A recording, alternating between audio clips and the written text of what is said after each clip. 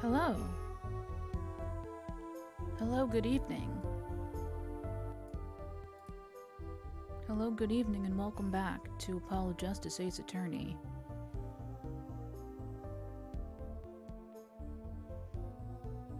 See, in the little music player thing that they have here, you can make like a little playlist, and I've reorganized the playlist to include songs that we have encountered in the game,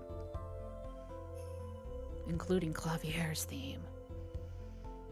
And then that was the guitar serenade, and this is La Miroir's theme. Landscape painter and sound. Which definitely has the motifs of guitar serenade. So that's fun.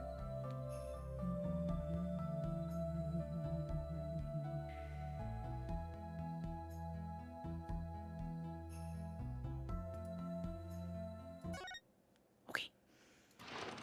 Oh no, why did I do that? Ah! Go back here. And then stop. Okay. We're good. Hello and welcome. Instead of my usual 5 minutes of vocal warm-ups, I did 20 today. We shall see if it pays dividends. We'll all find out together. It'll be a fun adventure. So, previously on Apollo Justice Ace Attorney, we are Apollo Justice, the Ace Attorney. And we are... Hello, Neon, how are you? We are backstage. We were invited to a rock concert performed by the Gavineers, which is certainly a name because it is headed by our buddy, kind of, prosecutor Klavier Gavin, not Christoph Gavin. Christoph Gavin is his older brother, our former boss, who we got convicted of murder. Oops. But, you know, there doesn't seem to be any hard feelings about it, you know? I feel like Klavier recognizes that, you know, we were just doing our job. And we did a really, really good job. And, you know, put his brother in jail. It's fine. It's fine. It happens. It happens all the time. He seems to like us, so that's neat. But yes, he gave us a 20% discount on tickets to his concert because he fronts a rock band, you know. He's prosecutor by day, rock star by night. Klavier Gavin gave us 20% off tickets and lets us walk around backstage. So that was neat. That's fun. And the special guest at this concert is a lady by the name of La Miroir. I'm gonna say Lamoire because I'm a filthy American, and I'm sorry. But the hot one is Klavier. They look awfully similar. But because you know they're brothers. But Klavier is the hot one who didn't murder anyone that we know of. But hello, Nero, how are you? But yes, Lamoire, a Borginian singer called the Siren of the Ballad, is a guest performer at this concert, and she is accompanied by her pianist, a 14-year-old boy, also from Virginia, named Machi Tobai, and he is blind. And they are both accompanied by Lamoire's manager, a man by the name of Romain Latousse. Romain Latousse is his name. It's a name. And so they give the performance, and oh gosh, I pressed a button on my controller by accident. And it's a beautiful song. Music by Lamoire, lyrics by Mr. Klavier Gavin. God, why am I calling him Christoph today? Klavier. Lyrics by Klavier. Except about halfway through the song, Klavier's guitar catches on fire, and it seems like it might be intentional because the song was talking about burning things. But after the show, he's like, "What the fuck? Who set my guitar on fire?" So that wasn't intentional, actually. And it turns out he's just having a really bad day overall. Couldn't find his keys, had to take a taxi to the concert, had to break open his guitar case. It's a whole thing, and then the guitar, and then this and that. It's just one thing after another for poor Klavier. Poor Klavier. Oh, and perhaps the biggest inconvenience of all, during the third act of this rock concert, which seems excessive, honestly. Truly, 3 acts? That's so much. That's so much. That's so many. But during the third act, in which the Gavineers are performing again, Lamoire's manager, Mr. Romain Latouche, is murdered in her dressing room. He's shot through the shoulder with a fucking .45 caliber revolver, which is a large gun. I definitely know a lot about guns, and I can tell you that that's a big one. Yep. And we and only we are privy, fucking shot right through his shoulder, which I feel like, I mean, okay, I get it. It's like, it's a big bullet. It probably did a lot of damage, but would it be that fatal that quickly, being shot through the shoulder? Well, I mean, there were 2 shots fired, but I don't know. All I'm saying is I feel like we could have, I don't know about prevented his death, but we could have prolonged his survival just a smidge longer if we, I don't know. Anyway, the point is, we were privy to his dying words. His dying words were, "Ask the witness is the siren." And hey gosh, wouldn't you know it, Lamoire, as we previously mentioned, is the siren of the ballad. That's weird. So we go and talk to her for a while, and we're kind of just investigating, even though we don't really have any right to do so because we don't have a client. We're just kind of poking around for funsies. And we go to talk to Lamoire about stuff and things, and while we're talking to her, oopsie poodles, wouldn't you know it, we left the crime scene entirely unattended, and we return to find that Mr. Lettuce's body has disappeared. Bah, bah, bah. Luckily, the building has been sealed off. No one can go in or out, so we know it has to be in the building somewhere. So, we're looking for bodies. We're looking for a body. One specific body. Ah, sorry, I just smacked my microphone. I'm so sorry. I'm so sorry. I'm so sorry. Okay.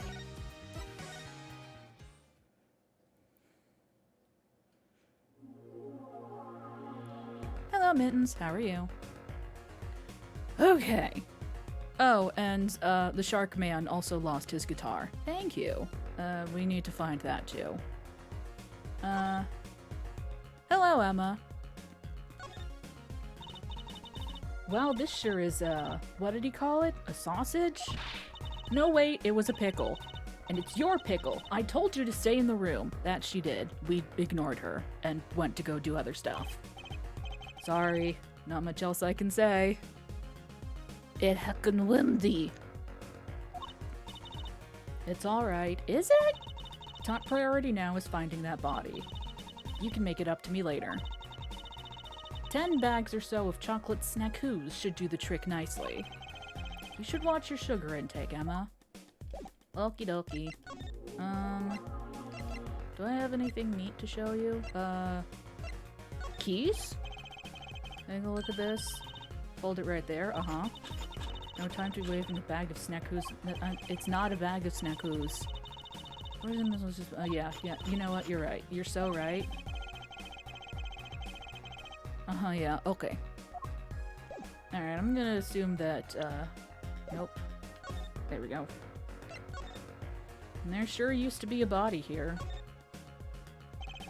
There should be a body here, but there's not. How could this have happened? And why?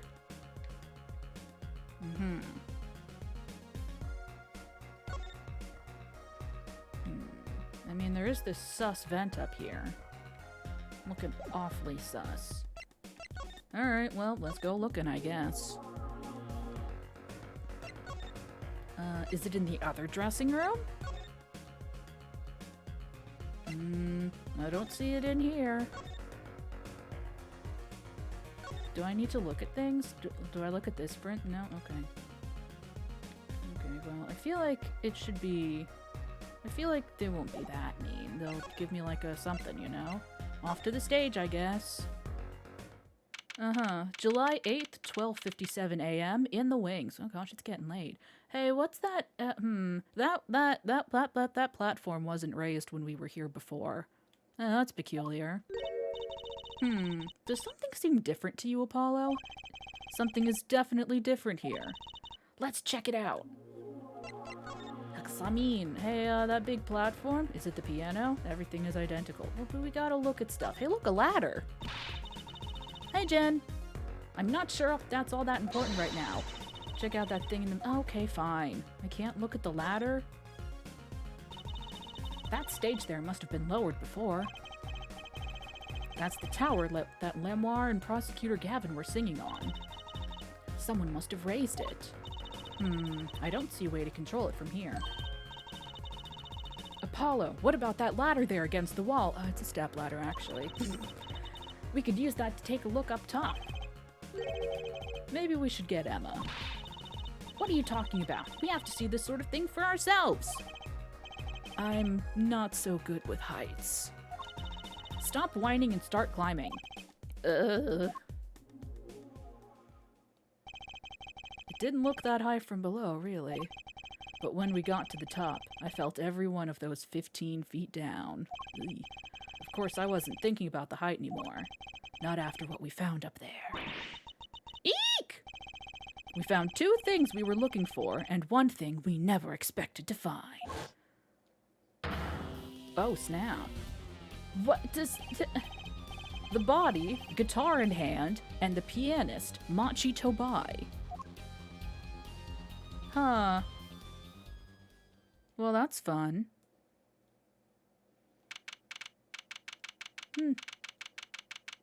July 8th, 10:09 a.m., Write Anything Agency.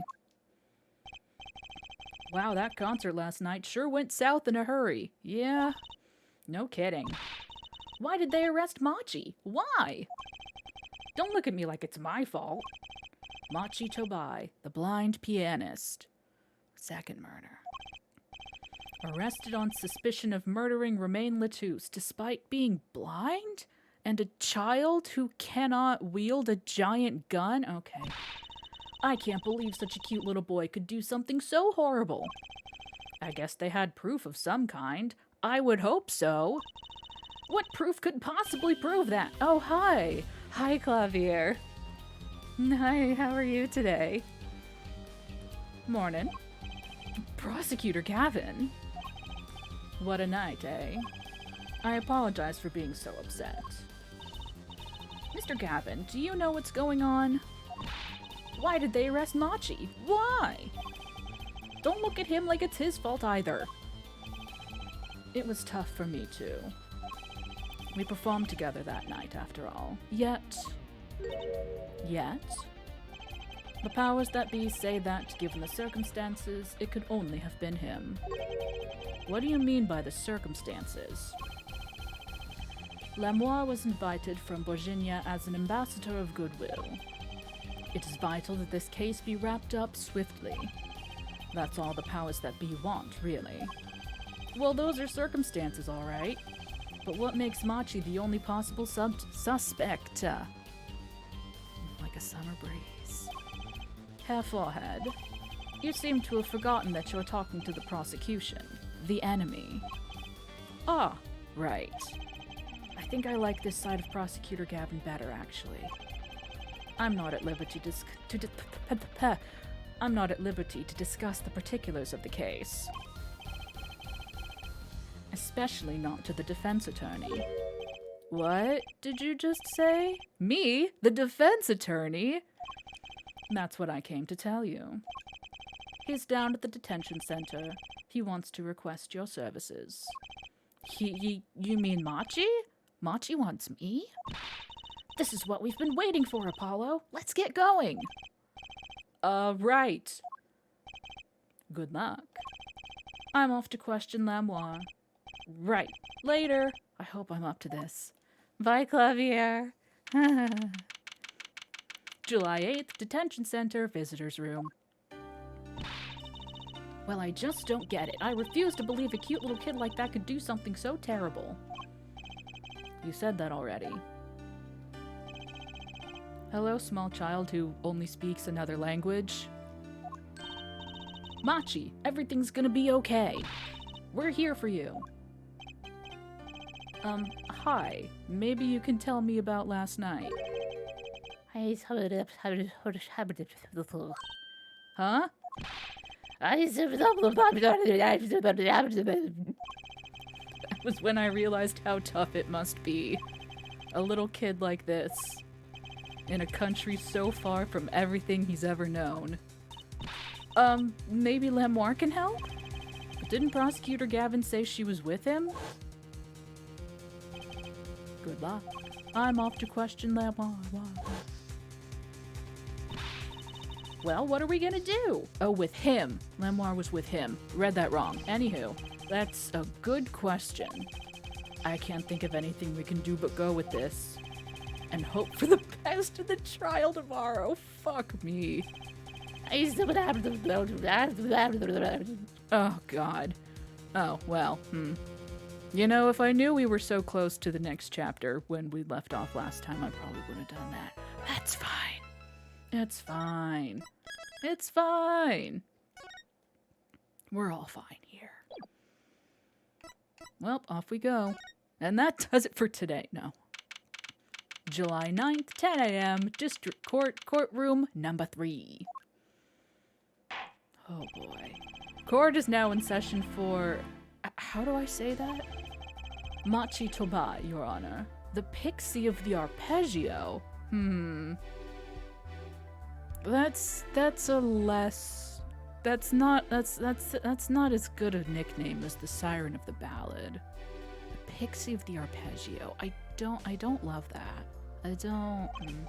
Right, his trial. His trial. Court is in session. The defense is ready as it'll ever be, Your Honor. The prosecution is A-OK, Herr Judge. Very well, Prosecutor Gavin. Ah, my opening statements, yeah? No, actually, there was something else I wanted to ask you about. Yes? Say you're going to visit someone in the hospital with an incurable disease. What do you say to them? Well... I would just kinda, you know, express that I'm there for them, you know? Like, oh, I'm here for you if you need anything, because, you know, there's no, like, oh, get well soon, because it's an incurable disease. So just, you know, an expression of support. Being there for them. Eh? I mean, you wouldn't say get well soon, right? See? You'd only be kicking them when they're down. What are you talking about? Actually, I'm going to visit someone who is terminally ill. Right after this trial. The Chief Justice's son. The Chief Justice? His son is afflicted with the most terrible disease. He doesn't have long, it seems. Is this really the time for this? Ah. So I thought, can I have your stuff? No. So I thought I'd go pay him a visit. I thought saying something moving might be the order of the day. Why don't grown-ups ever just say what's on their mind instead of pretending? She's looking at me with something like disgust. Hey, what are you looking at me like that for? Anyway, in any case, I'm a bit busy today, so let's wrap this up quickly. Oh, fuck. Oh, great. Prosecutor Gavin, your opening statement. Briefly. You're in luck, Herr Judge. I believe you'll be going on your hospital visit sooner than you think. Eh? First, to review the victim in this case. Romain Latouche, age 35. The global manager for diva songstress Lamoire. The cause of death, blood loss due to being shot by a large caliber revolver. See, it didn't even hit any internal... I feel like we could have... It's fine. This report has all the details. The court accepts this since the his autopsy report has been updated. Sick. 45 caliber. That's quite large, isn't it? Yeah, 1 second. 35 male, time of death 7. 45 caliber, time elapsed between shooting and death currently under review. Yeah, okay. 9 to 9:30. A direct hit from that could knock a man off his feet.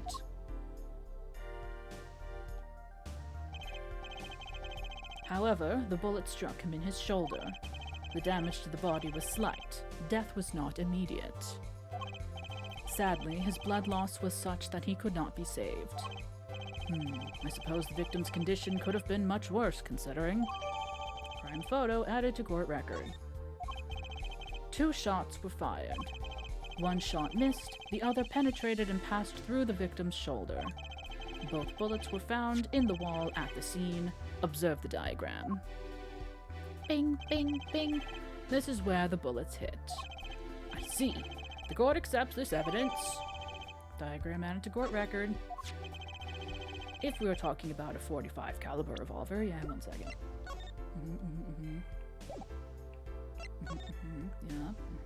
Yeah, that's a diagram. We must assume that the killer was adept at the weapon's use. Yeah, you know, we would assume that. Really? Yeah, apparently weapons that size have a powerful kickback. If, say, the judge tried to fire one, it'd break every bone in his body. The defense will take more care in choosing examples. As I was saying, the victim was shot backstage in a dressing room. This dressing room has only one entrance, this door. Does seem to be the case, yes. However, there were witnesses who heard the gunshots. He's talking about you and Emma, huh? Yet, when the witnesses entered the room, it was empty, save for the victim's body, of course. But that's impossible! Exactly. This murder was impossible. Caliber is, it's a measurement. Yeah, you know how that. For all but one person. One person. That is, of course, the defendant, Machi Tobai. Only this defendant could have committed the crime. But how? It's quite simple. The circumstances of the crime scene make it clear. Very well. I assume you have testimony to back up this claim. Please show the witness to the stand. I am, Your name and profession, please. Emma Skye. I'm a detective for the police department. I was on security detail at the concert forum that night. Emma seems tired somehow. I would think so. Security at the concert, you say? Some security I was. Couldn't even stop a murder. Now don't blame yourself. Things like this happen, do they? I've made even bigger mistakes in my career, you know? Somehow I believe you. I'm sure that makes her feel much better. I want to hear about these bigger mistakes. I don't. In any case, because you were on security detail, the crime was quickly discovered. And we were able to identify the killer. You may give the court your testimony, if you would. Describe the circumstances of that day and your discovery of the crime, please. Alright. Witness testimony. Murderous circumstances. The night of the murder, I was on security backstage at Prosecutor Gavin's request. Only people involved with the concert in some way were allowed backstage. At the beginning of the third set, I heard shots. I went into the room, filled with blaring rock music, and found the body. I examined the scene and determined that only the defendant could have done it. Well, that wasn't helpful. You didn't tell us how. It was lucky that a detective was the first on the scene. But that door was the only way out of the room, right? Oh. Oh, that is quite large. Oh, no. Ow. Yeah, pretty much. Then I don't get it. How can they say that Machi did it? Looks like we need a bit more information. Very well, the defense may begin the cross-examination. Boo-boo.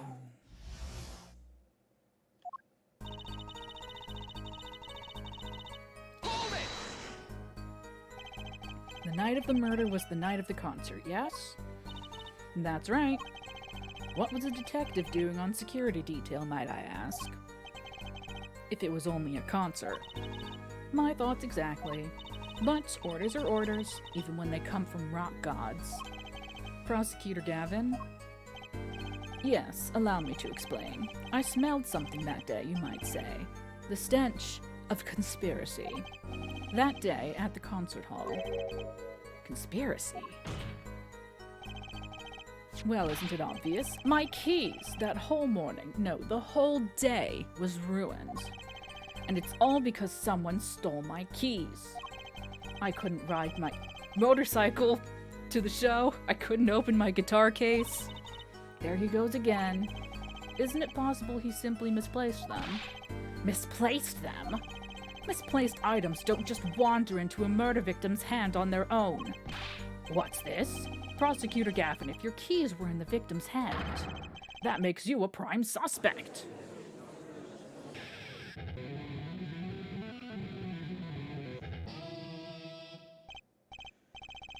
Love, slow acting anew.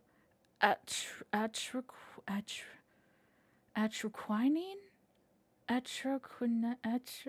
Atroquinine is waiting for you.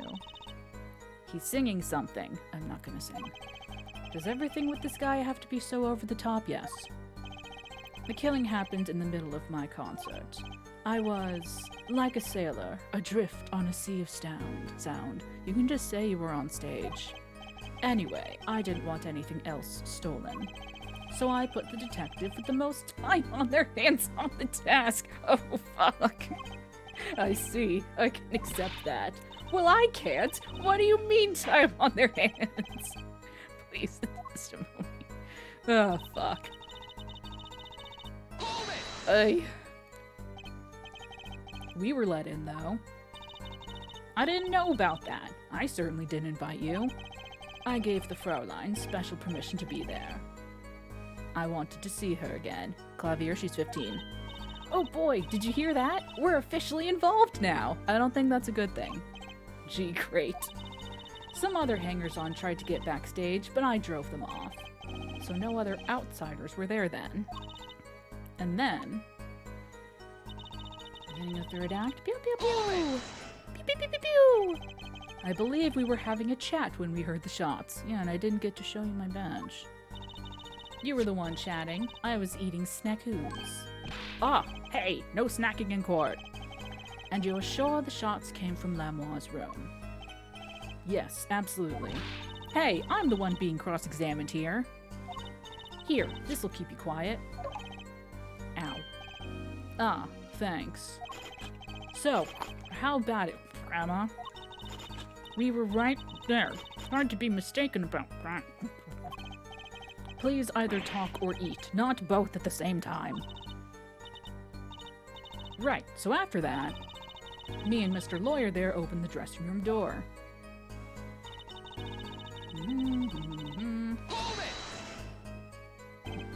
Rock? Roll? Blaring, yes. When you say rock, are you referring perhaps to this rock and roll music that's so popular these days? Yeah, that's right, when we were in the dressing room. It was loud as fuck. Music was blaring over the speaker on the wall. They pipe sound from the stage into the backstage through speakers. That way people in the back can hear when they're supposed to be on stage. Did it have to be so loud? You don't listen to the Gaviniers with your ears. You feel it with your entire body and soul. I always have the backstage monitors at full volume. That seems like a bad idea. When we walked in the room, the band was playing Guilty Love, I believe, making it easy to determine the time of the crime. If you could hear that music playing, then everyone on stage for that song has an alibi, including myself. Anyway, I closed off the scene and started my investigation. Yeah, do tell. How could you know something like that? As I said, it was clear from the circumstances. Listen, we know there was only one exit from the room, that door. The small window only opened a tiny crack, and I was standing in front of that door. So how could the killer have fled the scene? There's only one possibility. The vent. Ah, they were sus! But that air vent was too small. Who could possibly... Exactly. There's certainly no way you could get through, nor me. The only one who could fit through was a child. A child. Remember, access to those rooms was limited. Only those involved with the concert were allowed. And of all the people involved with the concert, only one is small enough to be considered a child. The defendant. The pixie of the arpeggio flitted up towards the sky and disappeared from the scene of the crime. But that's just conjecture. Oh, there was no other way out of that room. You were there. You should know, Hair Forehead. And there is another vital piece of evidence. Evidence? What's evidence? Marks were found on the air vent grill. Traces that it had recently been opened. Wait, what? And something else was found, quite clearly. The defendant, Machi Tobai's fingerprints.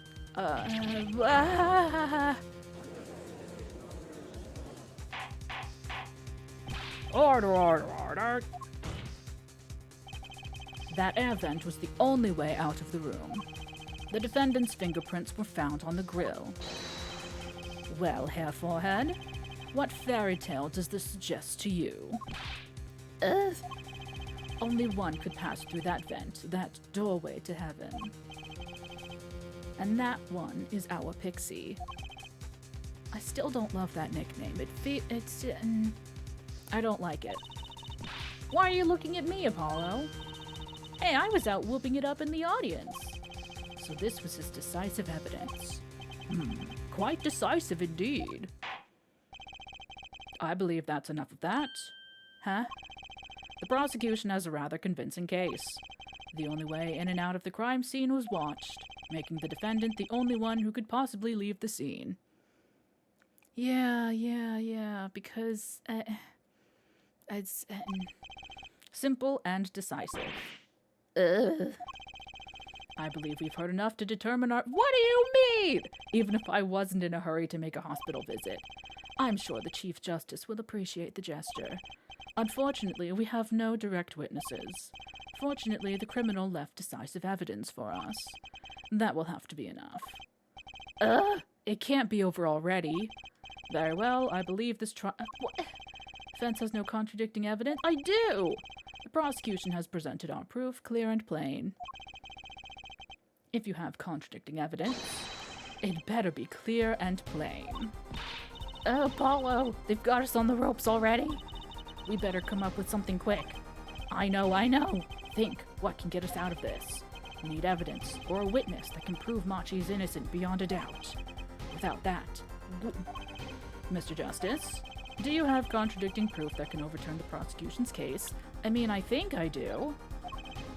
You better tell us about it now. This is it, and so soon! It's all over. The court wants contradicting proof.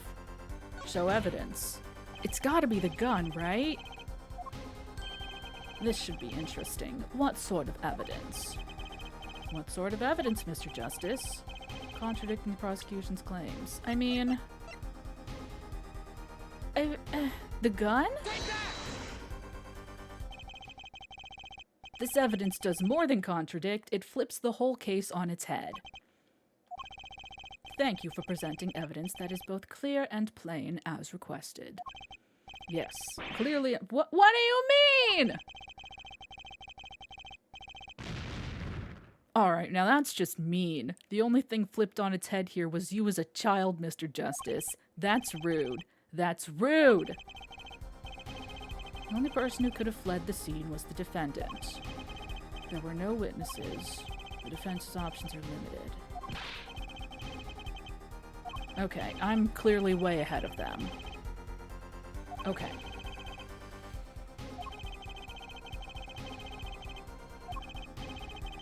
Yeah.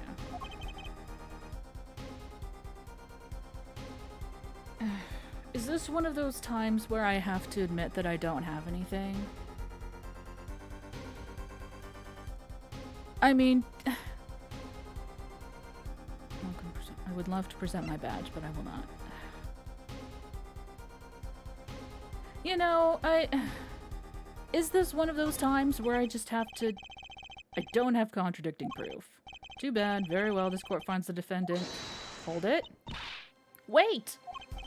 What for? We have, what was it called? Contradictual proof?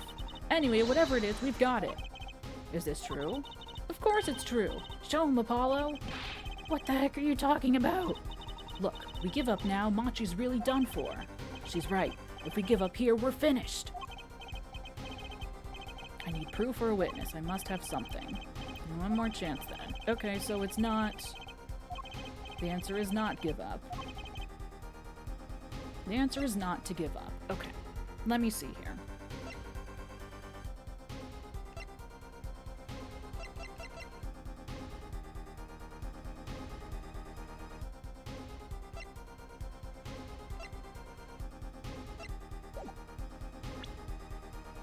Okay, so... I'm ahead of them in that it's super obvious that that tiny child could not shoot this giant gun. But apparently that's not the most important thing here.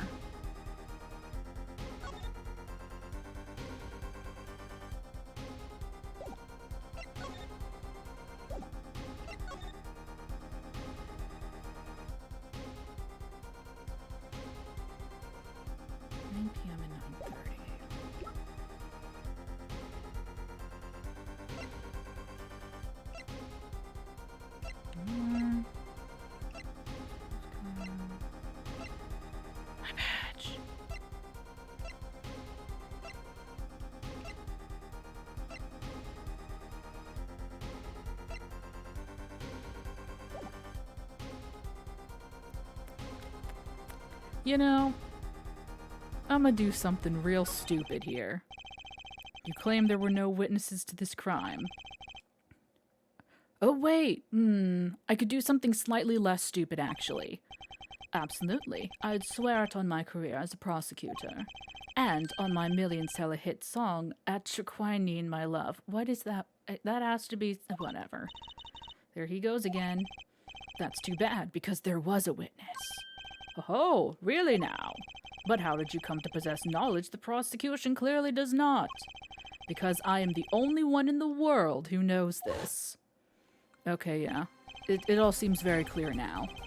I just talked to him and now. He's alive, live.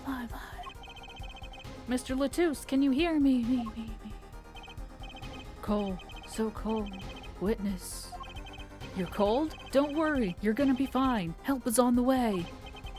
Can't see. Hang in there, Mr. Lettuce. Tell me, who was the witness? The witness is Siren.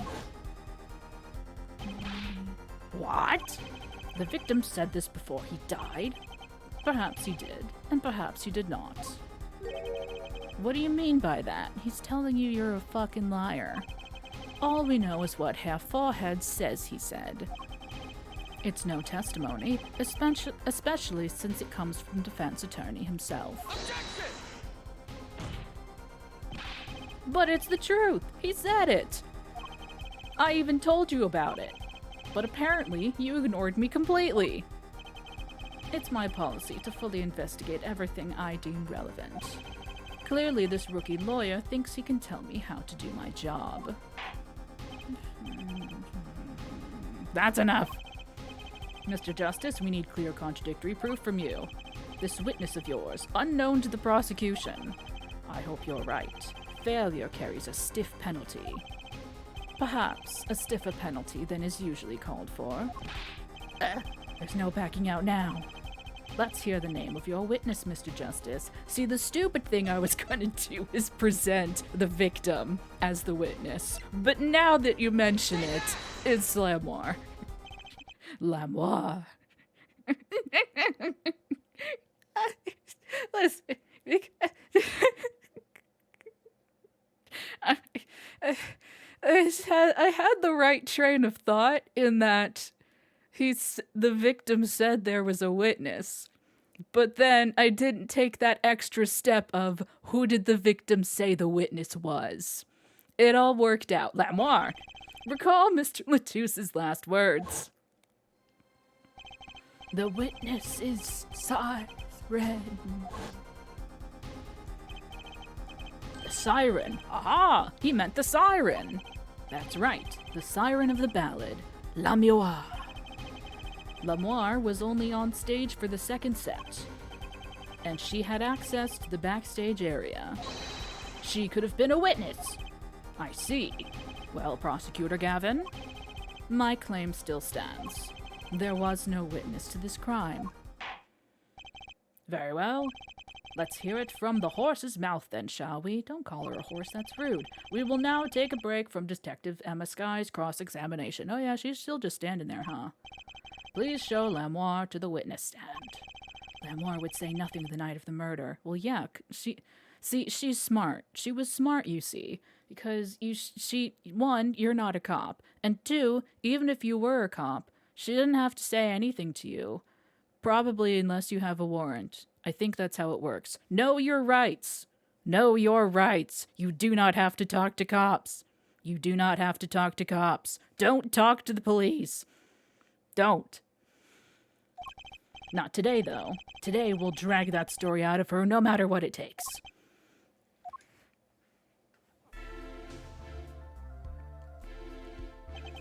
It is my distinct honor to welcome the siren of the ballad to our courtroom.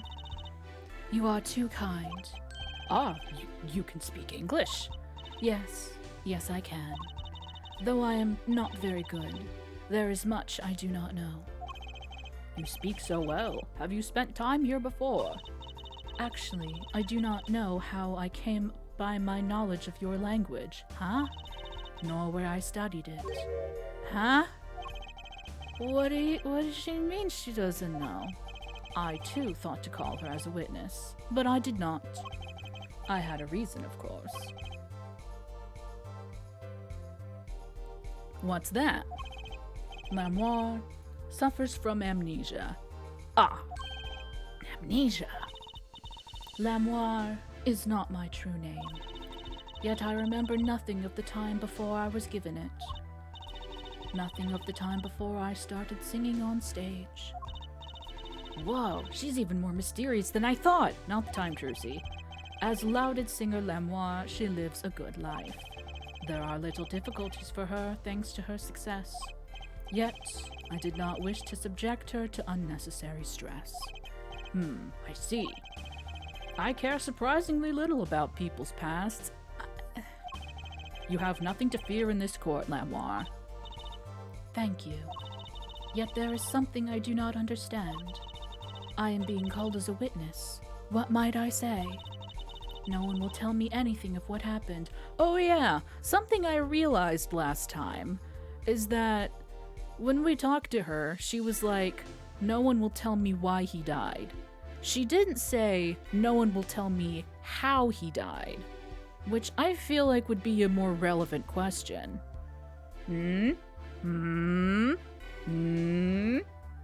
Anyway, Lamoire, let me be frank.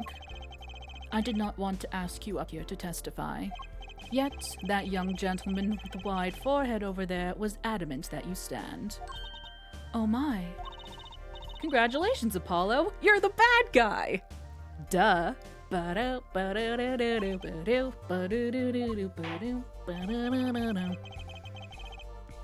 one ever asks how is up, dog.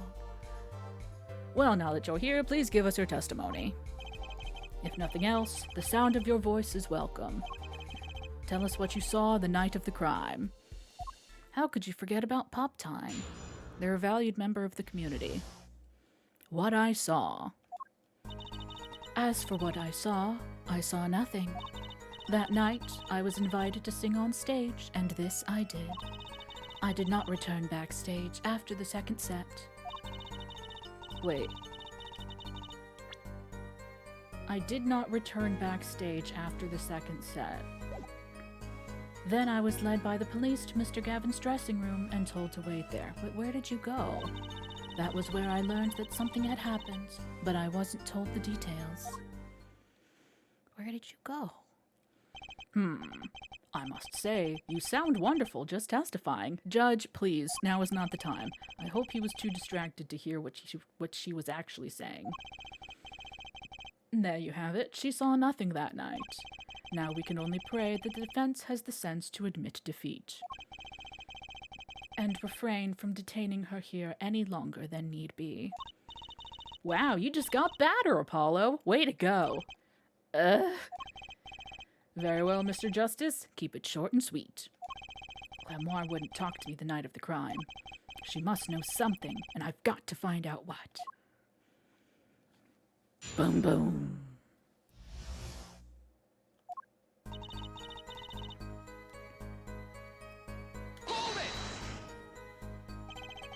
But you must have seen something. Mr. Latouche named you. Mr. Latouche? How can I tell you what I don't know? Klavier, he said you were a witness with his dying words. I do not know what he meant to say, but that night... I was about to sing on stage, and this I did. It was a great concert. You heard me sing. Thank you. I was hoping to get an autograph later, actually. Of course. Mr. Justice, this is a cross-examination. You're out of line. You're out of line. If anyone deserves an autograph here, it's me. One on my gavel would be nice. Head judge. What's this? It's my autograph. Now keep this trial moving. What? Oh, my grandchild will be so happy. Apparently his grandson is a big fan. Let's continue, shall we? If you would, Klavier. Tell us what you did after your stellar performance. Do not return backstage. Where did you go? You did not return backstage once? Where were you then? What were you doing? I was cleaning up on stage. There are many things I must do for a performance other than simply sing. And was Machi with you at the time? Unfortunately, I do not know where he was. So much for an alibi for Machi. What do you mean you were cleaning? Cleaning on stage. But there was another act. And also the people would see you cleaning. There are people... with Machi, correct? How was he then? He seemed as he always does. Though I believe he was shocked by the news of Mr. Latouche's death. Yet, he's not the type to show much emotion. Yes, he's given the police no end of headaches. He also can't speak English. He answers most questions with silence, and those glinting frames speak nothing. The questioning hasn't gotten very far. We sat there, waiting. That was where I learned that something had happened, but I wasn't told the details. How was the incident explained to you? I was told nothing in detail, only that Mr. Latouche died. Of course, investigations require some security. But Mr. Latouche was my manager. I wanted to know more. I should have been told. Both Machi and I were beside ourselves with concern. Allow me to apologize, but please understand. Keeping you in the dark was as painful for me as it was for you. Yes, I understand. Think, what doesn't ring true about her testimony? Hard to imagine Klavier lying. She might not be lying, but she's hiding something. What wouldn't she tell me the night of the murder?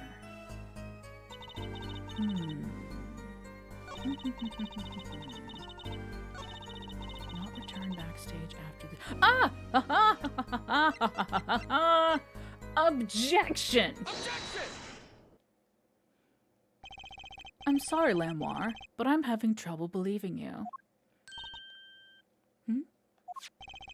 You remember this brooch, do you not? Why, that's Klavier's. She was wearing it for her song. Her badge! Oh my god. Care to add that to the testimony, Prosecutor Gavin? What? This brooch was found after the murder took place. At the very scene of the crime. What? Lamoire, how did your brooch get backstage if you did not go there yourself? And, as Prosecutor Gavin has just told us, you had been wearing it during your performance that night. Oh! Oh, I'm sorry, ma'am. What is the meaning of this? Lamoire, please explain. Lamoire?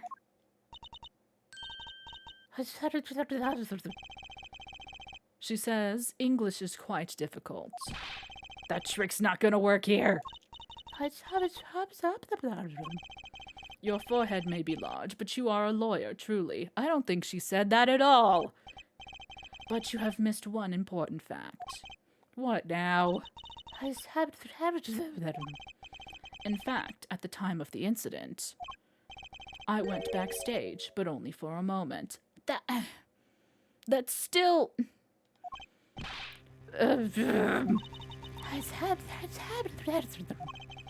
Think back to the moment of the crime. You know whereof I speak. Is she really saying all that? What's she talking about, Apollo? Right when the incident occurred. Ah! Is she talking about that? Watch this room for me. I have to call for backup. Right. Understood. You want me to make sure no one comes in, right? Mr. Latouche, can you hear me? Cold, so cold. Witness. You're cold? Don't worry, you're gonna be fine. The help is on the way. The witness is Siren. Siren? How can a siren witness anything? That's the get up and stretch chime. Emma, what was that? Who's there? What's wrong? Emma, did you see anyone just now? Huh? No. Could sworn I heard a door close. I looked into the room. Just a glance, mind you. So this was when your brooch dropped. That explains that. It does. There was no other time I could have dropped it. But that's ridiculous. You only looked in for an instant, but you dropped your brooch? Hair forehead. Yeah. She has raised a possibility. The only thing that could counter that is evidence. So she looked in at the crime scene. Actually, I intended to go into the dressing room. I knew nothing of what had happened, of course. But the moment I opened the door, I heard a horrible voice. Hair forehead shouting, "Who's there?" no doubt. A horrible voice indeed. Hey. That's not nice. I closed the... Oh, right, the get up and stretch chime. Sure. Just real quick. Very fast.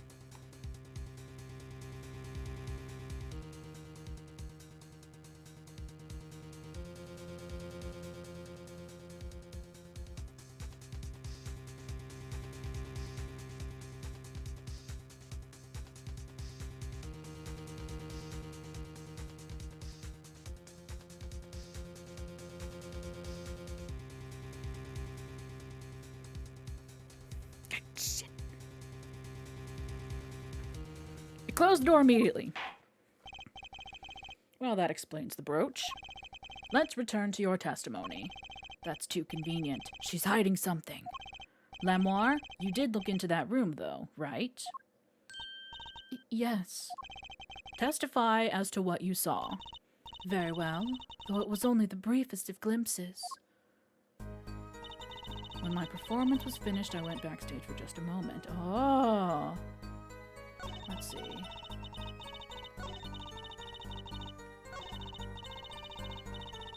Mrs. Judy's body was behind a wall. Was led by the police. I'm gonna press on it, but that's what we need. What did you see in that brief glimpse? I had only opened the door slightly when I heard that horrible voice. And shut the door. I have always wondered, Hair Forehead, does that voice of yours lack a volume knob? Yes! It's my cords of steel, man. Just back off. Behind a wall. A wall. Was there a wall there?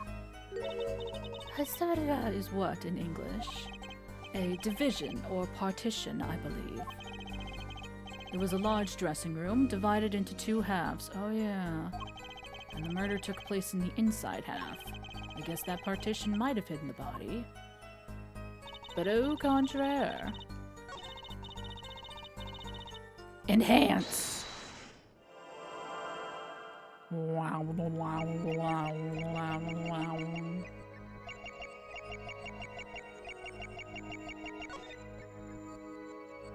She's swallowing. Gotcha!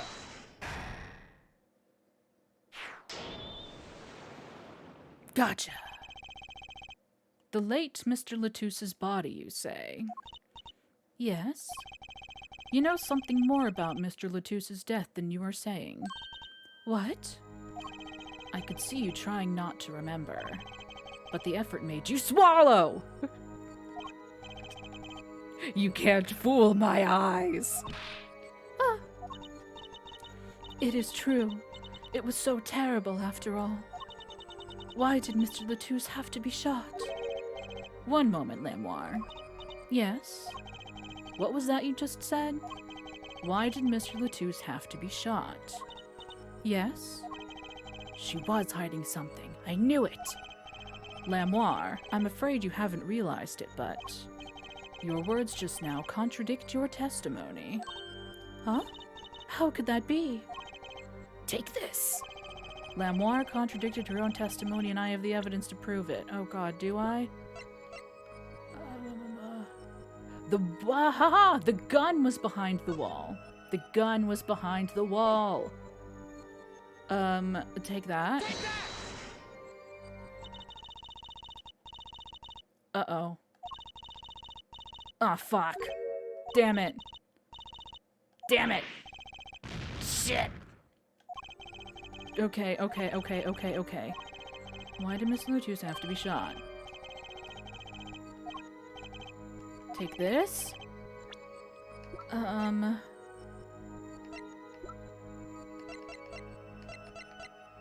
Okay. Is it this? The fact that there's no obvious... Fuck! What do you mean?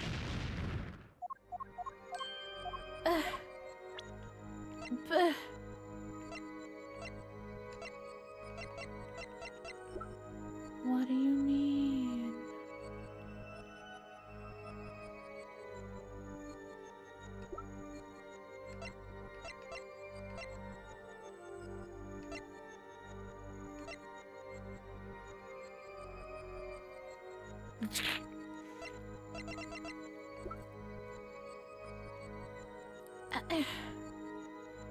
Now I'm just throwing shit. How about this? God shit! Fuck.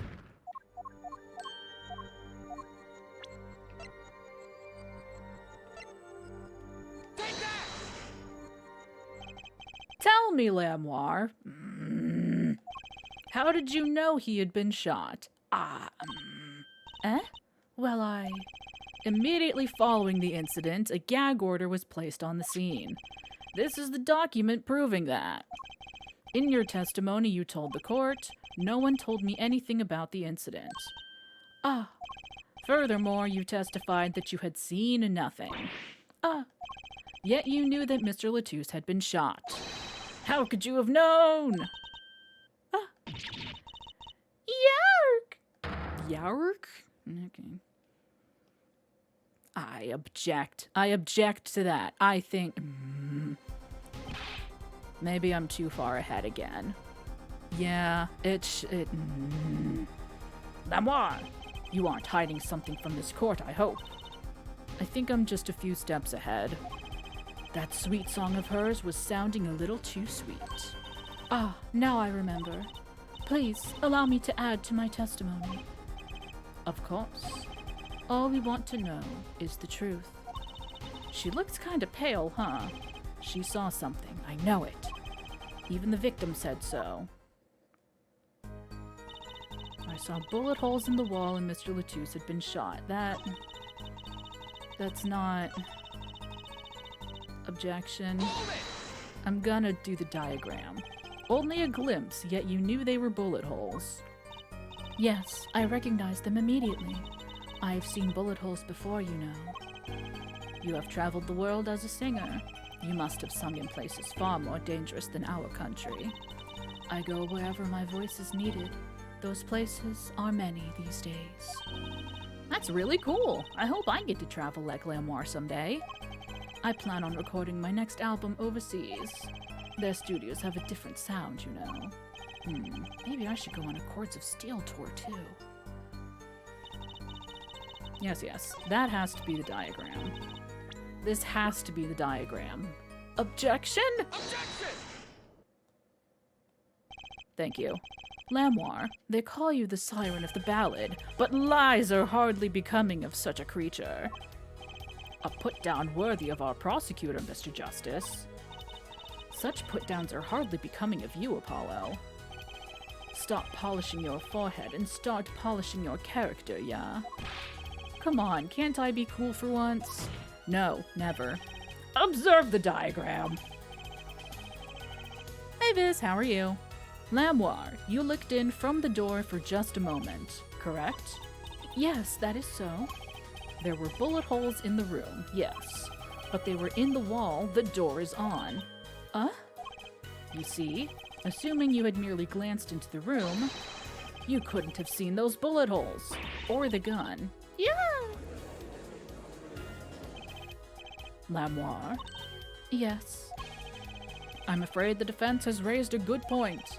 It appears you have been holding back something. And I must tell you what it is that I saw. That's all we've wanted this whole time, yes.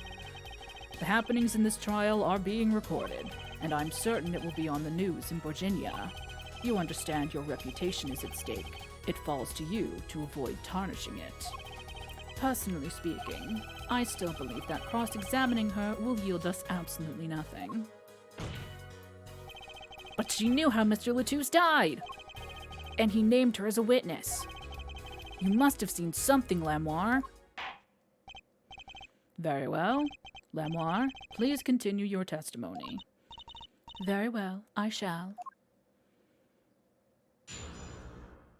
Witness testimony. What I saw, too.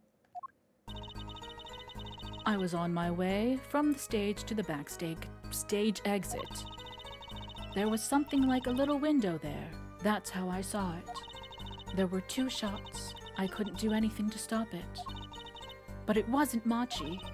It was a grown person. I know it was. So you did witness the crime. And the killer was a grown person, you say? This is my first time hearing this, I assure you. Nice play, Herr Forehead. Yes!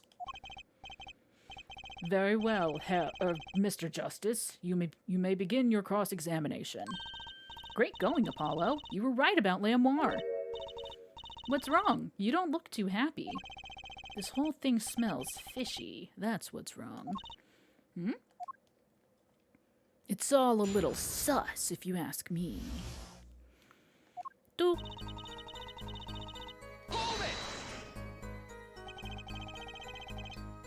So you were headed toward the dressing room.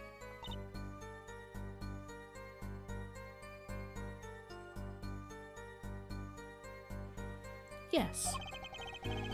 So this is a little before she opened the dressing room door and dropped her brooch. About the same time Emma and I heard those shots. I was on my way back. Something like a little window there. What exactly is something like a little window? It's a small window, Apollo. You saw it. Yes, well, window is the best word I know in English. I think this is how it is said, yes. You need not worry, Lamoire. Your choice of words is impeccable. There is a small window in the dressing room in question.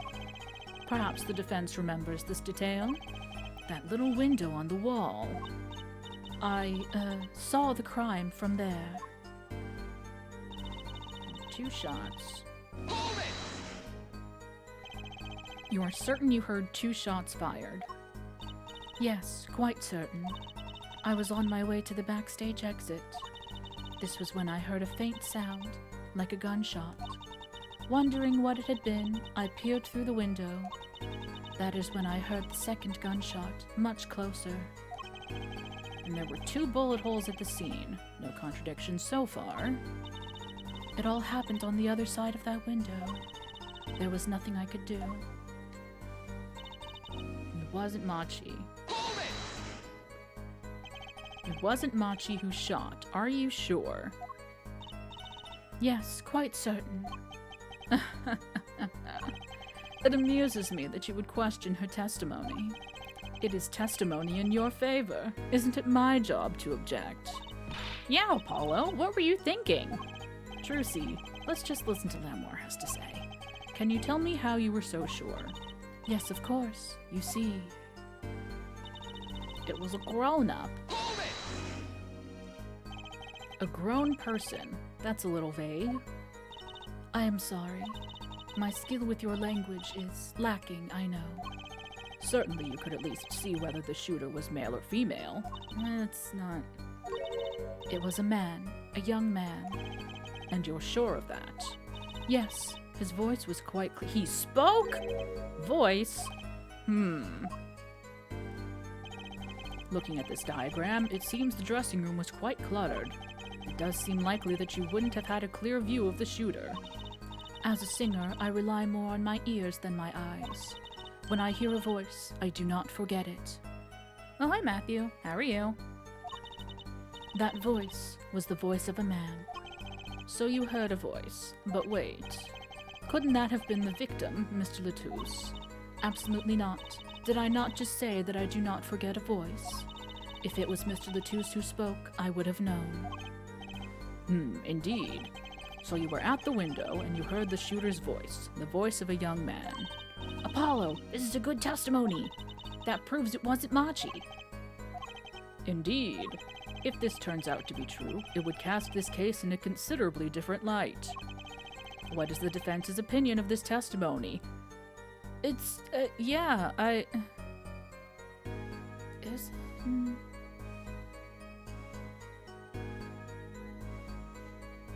No, I was gonna say it could be that she heard the music, that the music has lyrics and she heard that. But if it was, then she would have recognized that it was Klavier's voice. I think it's a decent testimony. Well, I'd have to say it's pretty good. Vital, even. This shows that the shooter wasn't Machi. Huh. Surely you can't be serious, Hair Forehead. Why not? Lamoire, I understand why you would want to protect Machi. Yet remember, you are the siren of the ballad, and lies do not become such a creature. You can't just steal my line! What does the prosecution mean? Apollo, what's he talking about? No one bats an eye when he says stuff like that. What the hell? I recall the state of the crime scene quite well. The state of the room. Yes, and when the murder took place, that window was closed. Oh. I find it hard to believe you could hear a voice through it. Oh. What? But I'm sure. Lamoire, I have nothing but the highest regard for your musical sense. But my opinion of you as a witness is somewhat lesser. Objection! But she's the only eyewitness we have. Eyewitnesses are notoriously unreliable. Objection! So you say. And the victim named her, the siren, as the witness. That's right. That's what Mr. Latouche. We heard your claim. We even entertained the possibility, and it brought us to this. Herr Judge. Yes. The prosecution requests that the witness be excused. Please. I'm afraid I must honor the prosecution's request. Well, why? There is indeed a question of the witness's credibility. But if Lamoire can't testify, then we're fucked. Then we don't have a chance of proving Machi's innocence. We so do, though. This cross-examination is over, Prosecutor Gavin. You may continue making your case. Danke. Now where were we? Ah yes, I would like to hear from Fraulein Detective again. Objection! Wait, let me hear Lemoire's testimony one last time. But the cross-examination is already over. Until such a time as a need arises, this witness may leave the stand. I'm sorry I could not be of more assistance. Fuck. Damn it. At last, back to the real trial. Ready, Herr Forehead? I hope I didn't just miss my only chance. Fraulein Detective, how far had we gotten until we were so rudely interrupted? Don't ask me! I dislike saying the same thing twice, and I never repeat a song for an encore. If you would, Miss Sky. I believe I was saying that the only way Mr. Latusse's killer could have escaped was through that air vent on the ceiling. Ah yes, there was only one door in the room, and a witness, you, was standing in front of it. That air vent isn't very big, see? Kinda limits the people who could possibly get through. I certainly would have a difficult time. You sure would. Not that you would have been there in the first place, though. Remember, the whole backstage area was off limits to people not involved with the concert. The only one who meets the conditions for our killer is the defendant. A virtuoso performance. I couldn't have put it better myself. She does state a clear case. Though reading the report, something caught my eye. Oh, what's that? The circumstances of the defendant's arrest. The circumstances. Again? Again with circumstances. Hey, that's right, Apollo. Remember when we found Machi? That was bizarre. It sure was. She's right.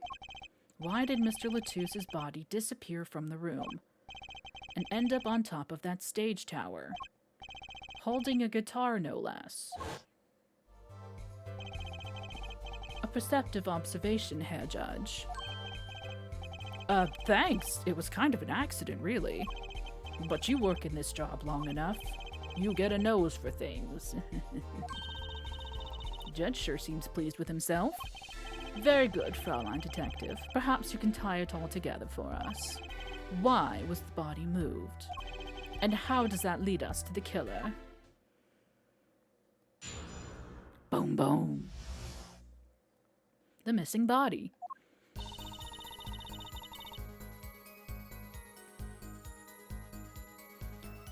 I believe Machi stole the body because of some lyrics. He moved the body to match Lemoire's song. No one in this country had a motive to kill the victim. And Machi practically left his signature at the scene. All of this evidence clearly points to the defendant. Lemoire's song? Yes, the guitar's serenade. You noticed its code too, did you not? Yes, we talked about it. Its code? We talked about this. All the events that day followed the lyrics to our song. Wait a minute, Trucy told you about it. Wait a second. Wait a minute. You can't act all fucking shit. First, the keys my heart held onto so tightly were stolen.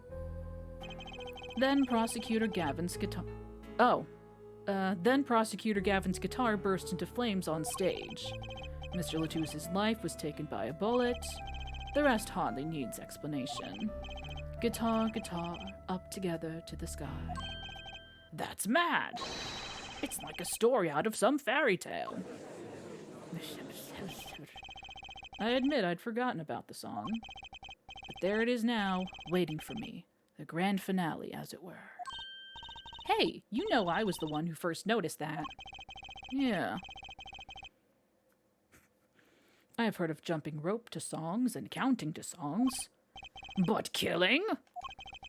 It's a wild world out there, Herr Judge. Very well. We've heard one song and dance. Let's get on to the next. The cross-examination. I'm not so sure I'm going to be doing much singing. I have something in my eye. Oh no. Oh gosh. Oh geez.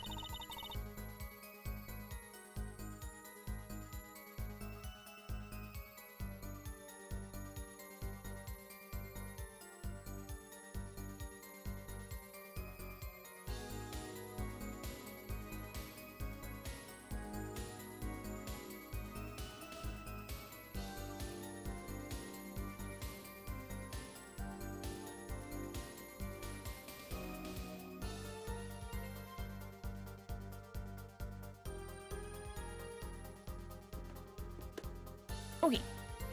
Hold it! Who would steal a body just to match some lyrics?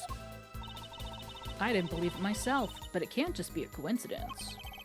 It is as Fraulein Detective says. Let us begin with the first verse, if you would, Fraulein Detective. What? You want me to sing it? You are the witness, yeah? Or did you want me to sing? I warn you, my fee as vocalist is not trivial. Fine, fine. Let's look at the first part of the lyrics, shall we?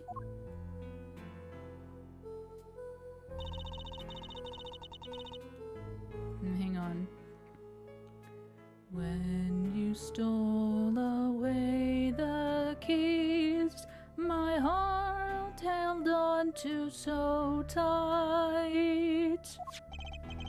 Indeed, my favorite heart-shaped keyring was stolen that morning. Next, we go to the right page of the lyric sheet, where we find... Hang on. No, it's not there yet.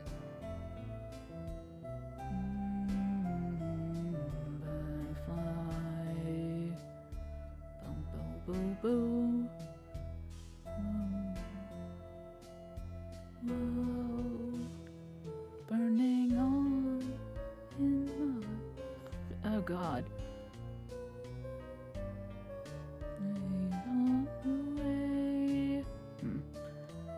You get it. As we know, Prosecutor Gavin's guitar burst into flame. Like a bullet of love fire, take my life away all the way. I'd have to cycle back through it all again. Mr. Latous's life was taken by a bullet. Bravo, Fraulein Detective. You're singing. It's not bad. Now, for the finale. Guitar, guitar, up together to the sky. As it says in the lyrics, Mr. Latous was found with a guitar high in the sky over the stage.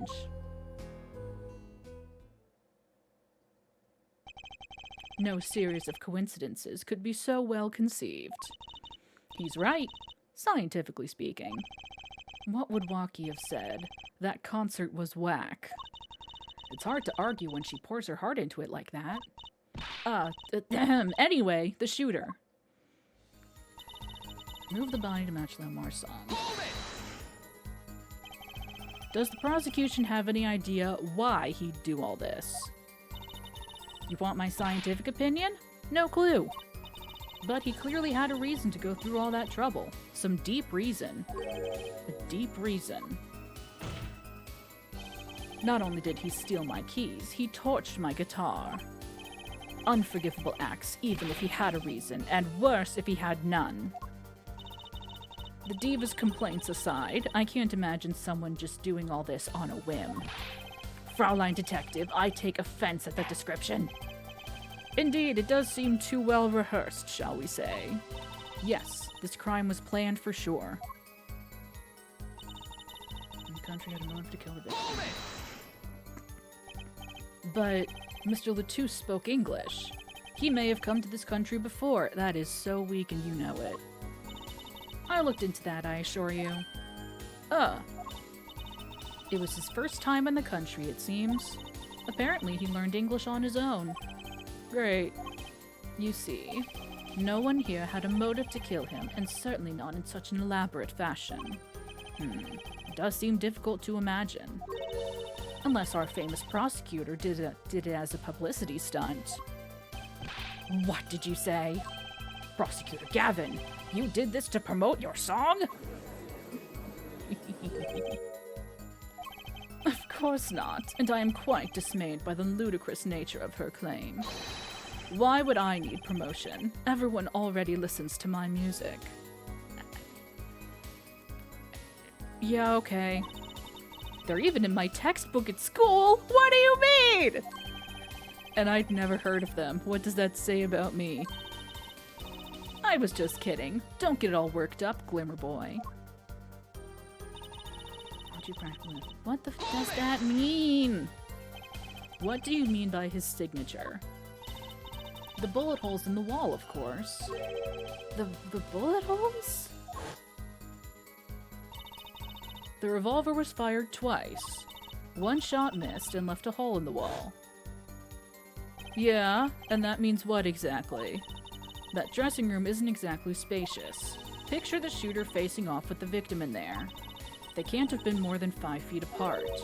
It would be difficult, almost impossible to miss at that range. Difficult to miss, you say? Very. Assuming the shooter could properly aim. No, you can't be serious.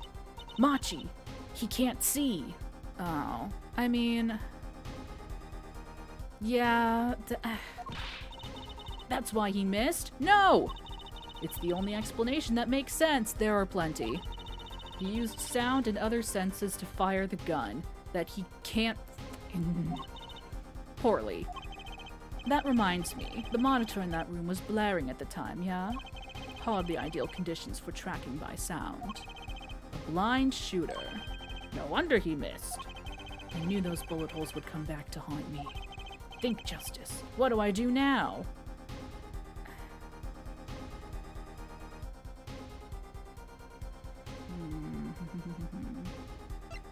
For now. It really would. It really would. And doing it in rapid succession, like boom, boom, because those shots were pretty close. It was 2 shots fired, like one after another. And I cannot stress this enough. It was a very large gun, supposedly held by a tiny child, a 14-year-old, referred to as a pixie. 1 shot would have been astounding. 2 shots right after each other. No, that kid would be on the floor. I'm gonna come back to this because there's one more piece of testimony that I haven't pressed on yet. Couldn't see as the first shot missed. As explanations go, it's airtight. It's so not. Yeah. It's shown in their signature. This is looking bad for our young defendant. The witness may continue with her testimony. You got it. All this evidence clearly points to the defendant. But you can't say that for sure. You don't know that.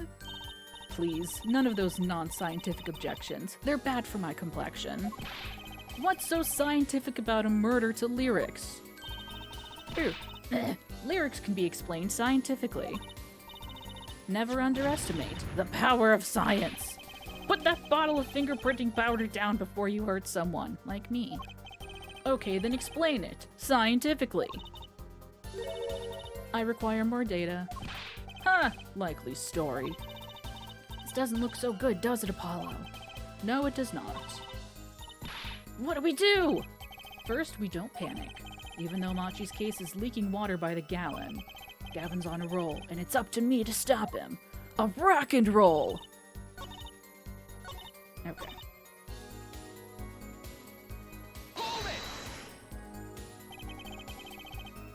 Signature, bullet holes, Noom.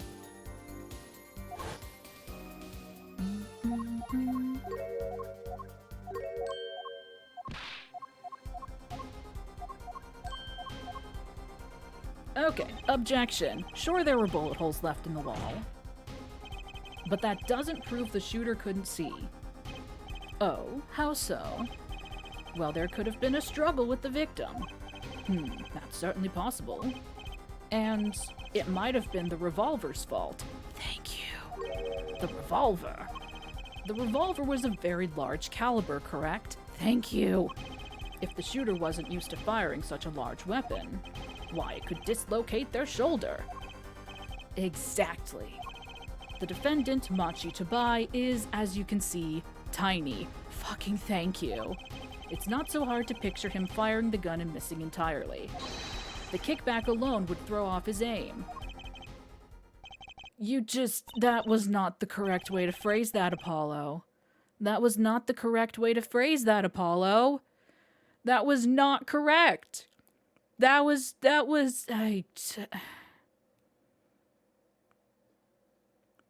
Oh, Paulo, you're stupid. Damn it. A convincing argument to be sure. Haha, take that, smug prosecution. Hey, Apollo, you're stupid. Huh? What? A bit about Machi being tiny. And the gun throwing off his aim? Aren't you kind of, admitting that he did it? Ah. It does not matter why he missed. What matters is that the shooter was, without a doubt, the defendant. Even the defense seems to agree on that point. Cripes, I really put my foot in it this time. But let's get the facts of the matter on the record. If you would, Fraulein Detective. Very well, the witness will add this to her testimony. Right. From the state of the crime scene, I conclude the shooter was blind. Hold it! You can't say he was blind just because of those bullet holes in the wall. I think I've proven that. I wouldn't call it proof per se. Huh? You've merely raised a possibility. Fraulein Detective has made a most logical conjecture based upon the evidence. Of course, there is more evidence than just bullet holes. The defendant was the only one who could have escaped through the air vent. Objection! But wait, if he was blind, how would he know about the air vent in the first place? That's a solid point. But something tells me, yeah. Ah, a very good point. Well, Fraulein Detective, if you would care to explain. He certainly seems sure of himself. It would be a good point if this wasn't the game that it is. Recall the crime scene, if you would. There was a step ladder below the air vent. Was it a step ladder or a regular ladder? As it happens, maintenance was scheduled for that day. Custodial staff went around checking all the air vents. I don't believe it. Everyone backstage was told about the maintenance, including Machi Tabai. He would have known that there would be a way out at the top of that step ladder. But that's... Why is this the first time I'm hearing about this? You could have figured it out for yourself. Could I? I don't think I could. You only needed to consider what that stepladder was doing there.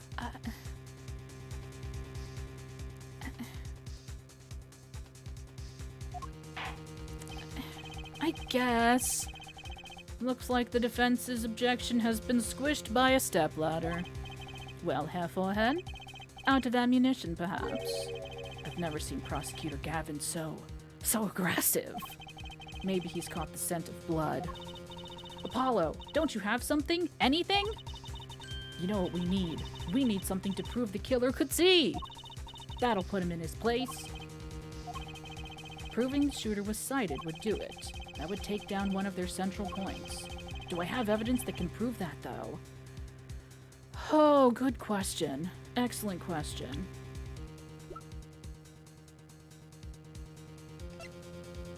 Yes. Yes, I do. Here's the thing. Here's what happened. In Grand Phoenix Wright Ace Attorney tradition, the victim supposedly wrote the name of their killer in their own blood. However, every time they've raised that as a point, like, oh yeah, that happens all the time, it's never true. It's never actually what happens. It's always the killer leaving a false trail. It's always the killer trying to throw people off. Therefore, the killer took his fingers and did the thing, and then the killer... No. Wait. No! Oh my god, this is the one time he actually... No, I have it backwards. This is the one time it actually did happen, and the killer saw that he did it and erased it. Boom! Take that! Yes, I do! Fine, I accept the prosecution's challenge. As I knew you would, Herr Forehead. Thank you. What exactly am I up against here? The prosecution is saying the shooter missed because they couldn't see. Therefore, Machi, who's blind, did it. The defense will please present their evidence. Evidence that overturns the prosecution's claim that the shooter couldn't see. Take that! This is that evidence! A photograph of the crime scene. I don't care much for the smirk on Prosecutor Gavin's face. But this is no time to think twice. Time to press on! Yes, Your Honor, the crime scene. There is something in here that decisively contradicts the prosecution's point. Then perhaps you'd best show us this something. Get your finger out of the breeze and put it to good use, yeah? No comment. Very well, show us what you're talking about, Mr. Justice. The contradiction at the scene of the crime is... Wabam! Wabam! The contradiction is right here. The smeared bloodstains. I thought it was just my blurry vision. But it really was blurry. The way the victim's hand is raised above his head. Much like a gesture I have seen many times in this court. It's almost as if he wrote something? Aha! I get it! At least I think I get it. Get what, Fraulein? When Mr. Latouche was shot, he tried to write something. And what would he write but the shooter's name? And what would he write it in but his own blood? Pretty good, huh? Thanks for making my point for me. Yes, in fact, that's what I think happened here. That does seem to be a distinct possibility. The victim wrote the killer's name. It's certainly a logical conclusion. Drat, I just wish it wasn't all rubbed out like that. Of course it's rubbed out. Why, if I were a killer, I certainly wouldn't want to leave my own name behind. Neither would I.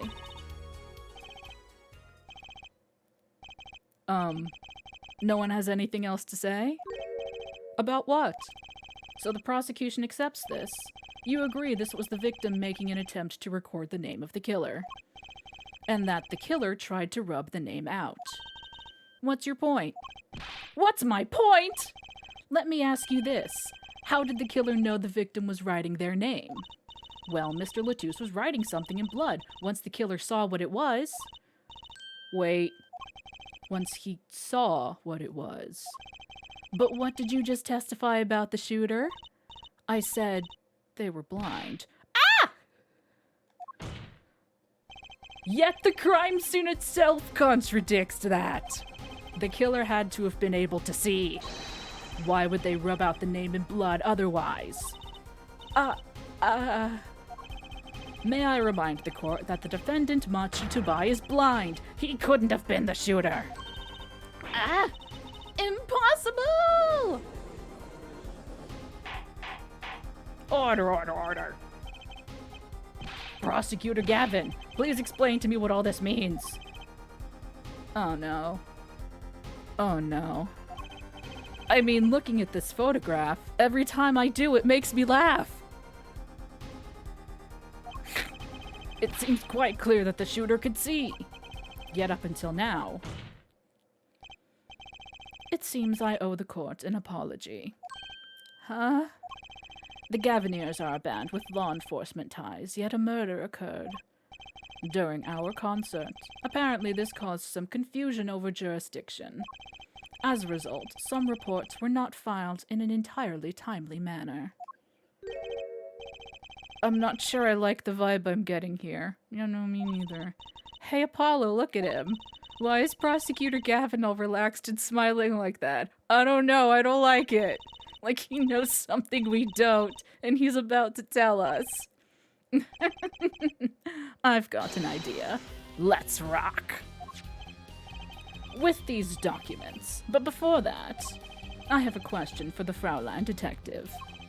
If I may. What? Tell me, why do you think that Machi Tubai is blind? Huh? What did he say? What are you saying? Of course he's blind. Of course? He's the blind pianist, right? So doesn't Lamoire lead him around by the hand all the time? No way. I have a report here on the defendant, Machi Tubai. According to this, Machi Tubai can see perfectly well. What? His blindness was merely a publicity ploy by those clever Borginians. He can see quite well. Objection! But you said... What did I say exactly? But... Hair Forehead, not once in the course of this trial have I claimed the defendant was blind. Updated optometrist report. The only one who did was Fraulein Detective. But... A significant fact, yes. Consider Machi Tobai sees. And he was the only one who could have fled through the air vent. I see no problems with this. But what about the bullet holes in the wall? Yes, the bullet holes. I believe Herr Forehead neatly explained those for us. He didn't miss because he couldn't see. It was the kickback from the .45 caliber revolver. A simple accident, in other words. This is the first time we've gotten this screen. It's excellent. How's that?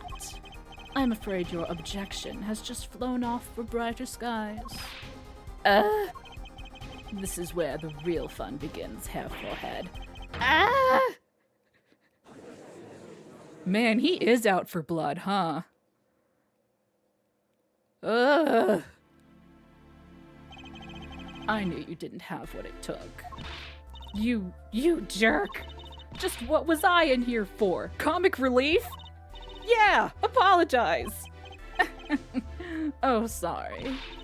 That's no way to apologize. He's angered the Trucy now. Look out. Ahem, if we can please end the bickering. Now. Whatever, I'm not leaving. I can't leave like this. I'll come up with some clue to solving this case if it kills me. But your testimony has already given us enough to convict the defendant. Don't say that. Aha, what? This blood stain. The criminal tried to wipe it off, right? That seems to be what happened, yes. We might be able to find out what was really written here. Really? You can do that. With science! With science! It's called luminol. Maybe you know of it. It's a chemical that reacts to blood. Ah, yes. Have we done those tests yet? Ha! As if I'm gonna tell you. The bloodstains covered a section of the carpet. In order to perform blood tests, that section was removed and submitted.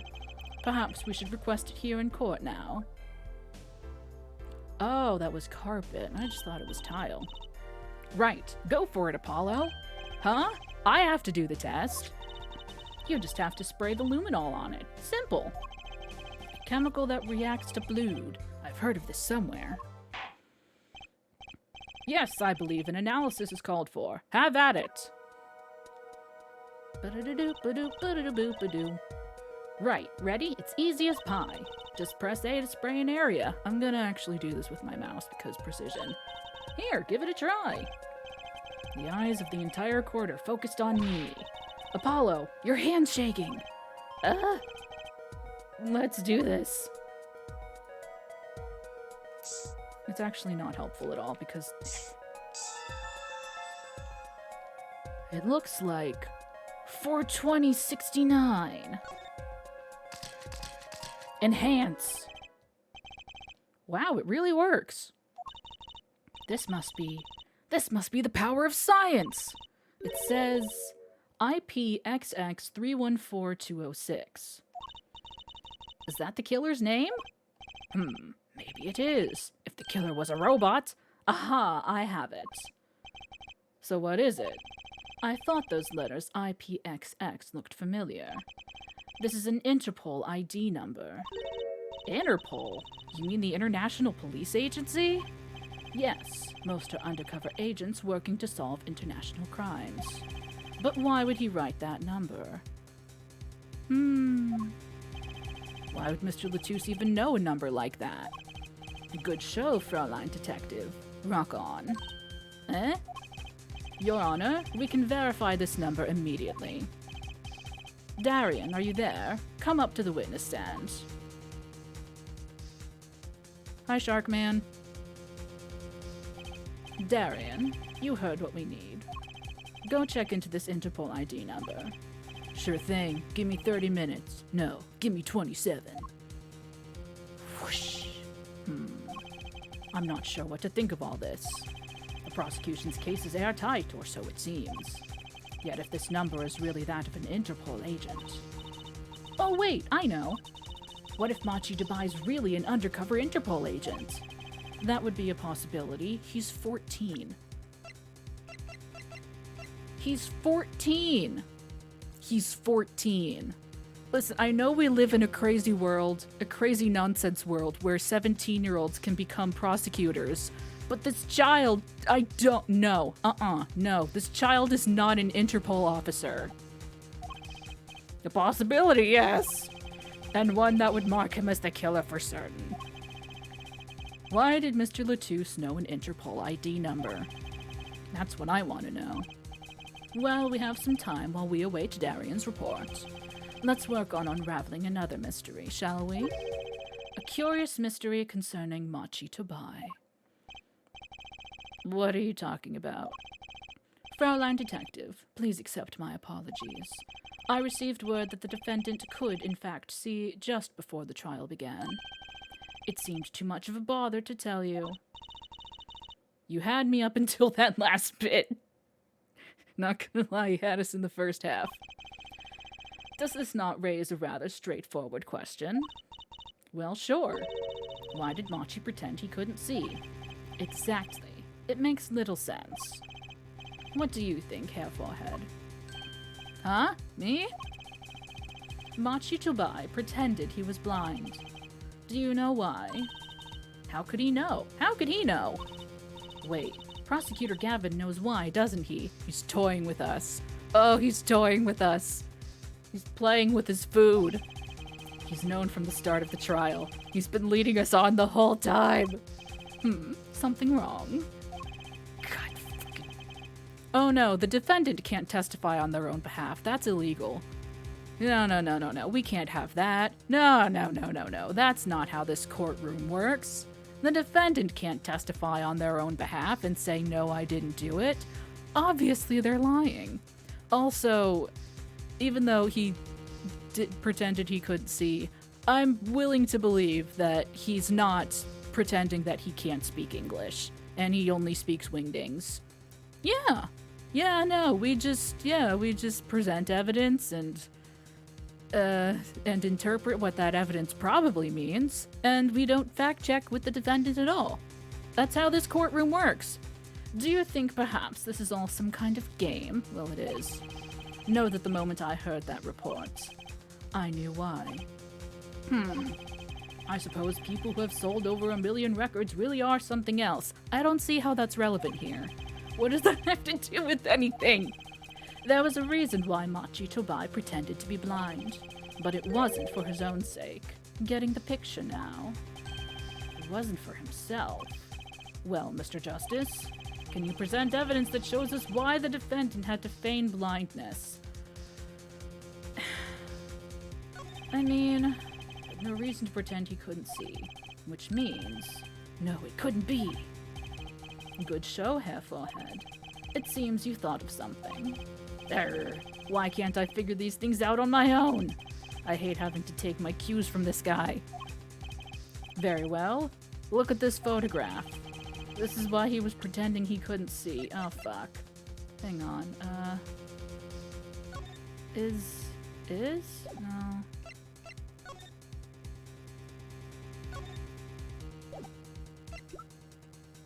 I was thinking of Lamoire. I would present Lamoire, but my badge. I'm gonna try and look at my badge.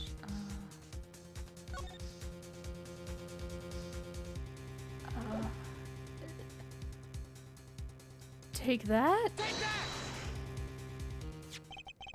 That is Lamoire. Lamoire and Machi Tobai. Recall their relationship. In particular, their unique arrangement over the years before visiting our country. You can present profiles, but It seems like you can only present one or another at a time, because that's what happened earlier. They were like, do you want to present a profile, present evidence, or present nothing? Yeah, maybe. I think that's how it is. Maybe. I don't know. Lamoire and her pianist. They would always walk together, she leading him by the hand. Even when they got on stage, she would lead him to the piano. She would walk all the way over there with him. That's right, because he was blind. She led him at all times, never letting him go. All times. Yet, we have just learned something that makes their arrangement peculiar indeed. Machi could see. Why did they have to keep up this act the whole time? Well, wasn't it a part of their performance? I think there's a simpler explanation. Machi did not need to be led by the hand at all. That can only mean one thing. Ah! Really? Oh. Really? It was the other way around.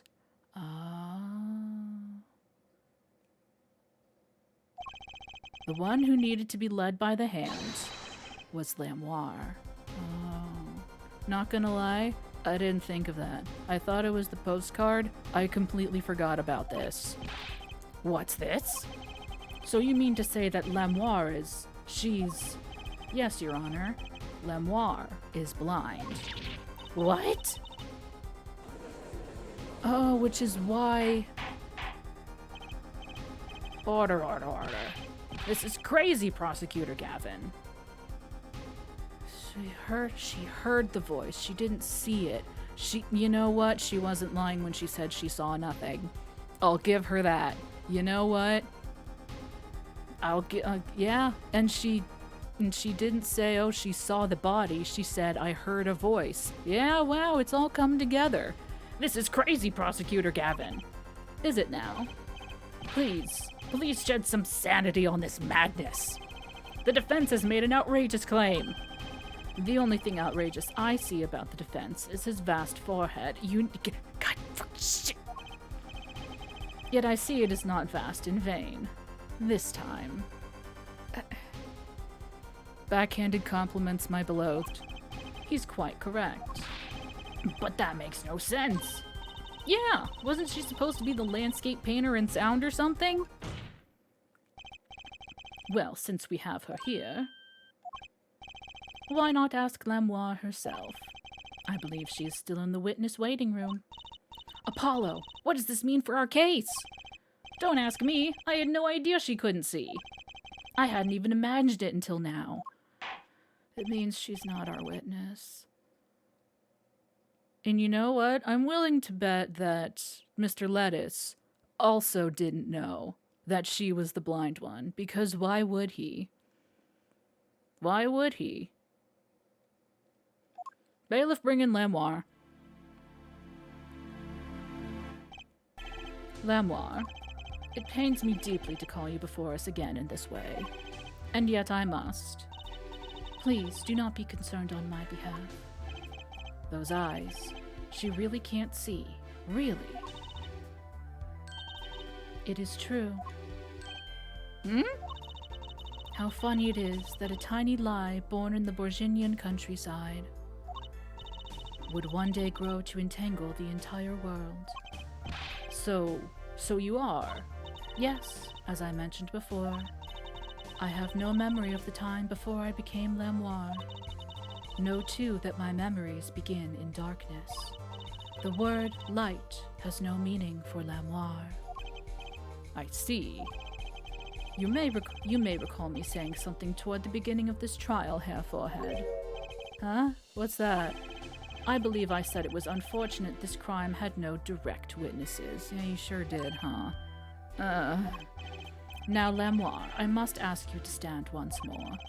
Will you testify to the court about your eyes? Of course. Oh, I can't wait to badger this blind woman. It was never my intent to deceive any of you. May I begin, Your Honor? Yes, of course. Though I admit I'm a little lost here. I think we're all a bit lost here, Your Honor. She'll never see. Stop it! Lamoire's eyes. I have no memory of the light. I debuted in a world of darkness and sound. My producer came up with my PR line before he knew this. So, silly as it may sound, I had to pretend I could see. Everyone on my staff knew, of course, but no others. You're right, and he was new. He, like, just started. But this is a murder trial. Yeah, and it's not relevant. Okay, it doesn't say it there. It doesn't say it there, but he was relatively new to the team. I apologize. It was a part of my contract, you see. I was to keep my blindness a secret, no matter what. Music is everything for me. I never imagined something like this would. She told us the truth in the beginning, when she said she saw nothing. I lost the voice for a second there. Very well. Does the defense have anything to add? I'd like to cross-examine the witness. But what is there left to ask? There was one thing in her testimony that bothered me. Perhaps it is best we let you get it out of your system. Someday you'll come to understand the importance of thinking for yourself. Got up in stretch time. Very well, the defense may proceed. However, be aware this court will not tolerate any questions deemed too stressful to the witness. Oh boy. Okay, there was only one part that bothered me anyway. Just let me ask about that and I'll be happy. I take that to mean that I can't press on everything. They'll give me a penalty. And hey, guess what? I only have one left. So, hey, get up and stretch, everybody, and hydrate.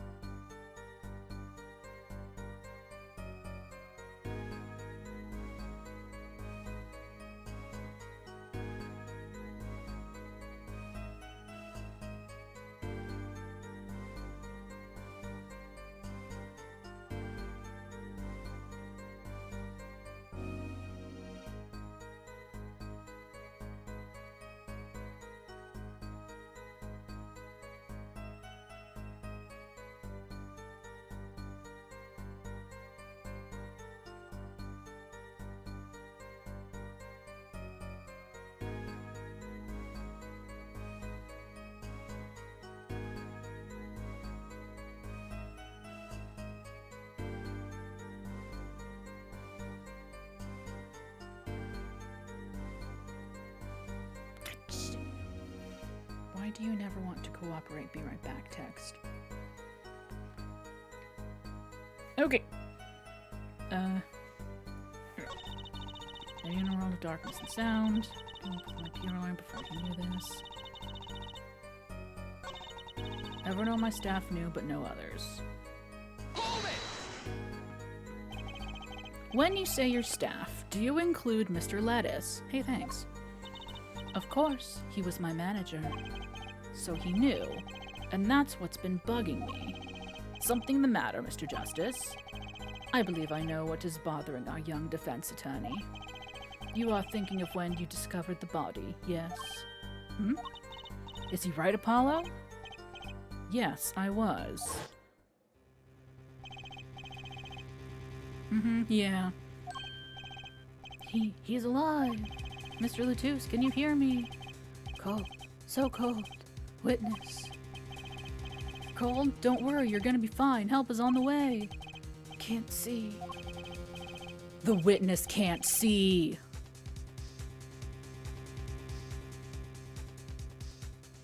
Fuck. I thought his sight was going because he's slowly bleeding out, but no. He told me the witness can't see. Fuck. Shit. Oh, I hate this. God fucking. God damn it. The witness's siren. Mr. Latouche told me to ask the witness and he named you. Why would he do that? He knew you were blind. I don't know. Tisk tisk. Huh? What did I just say? You need to learn to think for yourself. Meaning what? There is no mystery here if you recall everything he said. Fuck me. Think of his last words once more. The witness siren? We've heard them many times, along with a little play acting by our defense. I remember them well myself, but that statement is not to what I refer. I mean what he said before that. Before? What came before that? Ah! That's right. He tried to tell you. When he said, can't see, he wasn't talking about himself. Fucking goddamn it. He was talking about the witness. God shit. God fucking god damn it. Fucking god shit. I see. At least you do. Too bad the defense did not. Shush! Well, Hair Forehead, try relaxing and looking at the facts first next time. Why are we making all these seeing jokes in front of the blind lady? It seems mean. All I'm saying, it seems rude. Ow! It seems rude, you know? Order. Recall Lamoi's earlier testimony. I was on my way from the stage to the backstage exit. There were 2 shots. I couldn't do anything to stop it. But she couldn't have heard those gunshots. I thought we proved that. That is not the most important point here. The moment he was shot, Mr. Latouche witnessed her through that window. Why else would he have named her as the witness? But I really did hear them. 2 gunshots. And the man's voice.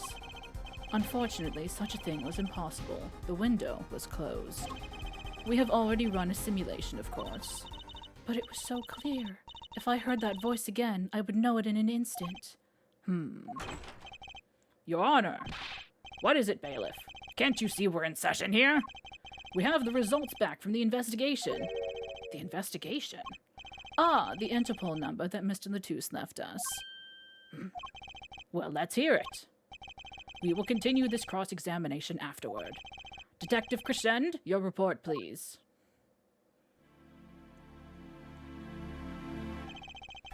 I asked Interpol about that number. Yeah, I'm sure you'll find their answer intriguing. Quick work as always, Darian. Well, tell us about the number. Is the defendant a secret agent?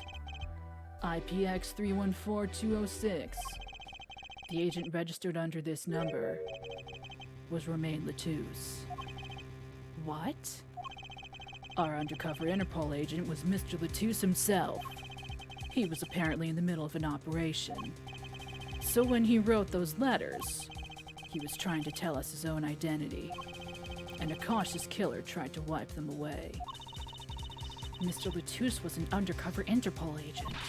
So him being Lamoire's manager was just a cover, most likely. There's one other important detail I found. Well, out with it. It concerns that .45 caliber revolver, the murder weapon. It's his, wasn't it? Apparently, it belonged to Romain Latouche. Then he's a rock star. He's got weird hair. Don't worry about it. He had an Interpol permit to carry firearms. Really big firearms. And the registration number on the revolver matched. So the victim was killed with his own weapon, which makes sense. It's hard to imagine someone who wasn't an Interpol agent with such a large revolver. So the victim was an Interpol agent on an undercover op. I wonder how that ties into everything. It's gotta tie in somehow, you'd think. Yeah, somehow. Thanks for looking into that for us, Detective Crescend. It's a great help. Oh, no problem at all, Your Honor. I'll be heading out. Hold it! Wait! Lamois, is something the matter? That voice just now. Darian? Mr. Darian, is it? It was him. I am sure of it. It was him? You aren't saying. That voice I heard, talking to Mr. Latouche, when I heard the gunshots fired. It was him. It was Mr. Darian. Is this some kind of a joke? What? No way!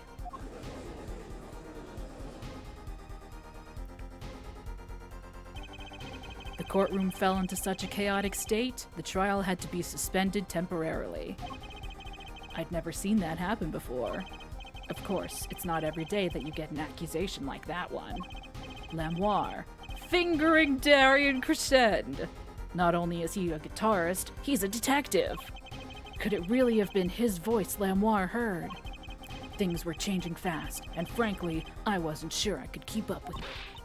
Hey, no wimping out now, Apollo. To be continued.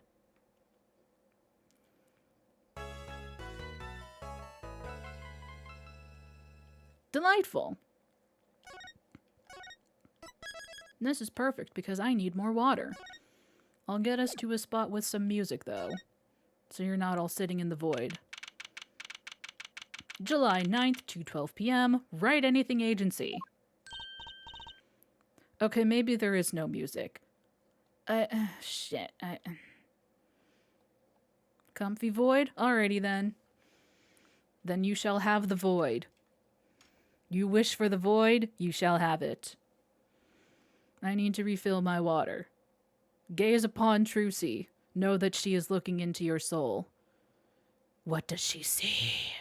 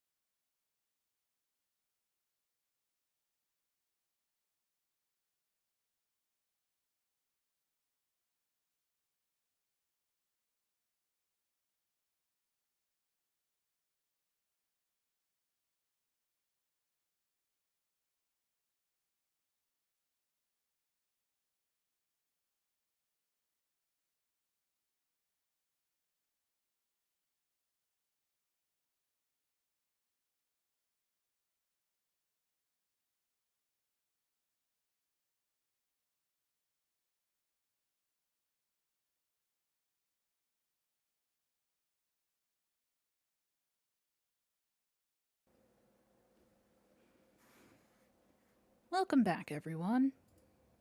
How was the void? And yeah, crescendo is basically that. Just like longer.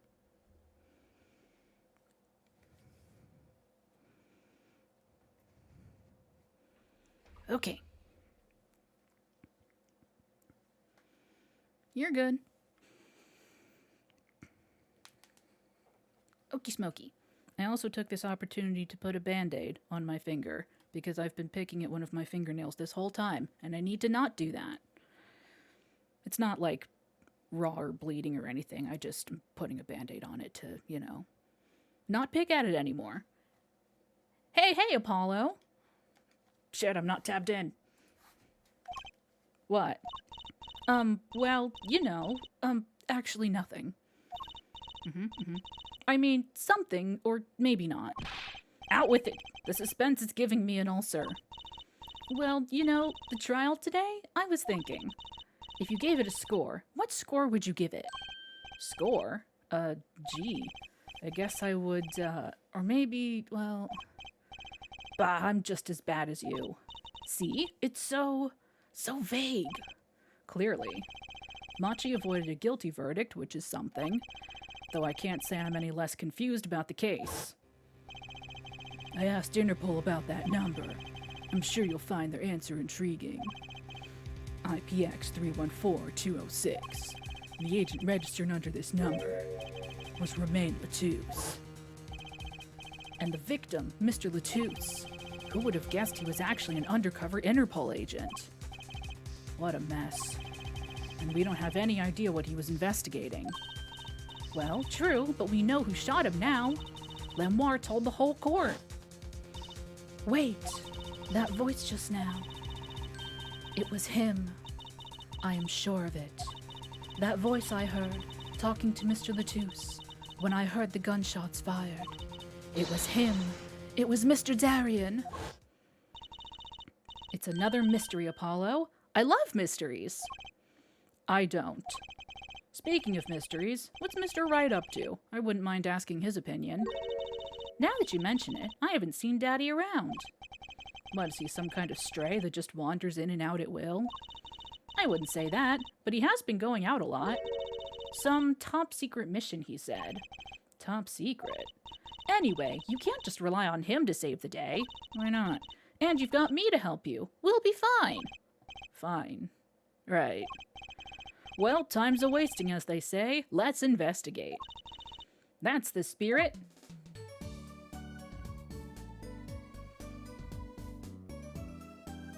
Nice.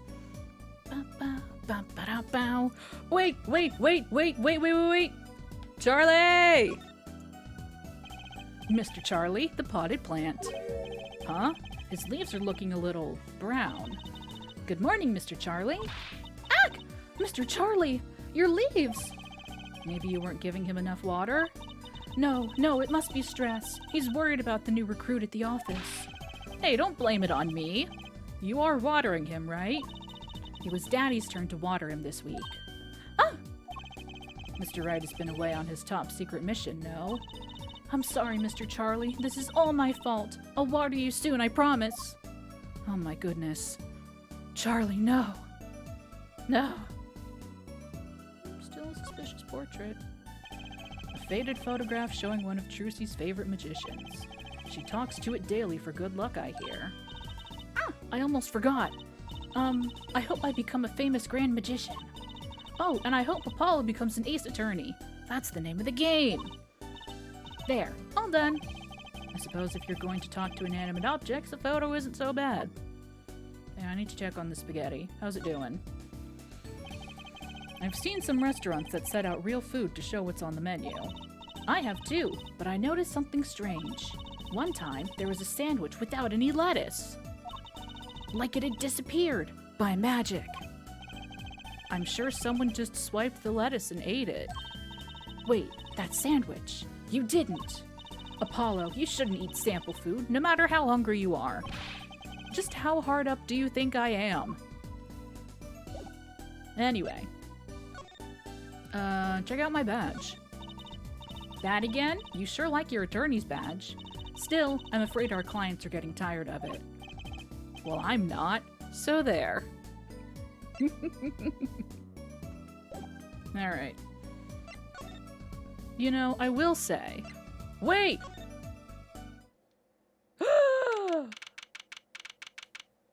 This was it! This was it! This whole time, I had one memory, one visual memory of this game. It was this background. It was Trucy standing in front of this background. I don't know why, but we've arrived. We're here. We have arrived here. I don't know why. That is the one thing that has stuck with me. But we're here. Isn't that great? Oh, and while we're in a place without music and I can just talk without having to be distracted by... Wait, hang on. Look in the... Oh, shit. Oh, no. Hang on. Wait, this is really important, I swear. Hang on, wait. Look below. Look where my face cam was. There's a child playing with a dog. Behind the box. Behind the dialogue box. There's a dog. Dog sighted. Okay, anyway. Ah, shit. See, well... Because, see, I tried to, like, make this work, because this is the actual defense table instead of the witness stand, but I couldn't... It doesn't have the same visual appeal, you know? So, anywho. I did kind of... I figured it had to be Darien, right? Like, we were given, essentially, a locked room mystery. It was a very large room. It was an entire stadium. But, like...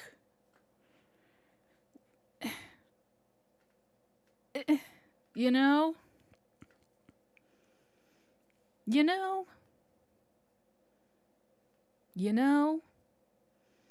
And there's only so many people that it could be. They only gave us so many visually interesting people, so many suspects. And once you start narrowing them down, it becomes very clear. Still, like, we didn't even get to meet, like, the drummer of the band. I assume that it's... No, there's, like, a keyboard player. We only met the most relevant other member of the band. The one who did the murder. Yeah. Anywho. July 9th, Sunshine Coliseum. Woo! What a great day. It's perfect weather for sleuthing. The weather matters for an investigation? Don't some days just feel like magic days or defense days? Defense days? Sure. Let's get started, shall we? Right on. Show us your stuff, Apollo. What stuff? Your voice training. This is the perfect place for it. We met the keyboard player. Did? Well... We met Machi, if that's what you mean, but he's not like their regular keyboardist. You know? No. I did enough at home, thanks. Aw, there's no need to be shy. Keep that up and you'll never make it on the big stage. I'm happy in the courtroom, thank you. I am a lawyer. Then you're in luck, because it's lawyer weather today. Don't you just want to face the blue sky and shout, "Objection!" Look, the weather has nothing to do with lawyers. Let's get going already. Dog! Dog sighted! Dog! Dog! Dog! Dog sighted. Anyway. Oh god, it's the blue badger. What's that creature there? Oh, that's the police mascot, the blue badger. Eh? It's life-size. Haven't you seen them around town, patrolling the streets? Yes, now even Law and Order has a mascot. Dong dong. I'd run from that thing even if I wasn't a criminal. Why does its head wobble like that when it walks? It's freaky. I don't think you're showing true blue badger spirit, Apollo. Sun is shining, the birds are singing. Kids like you should be investigating murders. Look, a blimp! Those balloons next to it have sponsor ads on them. Let's see. Big sale, all shirts 50% off. Oh, it's an ad for the department store next door. Oh, it's costing. Sunshine Coliseum sure is living up to its name today. It's huge!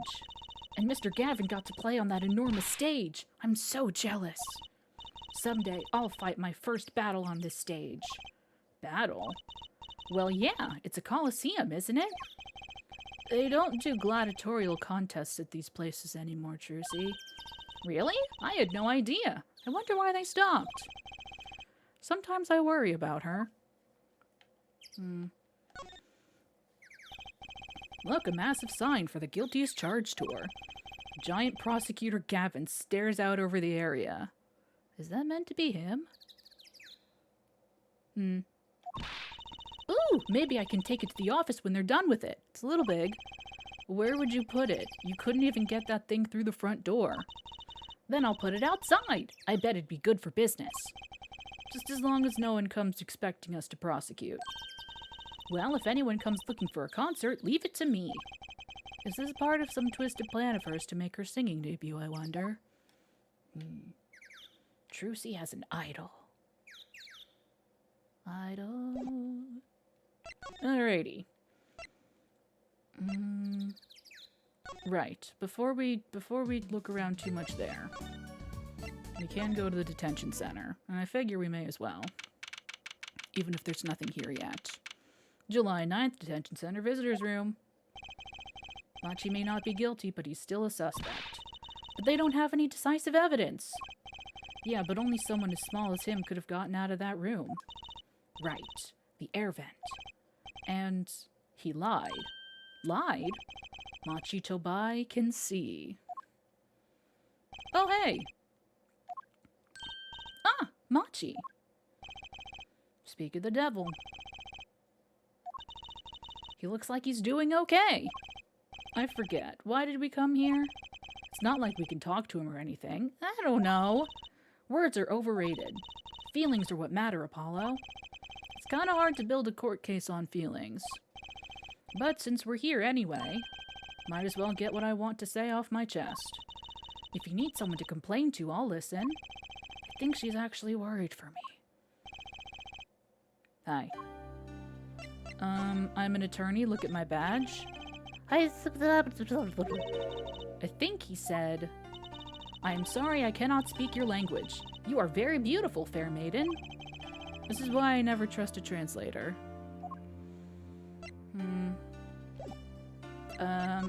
How are you? I'll go through the motions. So, what did you think of the trial today? Whew, I'm glad he doesn't understand English after all. If he did, he would have been scared out of his mind by that trial. Hey, all's well that ends well. You have to be more goal-oriented. If he's innocent, we'll win. No, if he's found not guilty, we win. Machi might not understand English, but I bet he gets that better than you do. Huh?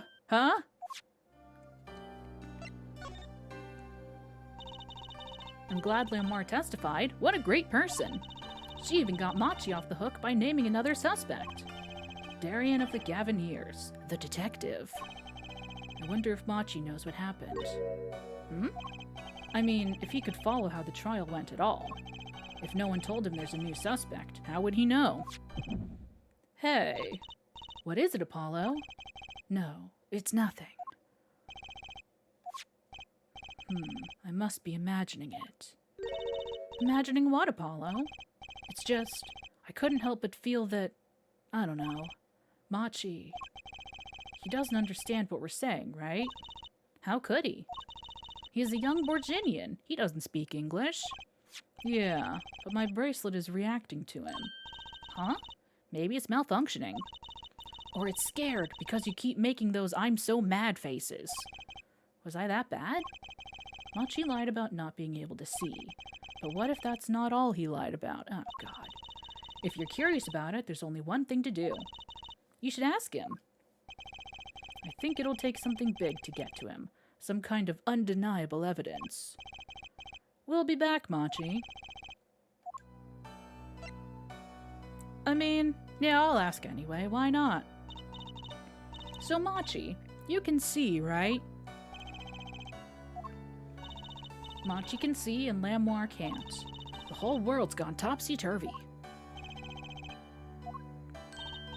Sorry, Apollo. I don't think we're gonna get any information out of Machi. Which makes sense. Yeah, I guess it does. I know I don't have anything, but like... wonder what it would take. Undeniable evidence that he can speak English. Probably. Ba-da-doo, ba-doo, boo, ba-da-boo, boo, boo, doo.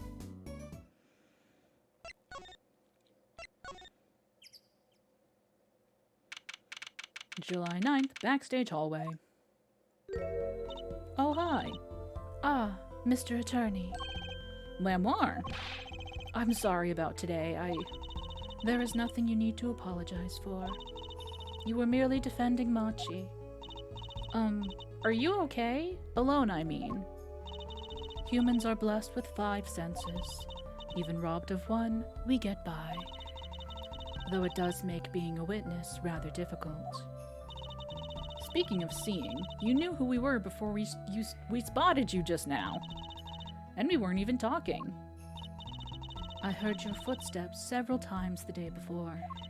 Oh. You must have great ears. Ears that heard the crime taking place. Or so she claimed yesterday. But how? First things first. We must gaze upon things. That would be the blue badger, the police mascot. There's a guy outside in a giant blue badger costume, lumbering about. He stands out even more than those Gavin Ears posters. It's all the same. He's the band mascot too, you know. I can't picture Prosecutor Gavin going for that kind of thing. Neither can I. I'll bet there's a story there just waiting to be told.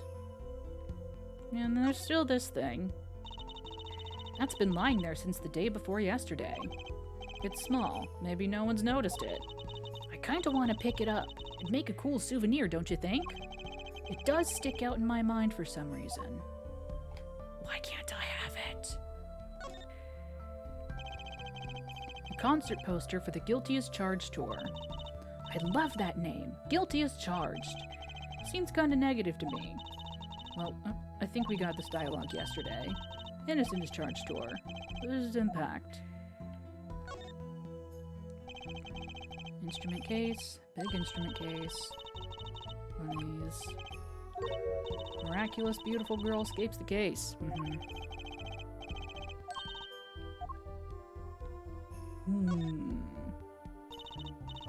I'm thirsty, Apollo. Steel Samurai soda.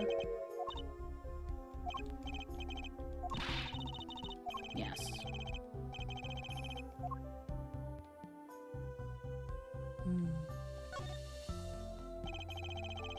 Cavalier's dressing room. All out on investigation. Half as glamorous without a band here.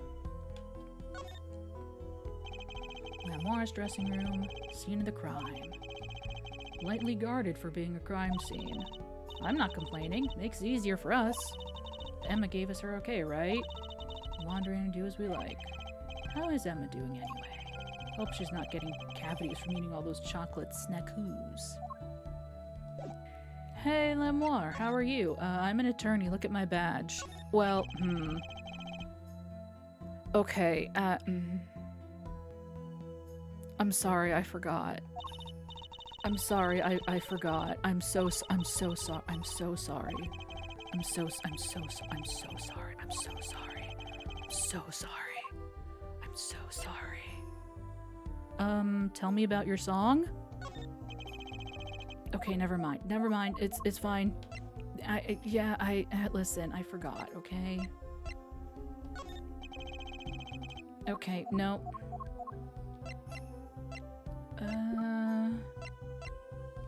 I'm just gonna... Hey, how you doing? Was quite a statement you made today in court about hearing Darian Crescen's voice at the scene of the crime.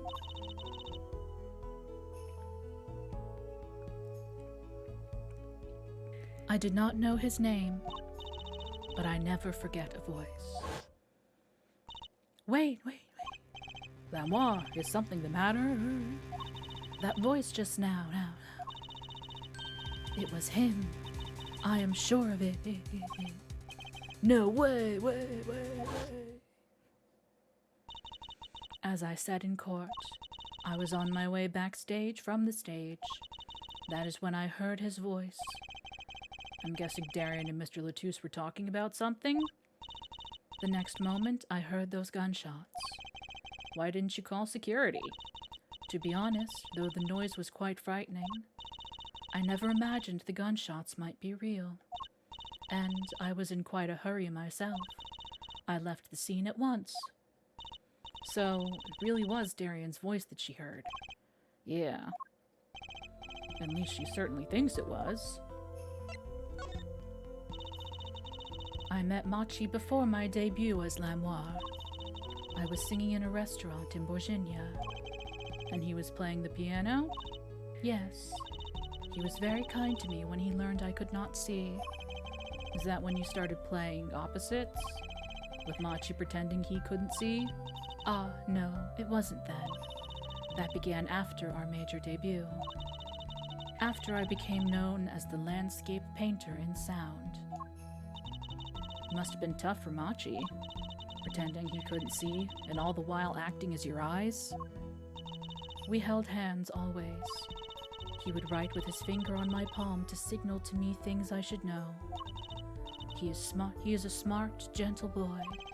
I think I see what she's getting at. Machi would never harm a soul. About Mr. Lettuce.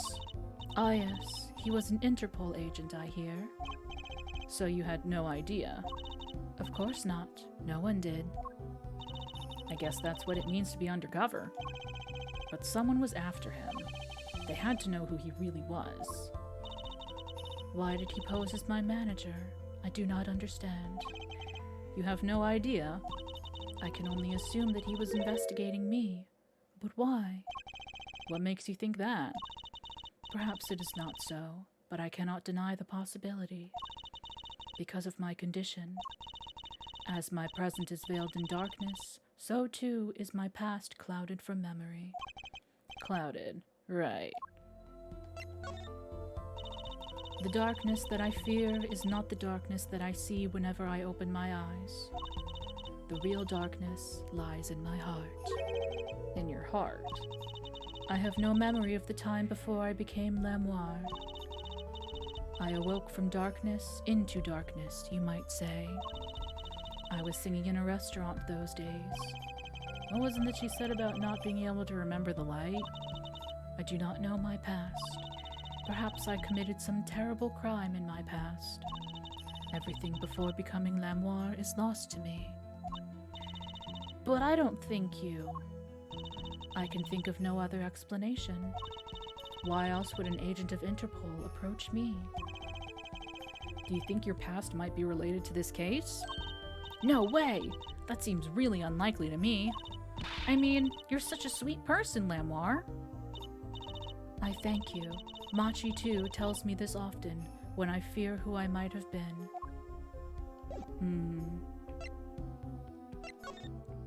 I don't think I have anything for you.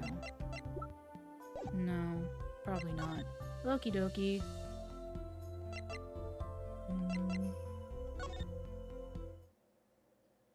Oh. There sure is nothing here, huh?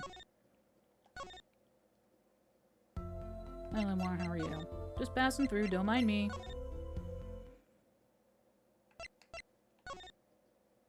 Oh. Oh, hey. They sure did take the carpet. Hey, look, a part of the carpet has been torn up here. That was the part we did the luminol testing on in court. Luminol, right. You know what I couldn't stop thinking? Who's gonna pay for this carpet? As long as it's not us. Maybe the shooter? I guess it's true what they say. Crime doesn't pay. I would hope that carpet replacement costs weren't the only thing holding you back. And they did a fun little drawing. One of those permanent dryers you see. Permanent dryers. Do I look like a beautician? I just know they dry your hair and give you a permanent. A perm. Just doesn't sound very glamorous, you know. Okay, how about a perm machine? Or you could go more simple, like permer. This isn't a bad game, thinking up official names for things. Not that it makes the name actually official or anything. The window. This was the window where Lamoire saw the crime from. I wish it was that simple. Kinda hard to see a crime when you can't see. Yes, it is, Trucy, thank you. But she did hear it. Yeah, but the window was closed. Maybe she heard it some other way. A stack of presents for Lamoire. Stars always get the biggest presents. You know, you could give me a present, Apollo. Here, have a piece of candy. Gee, thanks! Must not get a lot of presents. Poor girl. Seeing these mirrors lined up like that makes me think I'm really in a dressing room. Look at all that makeup. All I know is they sure don't make for much of a clue. I guess she's not into makeup yet. Big flowers. That's one heavy-duty bouquet there. I have trouble thinking of flowers as being heavy-duty. But they call lots of things heavy-duty. Not flowers, they don't. What about a heavy scent? I think you mean heady. What if the flowers were plastic? They still wouldn't be heavy. Okay, what if they were made out of metal? What, like a magnolia made out of steel?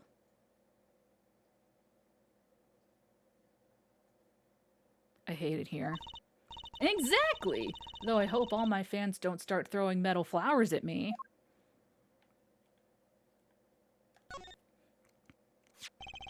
A murder weapon, so it belonged to Mr. Lettuce. That thing makes normal revolvers look like water guns. Mr. Lettuce was a big man. But how about the person who shot him? Wouldn't they have to be about his size?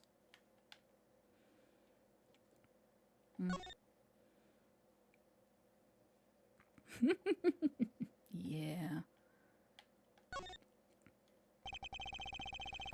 Look at the way those bullets tore through this thick wall.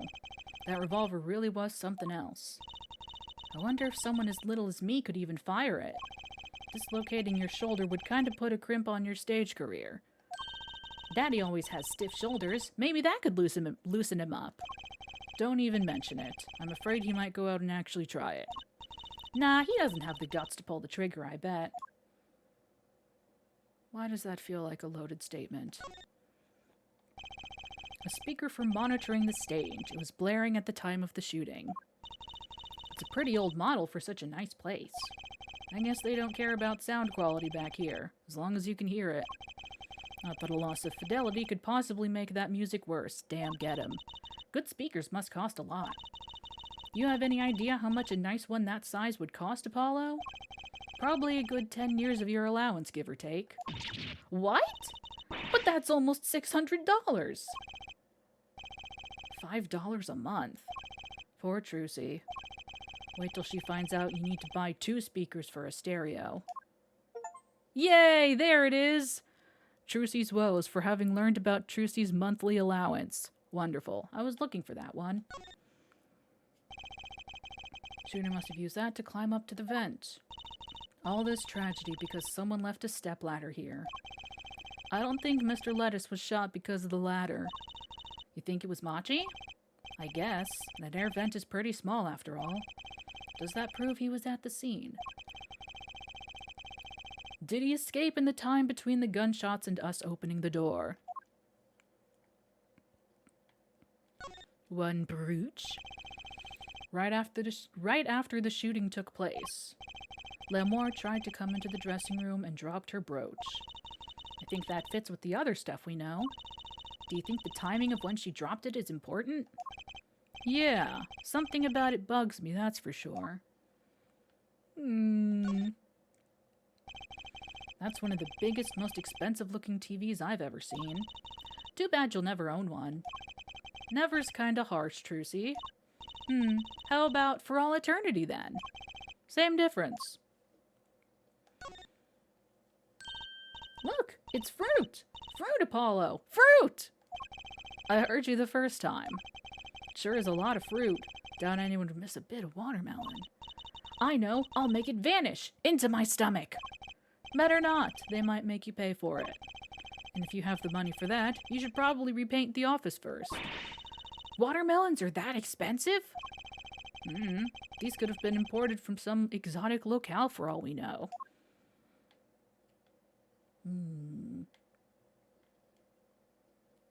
I mean, as well.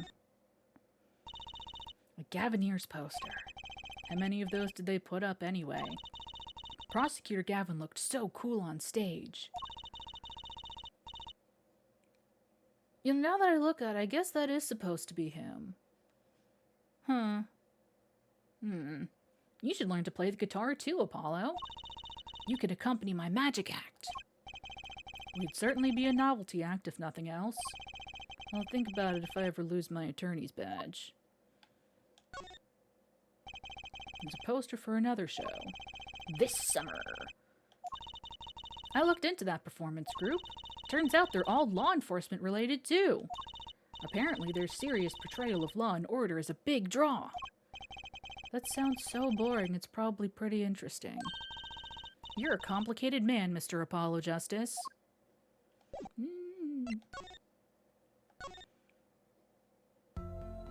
Hey, how's it going? Don't mind me.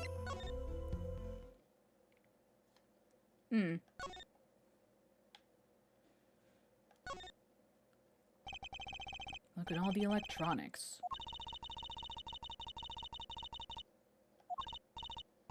I think we saw most of this already.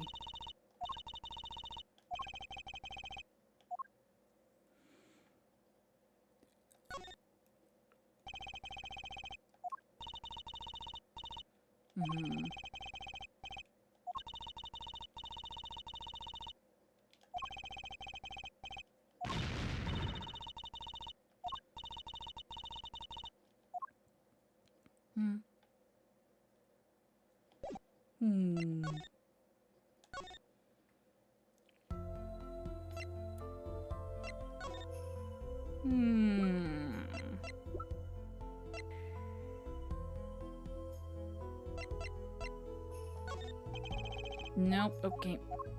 I mean, I'm just trying to ask her about things. I'm not trying to show her the thing.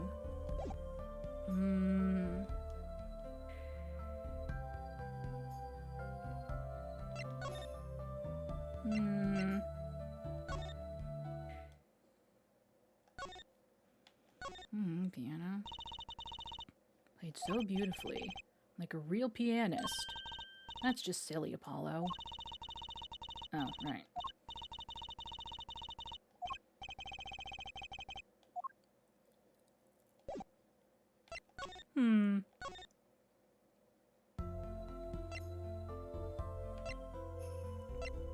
We've asked you about everything. I don't know what I could possibly, quote-unquote, show you.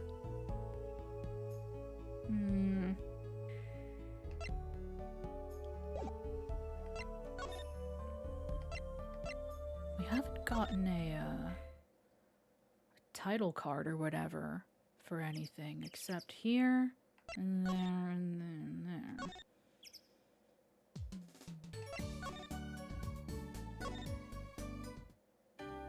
Hey, Machi, how's it going?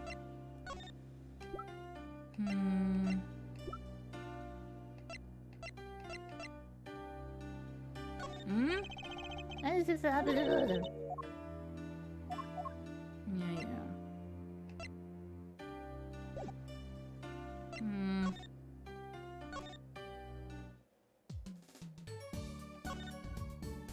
Darian did it.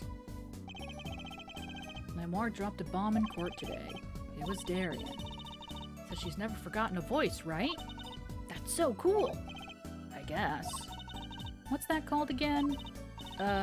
Elephant ears? I bet that's what they're called. Somehow I don't think that means what you think it means. And she has to be wrong this time. Wrong? Why? I mean, look. Those gunshots were right during the concert. That's right. I was burning up the dance floor at the time. Right. Did you happen to look up on stage? Maybe. Maybe at Darien even? You bet I did. He is one of the Gavineers' guitarists after all. He's so cool. Oh, right. All the Gavineers have a rock-solid alibi.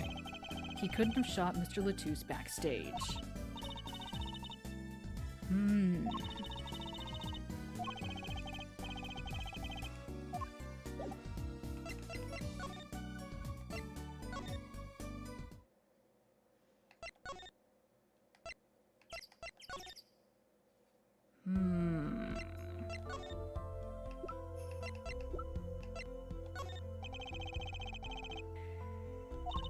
Damn it.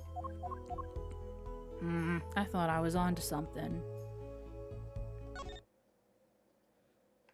Because he missed his cue, remember? Was it 2?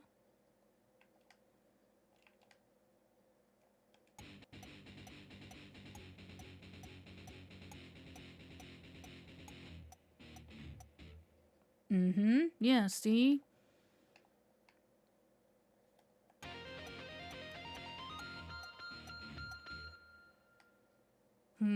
There's something there. I don't have the information that I need to do something with that. But there's definitely something there.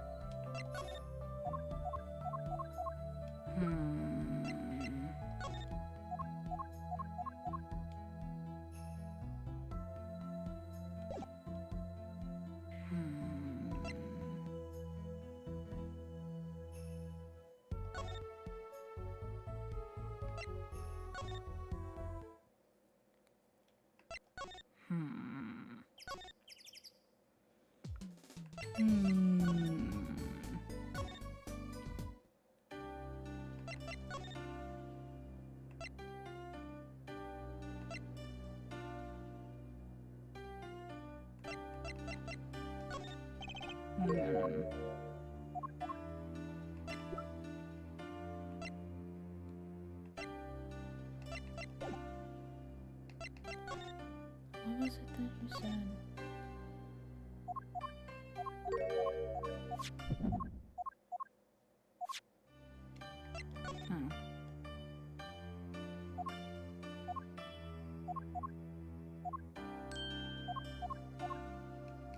Oh, do I need to do it twice?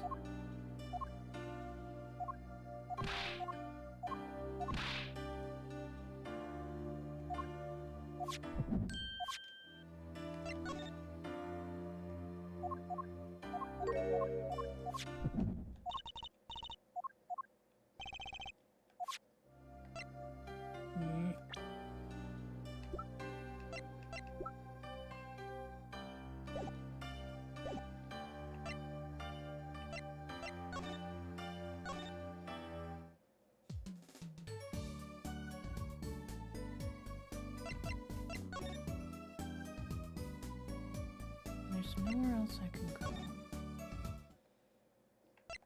There's something I'm missing. There has to be. And yet...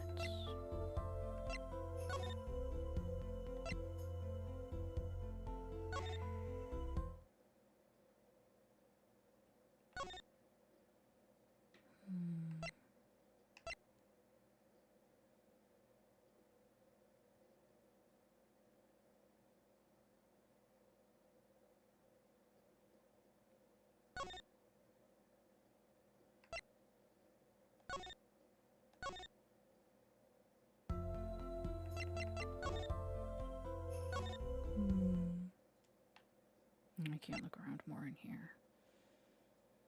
I was hoping maybe there was another air vent in here. Doesn't look like it.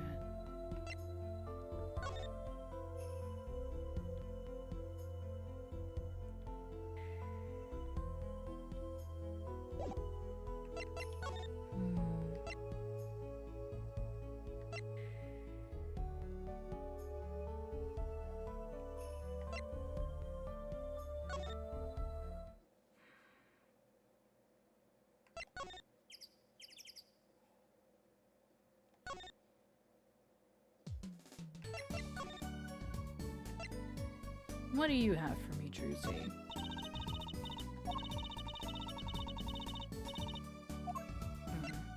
Nothing, apparently.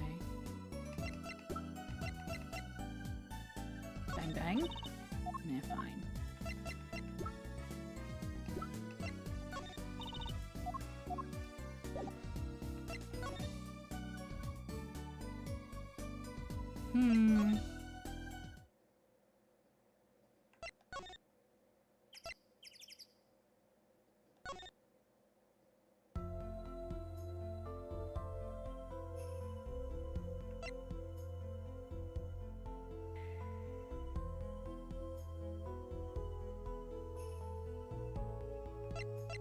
I mean, because I haven't gotten.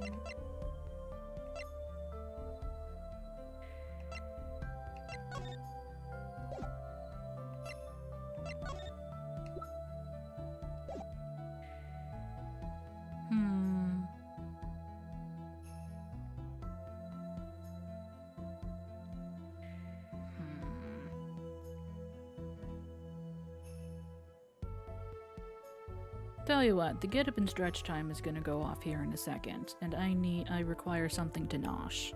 So I will be back. Spend some time with Lamoire.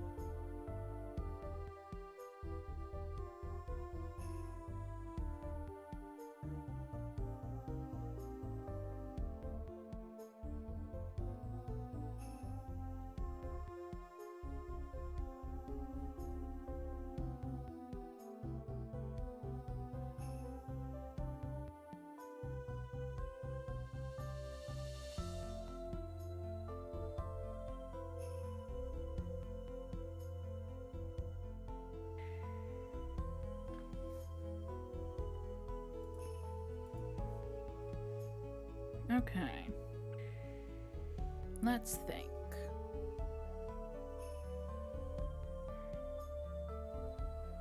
I've been fiddling with the band-aid on my finger and I probably need to apply a new one.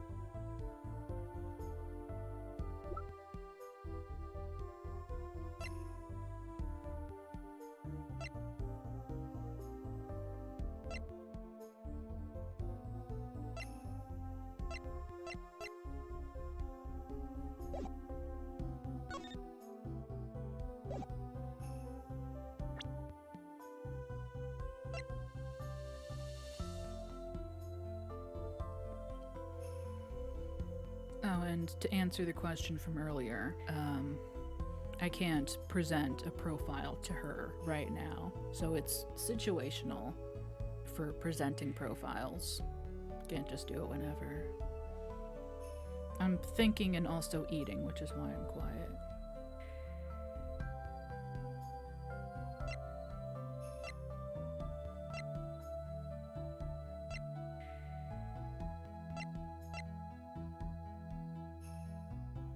Also, I did not realize that she was 40. Holy shit.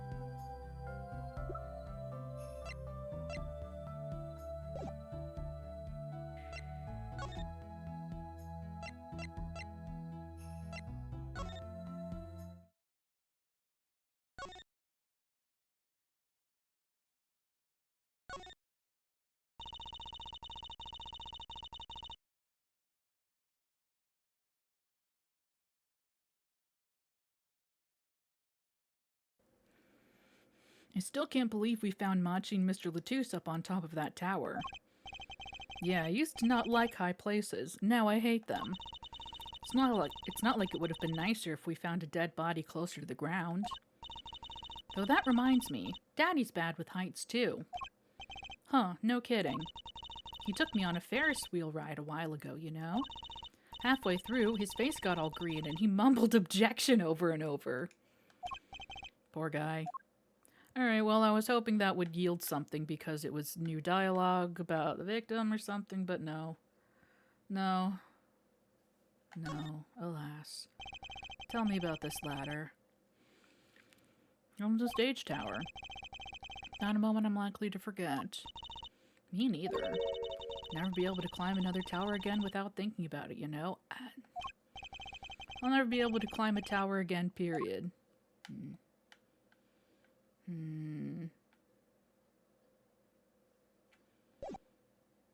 Well, so much for that.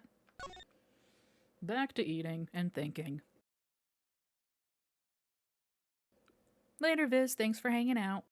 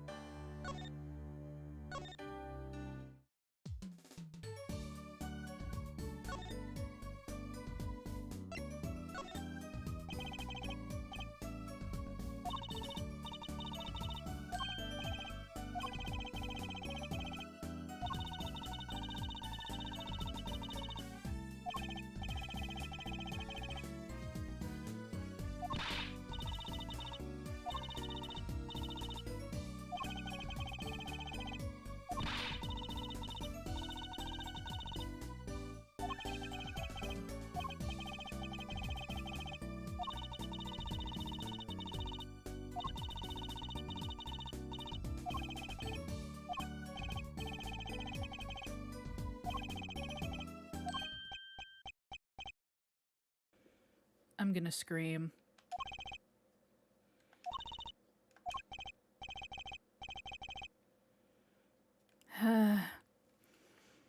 Trucy, was that another one of your tricks? Wasn't me. I can't even make Mr. Hat laugh like that.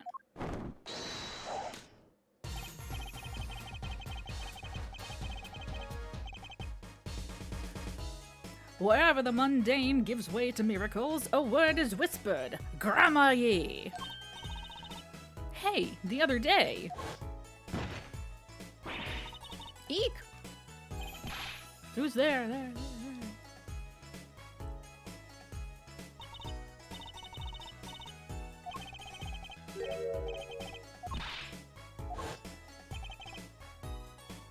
We meet again!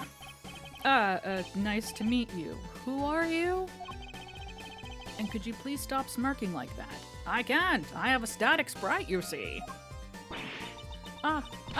It's you! Uncle Valant! Uncle Valant? Valant Wonderworld? He's your uncle? No, silly. It's the great Gramarye. Valant Gramarye. Gramarye. Gramarye.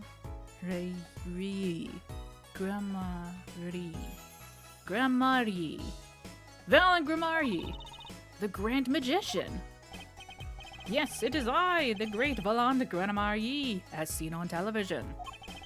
And could you please stop smirking like that? It's been a while, Miss Trucy. 7 years, to be exact. My, how you've grown. Good to see you again, Uncle Valant. You look exactly the same. I hate to intrude, but what is a great magician doing paying us a visit? Why couldn't you have shown up 20 minutes ago? I believe it was you who wished to see me. So be quick with your questions. And do not quail, quake, or quiver. I am quite tame. Though my stardom may sear the sight, I'm quite down to earth when need calls. He does have a certain aura to him, it's true. Let's ask him about the case, Apollo.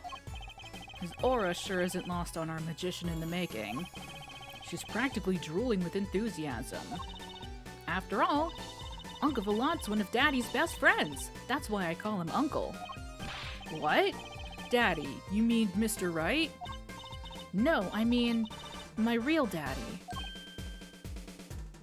This is very cheerful music for this reveal. Trucy's real father?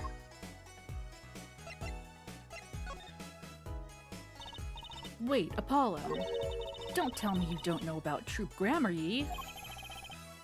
Gramarye, thank you. Troop Gramarye, huh? No. But it does sound kind of familiar. Oh, lost life, lamentably listless lad! Do not know of the greatest troop of magicians on the planet! Volant, I already forgot. Gramarye. Volant Gramarye. The name began to surface in my mind. It was a name I had heard on television as a child. You bet you've heard the name. He made a cruise ship disappear and blew up an amusement park. Oh, and he made all this gold disappear from a safe. And then escaped from a high-security prison. You said he's a magician. I open the locks to hearts chained by mediocrity. This is the true miracle of Troop Gramarye. Wait. What, Apollo? I do remember seeing you on television a long time ago. Weren't you with someone else? Like a duo? A duo? Yeah, you had a partner. Something Gramarye. Yes, Zach Gramarye. A masterful maker of magic, a truly capable crafter of shining showmanship. Why is everyone so quiet? Daddy. Daddy? Huh? Oh, no way. Once upon a time, Troop Gramarye included 2 grand magicians. Myself, Volant Gramarye, and my partner, Zach Gramarye. And this Zach was... He was my real daddy. Trucy's father, a magician. Guess it makes sense. Again, really cheerful music for this. I had no idea. There wasn't much point in talking about it, now that he's gone. Woo! We groovin'! Oh, I'm sorry. Later, Mittens. Thanks for hanging out. No, it's okay. I'm not lonely. I've got my daddy after all. And you make me laugh, Apollo. Glad that I'm good for comic relief, at least. Not that I see Daddy around much these days. I've been remiss in remembering my reasons for my visit. Reasons? 2, in fact. The first being, of course, to see you, Miss Trucy. You don't know how happy I am to see you again, Uncle Valant. I'm sure you are. Not one for modesty, are you? When I encountered you at the Colosseum, the first time in 7 years, I could fain not contain my emotions. I wept oceans. And to learn you now defend that poor pianist, that blinded boy. 'Twas a hot topic of talk amongst the staff, you know. And defend him you did. It's a bleh? Well, it wasn't all my doing. I'm his defense attorney, actually. My other reason for coming here today was this. That's a videotape? Trucy, how do you know what that is? It's 2026 and you're a child, a fetus. Quite so, a recording of the concert, no less. I've brought it for you, Trucy, on behalf of Troop Gramarye. Gramarye. Will you watch it? Well, yeah,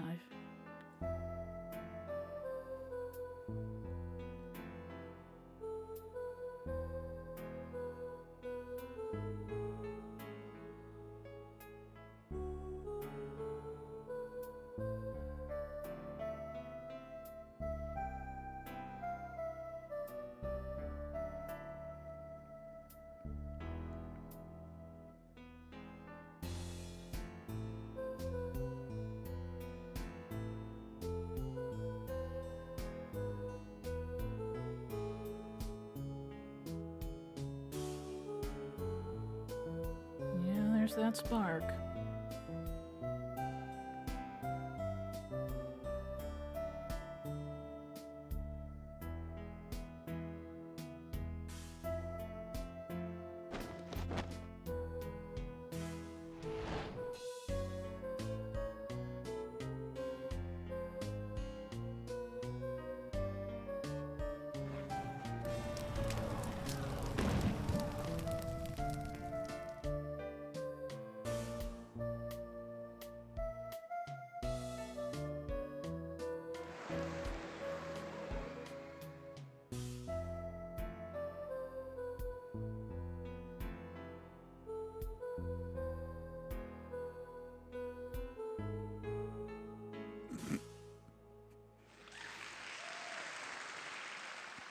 Poor Klavier. Wow, it's almost as good as it was live. So what's the word? Mysterious. There are more mysterious things than her song going on. Way more mysterious. Ha ha ha ha! This Volant Grammary has good reasons to be here today.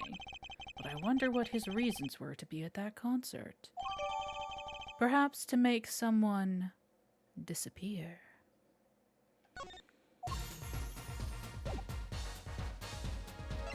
Hey, I'm an attorney. Look at my badge. What's this? You would ask me for a miracle? Free of fee? Then thy wish be granted. Thy will be done. Thy evidence evicted into the ether. No evicting, please.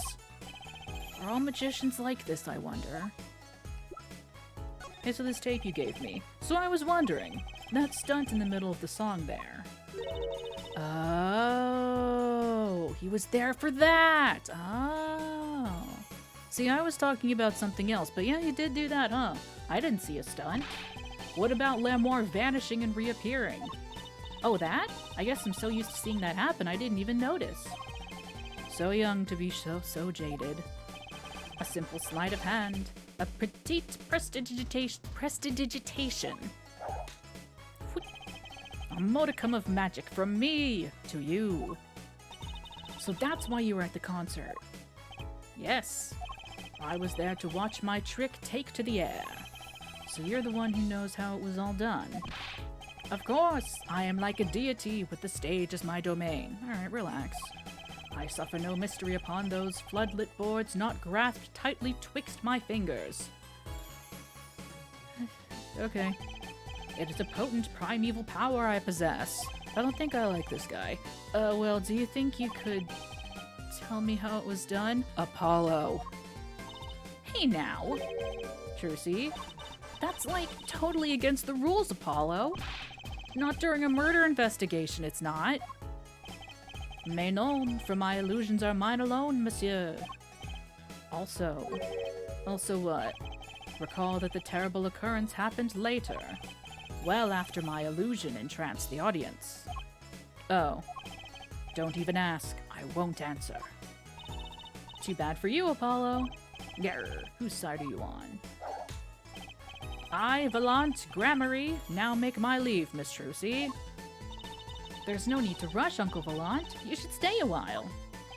I'm gonna swap between Volant and Valant every fucking time, just so you know. I'm afraid I cannot, I may not, I shall not.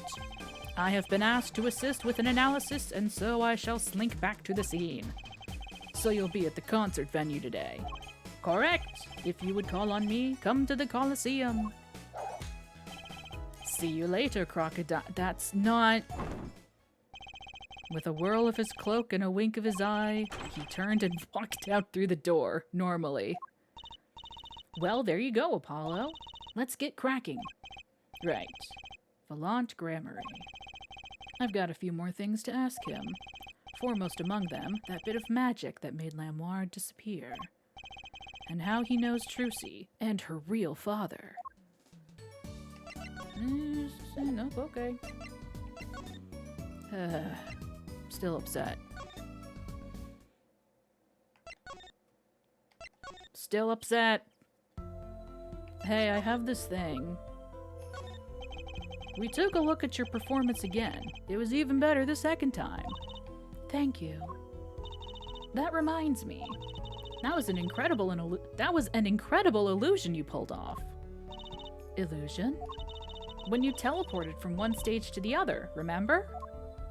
Ah, yes. Apparently they hired a professional magician. Falange Grammary. I was wondering, do you think you could tell us how it was done? I'm afraid I cannot. Mr. Grammary made me swear to never tell a soul. I was afraid of that. Hard to be a magician if you can't keep a secret, you know? Ah, I am reminded that I wish to speak to you about something. Of course you are. I needed a key story item to remind me of this very important thing to tell you. Oh, of course you did. Yes? When I was walking this hallway before, I stumbled upon a small device of some kind. It was lying on the floor. Yeah, it's right there. I see it. Device. Maybe you mean this. That's been lying there since the day before yesterday. Might I touch it? I thought as much. What? What'd you think? This is one of our headsets. Everyone on staff wears one during a concert. I wonder whose this is. We use it for communication. It would be quite inconvenient should it go missing. We'll hold on to it for you then. We'll give it to Prosecutor Gavin when we see him. Let's not do that. Yes, that's best. Thank you. So, can I put it on? Headset attached to Trucy. Attached? I'm not some kind of robot, Apollo. Everyone on staff was wearing one of these headsets. This might warrant some further inquiry. Can I ask you about this headset, Lemoire? You said that all concert staff were wearing one. That's correct. You need them to communicate across such a large stage. Everyone on the staff had one, of course. And all of the band members too, I should think. So Prosecutor Gavin and his lackeys had them on too then. Damn. They're quite helpful, though limited. They only work within 30 feet or so. After all, they're only for use on stage. Oh, that's how she heard it. That's how she heard it. She was wearing her earpiece. But then shouldn't... Yeah, no, 30 feet, because, yeah, they were all on stage. They were too far away.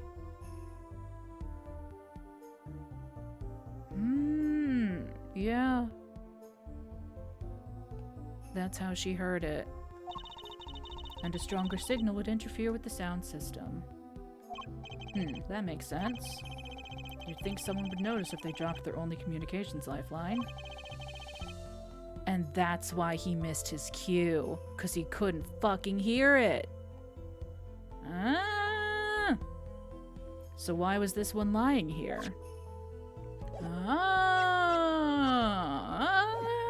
It's all coming together. It's all coming together. July 9th, In the Wings. That song. Isn't that the one Lemoire was singing? Yeah, you're right. The Guitar Serenade. Wow, I'd love to do a show on a stage like this. I'd come to see that. The house is full, and as one, the audience sighs with wonderment. There I am, singing my ballad, rose petals swirling through the air. Not bad. Wait, aren't you a magician? Oh. That's right, I was a magician, wasn't I? Some dedication. Aha! If it isn't Miss Trucy, and indeed it is. Uncle Valen. What exactly are you doing here? I take real responsibility in tasks undertaken. I am inspecting my equipment of illusion to make sure naught is amiss. The Lemoire teleportation illusion. Ooh! Should anything go wrong, it would reflect poorly upon me and my troupe. As I went about my exacting examination, I happened to notice that piano. And I remembered that fair lady's melancholy melody. Hey, Apollo, maybe Uncle Valen can shed some light on this whole thing for us. Yeah, hey, how's it going? I was wondering about the show the night of the murder. Lemoire's vanishing act was your illusion, right? Indeed, the purple prosecutor petitioned my performance. At the climax of the song, he said, "Make her disappear, like a dream." Like a dream.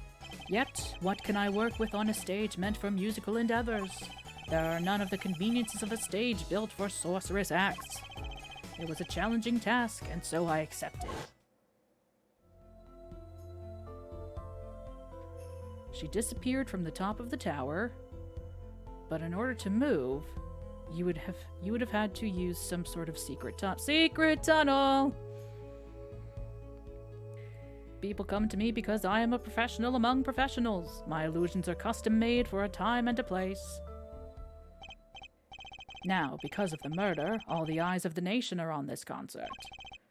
Not a bad thing as far as the fortunes of Troop Grammary are concerned. So, you were here checking up on your trick to make sure it went well. And went well it did. Now, speaking of pianos, that piano over there troubles me. It troubles you. Why? Why? Why do you ask why? I don't know, it could be relevant.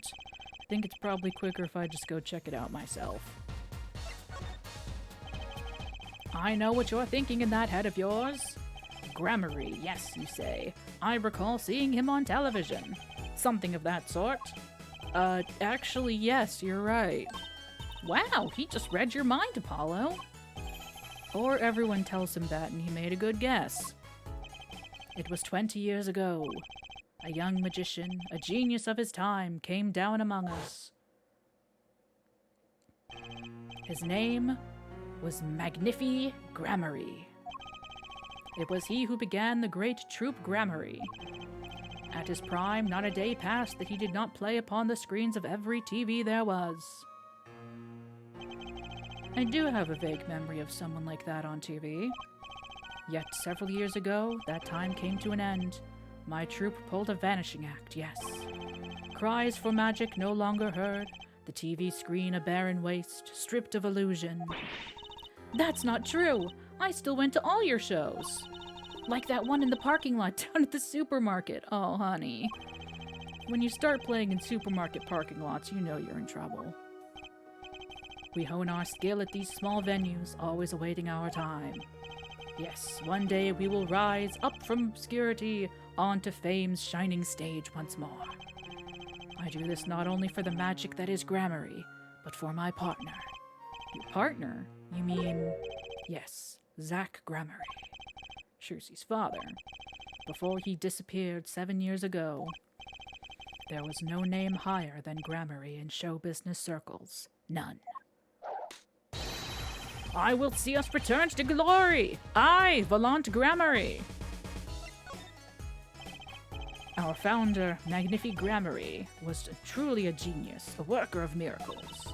I'll never forget the one I saw when I was little. How he made that whole jumbo jet go, what happened to the jet again? Apparently someone doesn't remember as well as they thought. Of all the would-be magicians who came to his door, only Zach and I had the talent. In no time at all, Valant and I were the shining stars in the Grammary crown. Cool, huh? And Zach Grammary was my daddy.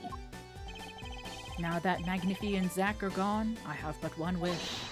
Let it be I, Valant Grammary, who brings the Grammary miracle back to the big stage. I'm rooting for you.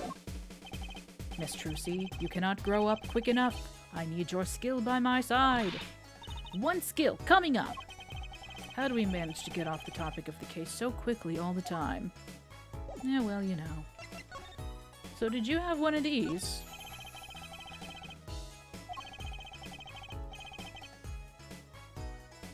Does that mean... Oh yeah, no, I didn't think so.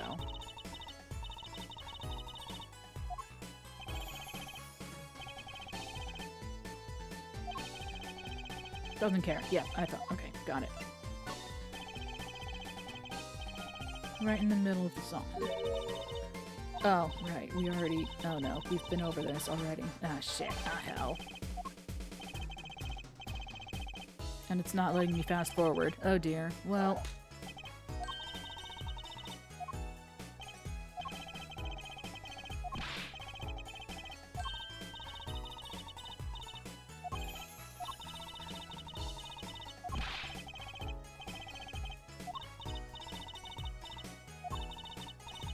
Might have a point there. Will you tell us, Uncle Valent?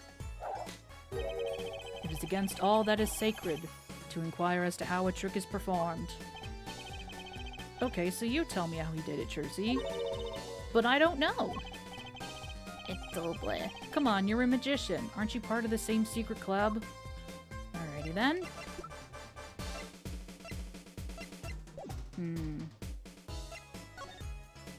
I'm going to assume I have nothing left for you right now. Hey, how's it going?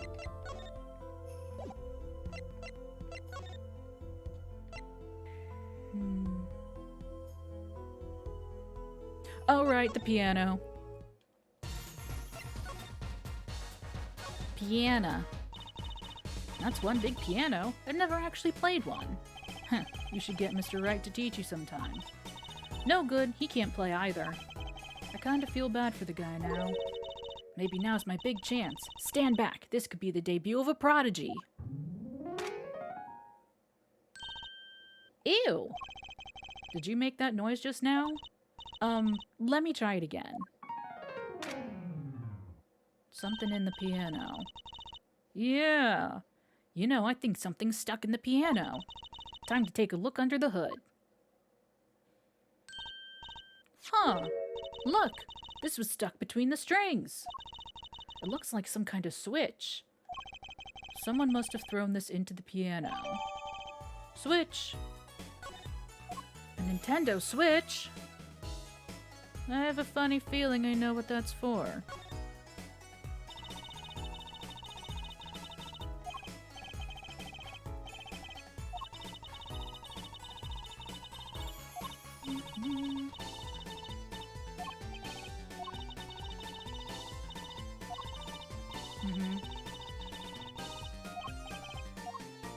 Okay, so that was the same thing. Hey, what's this? Okay, never mind.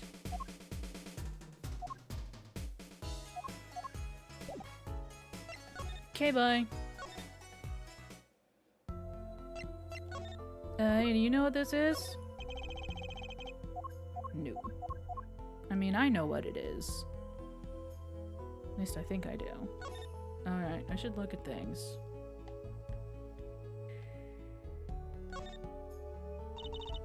This switch sitting here, tempting me to push it. Don't. You might blow up the whole Colosseum. Apollo, please! To think that every strange switch triggers a bomb. That kind of old-fashioned crime drama thinking doesn't cut it in our busy times. Alright, Chersey P.I., please enlighten me. What do you think this switch does? Maybe it turns on the electric razor in Prosecutor Gavin's dressing room. A switch as big as a razor to turn on a razor. Okay.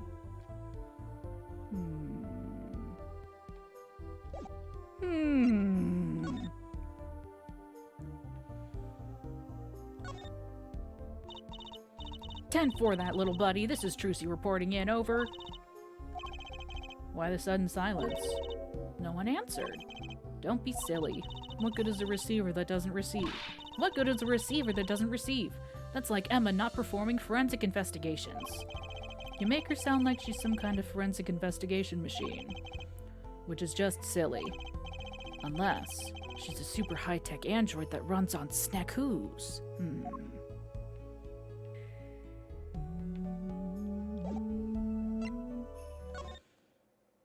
Ah, shit, no. Oh, okay, at least I can do this.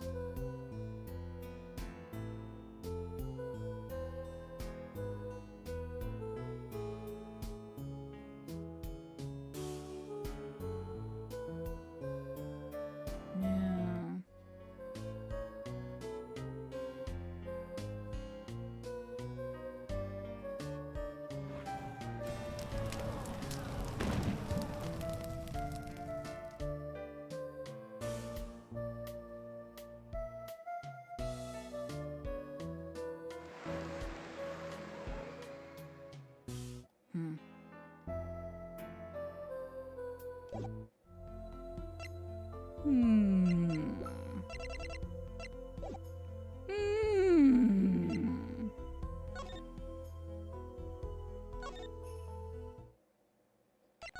I don't know, maybe someone new showed up somewhere.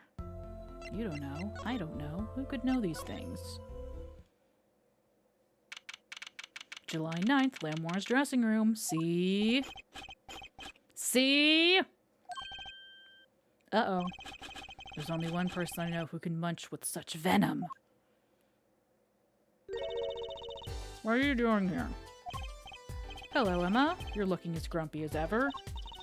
Oh, am I supposed to be happy? You give me the second degree in court, and Prosecutor Gavin makes me look like a fool. You're talking about the bloodstain Mr. Latouche left. My department chief had a field day with that one.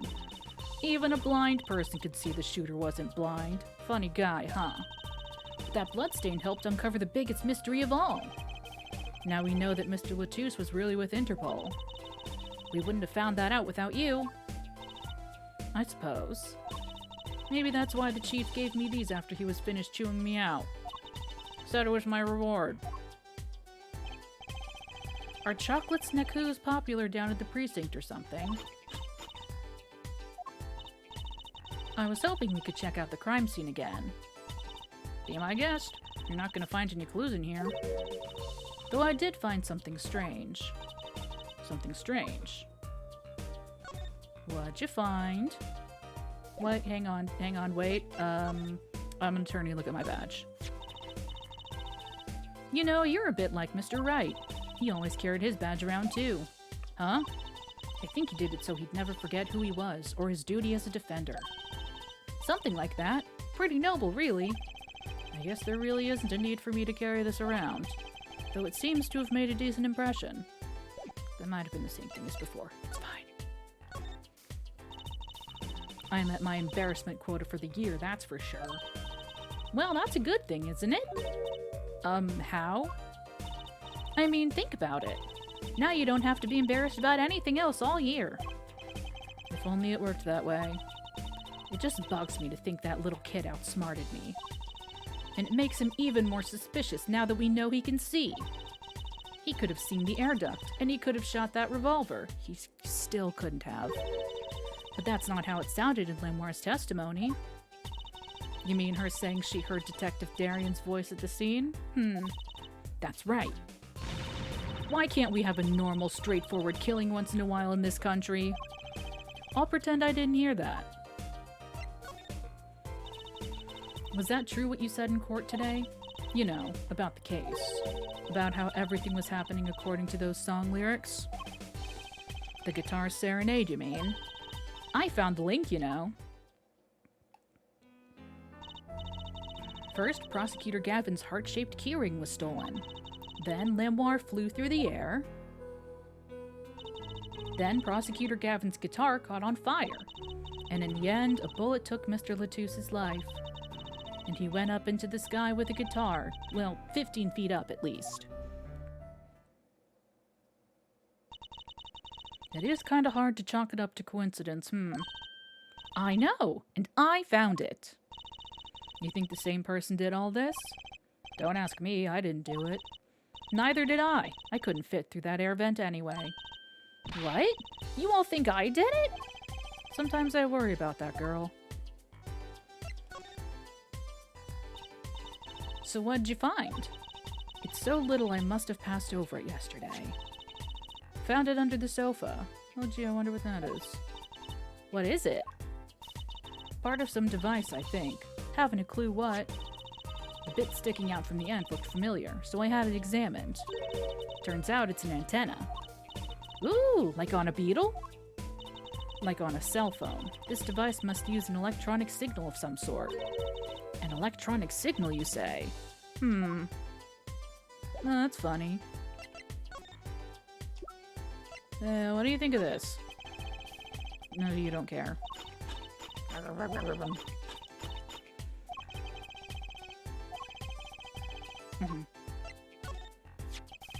Do you think you could take a look at this? A small device. Looks like a transmitter.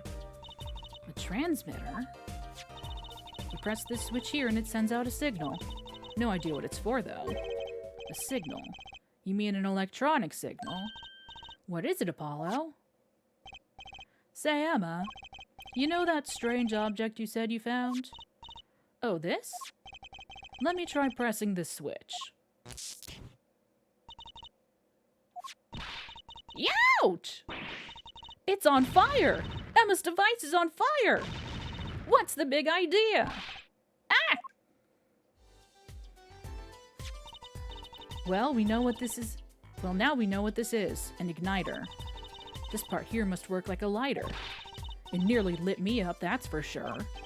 Hey, don't look at me like that. I didn't do it on purpose. I suppose. At least we're getting somewhere with this case. Hey, Apollo.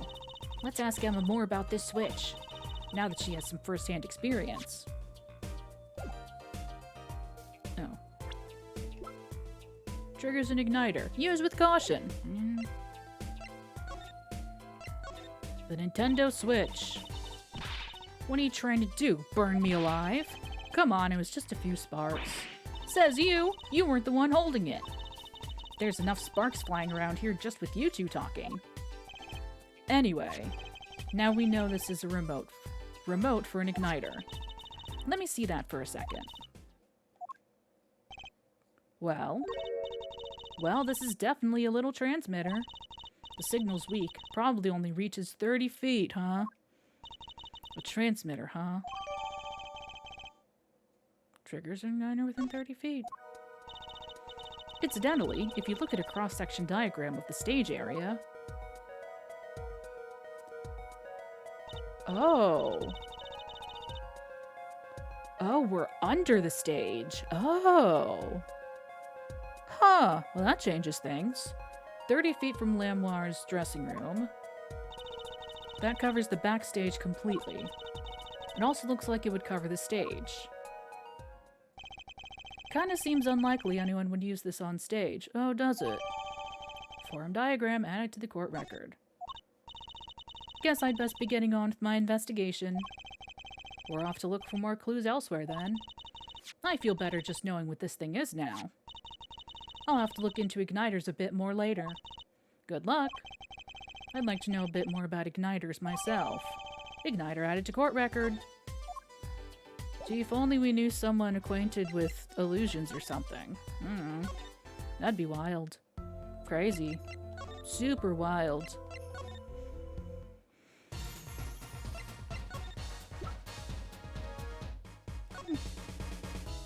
Let me look at it, though. All these little parts. It's pretty complex. Guessing this is where the fire comes out. Other than that, good thing machines run even if we don't know how they work. That's what Daddy always says. Not really saying you want to go around repeating, Jersey. I mean, I don't know how shit works.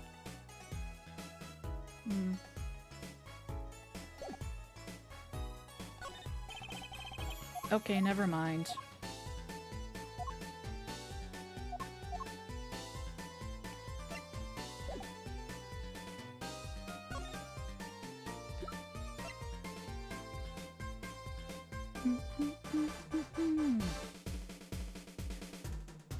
Hang on.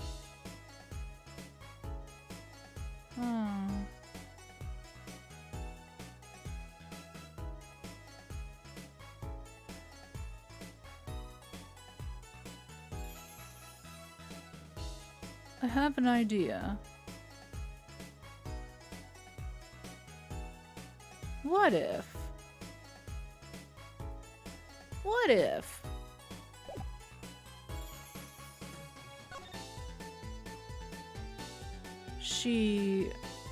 She went down a trapdoor over on the stage, ran along under this passage, and then went up into the other tower for the illusion. And then, in doing so... well, but that doesn't make sense. Never mind. I was gonna say that's when she, quote-unquote, witnessed the crime, but that doesn't make sense.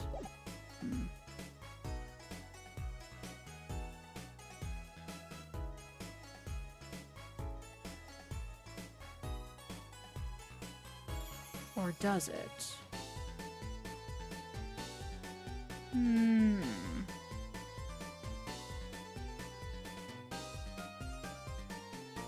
Or does it?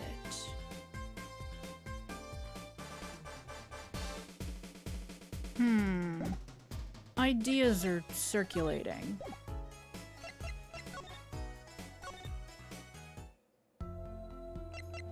Hey, do you know what this is? No. What about the stage?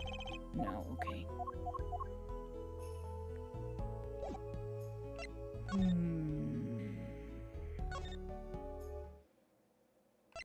Didn't think so.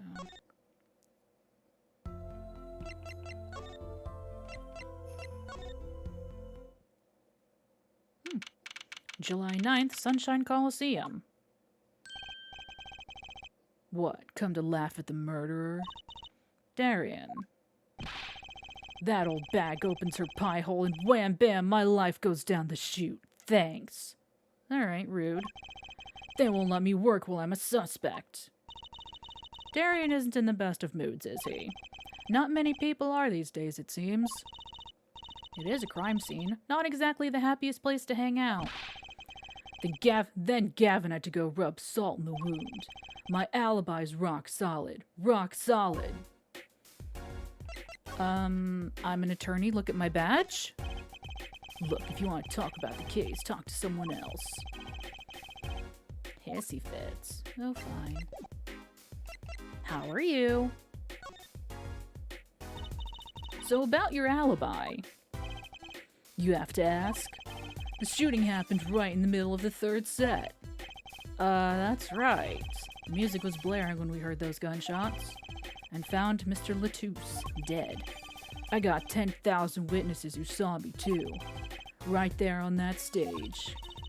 Your guitar playing was something else. Thanks, little lady. See? This whole thing's a sham. I can't believe they aren't letting me work. There's no need to yell at me. It's Lamoire's fault. She was the one who said she heard his voice at the moment of the crime. Man, I never even talked to that old windbag.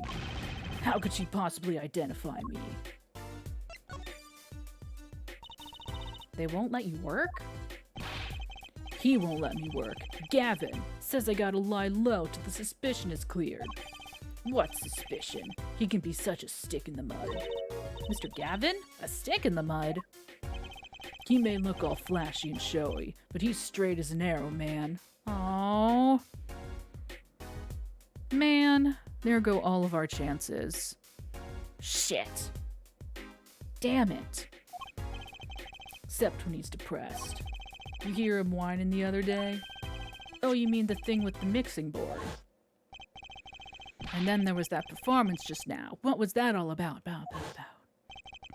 This part is off. Which is that? Second guitar. It was you, Darian. He's just a perfectionist is all. Not a bad guy, really. Well, I think the Gaviniers are the best. I have all your albums. Band's fine, too. Gavin could write a good tune, I'll give him that.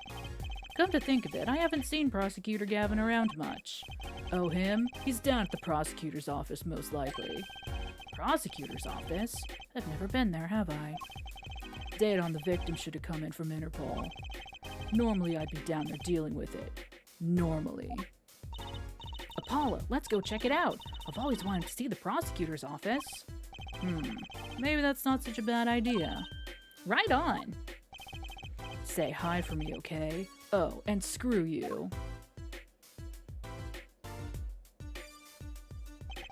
And tell him I want into that crime scene. We'll be going now. Hey, wait. Yeah?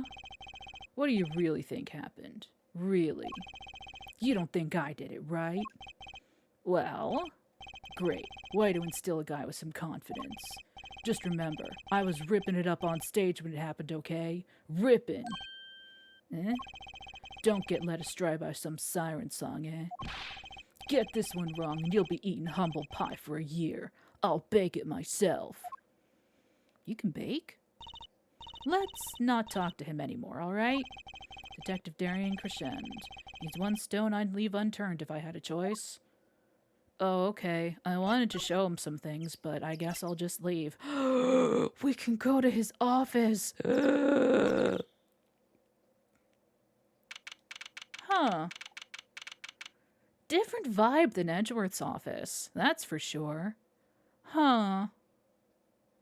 Very different. That's a big window. Is this like a corner office? Ooh. Very fancy. So this is it. The Gavineer's head office. I mean, it's just his office.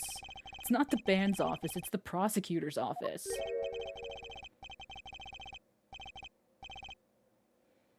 Yeah, so that's why I'm asking. What is this creepy thing, object, whatever? Looks like Prosecutor Gavin's on the phone. Oh well, guess we'll have to come back. Or we can hide behind that bookshelf real quiet-like. That's eavesdropping. Why? We'd just be waiting. Quietly, so he won't notice. What if we heard something scandalous about the band? She'd make a good reporter for a gossip mag. What? A replica? So why was he after it in the first place? Yeah, Latouche. Latouche? Look, don't talk to me about those Borginians, okay? Just get me that report. Chop chop. And stop leaving mysterious objects in my office, okay? It's times like these when I start to miss Darian. Huh? Hi, we totally weren't eavesdropping. I just came to say hi, you know? Hi. Bleh? Just thought we'd drop in. Hope you're not mad. How could I be? There's not enough tee-hee in the world in any case. Have a seat. Prosecutor Gavin, the philanthropist. Watch and learn, Apollo. So, who have you come to see? Huh? Klavier, lead vocalist for the Gavineers, or Prosecutor Gavin, scourge of the courtroom? What do you think he means, Apollo? I think he's giving us a choice. We can either ask him about the concert or the case. Which way to go? First things first, what the fuck is this? What's that on the plate there? Is that gum? Gum? Maybe he was chewing it when the phone rang. So he put it on the plate for later consumption? You'd think a rock star could afford a fresh stick. Don't jump to any conclusions now. That's no chewing gum. Take a closer look. Although I really shouldn't be offering, should I? What is that? Looks like a lump of plastic. Wait, that phone call. Yeah, so that's why I'm asking, what is this creepy thing, object, whatever? Looks like Prosecutor Gavin's on the phone. A replica? Why was he after it in the first place? Prosecutor Gavin, does this have something to do with Mr. Latouche? Wait a second. You were listening to my phone call, weren't you? Who, us? I tried to stop him, really, but he forced me to. Hey, you were the one digging for a scandal, Miss Reporter. To tell the truth, I'm not even sure what it is. But apparently it's a model of something undercover agent Mr. Latouche was after. This lump? Would you mind telling us what you do know about it? Probably would, but, you know, we'll ask anyway. That was an impressive bit of pyrotechnics that did this. That's the guitar from the concert, isn't it? I thought it was one of the staff playing a gag on me. I never guessed that wasn't the end of it. I had a specialist analyze the guitar, incidentally. Oh, did you find anything out? He didn't have a lot of time, so it's still unclear. But the results he came up with were intriguing. Intriguing? How does that guitar tie into everything that went on? Sounds like something we should ask about. Yeah, I'm not done looking around. Look at all the guitars! Why so many? You can never have too many guitars. They're like my lovers. I didn't just hear him say that. They're backup guitars, Apollo. Don't you know anything? Rock and rollers always smash their guitars at the end of a show. No wonder it's so hard to make it as a musician. You know what? You should try rocking a little, Apollo. And breaking his guitars while he watches? That might be a little too rocking. Of course, I would never do such a thing. Did I not say they are like my lovers? Do I seem like the kind of man who would do such a thing to the ones he loves? I mean, maybe if they consent. No, not at all. I mean, you're Mr. Gavin, upstanding prosecutor. What happened to Prosecutor Gavin, God of Rock? Uh-huh. The view is exhilarating, yeah? I sit here, gazing down upon the city, writing my songs. Try working on cases. Oh, fuck. Oh, shit, get his ass. It is the same thing. I write lyrics the same way I corroborate evidence.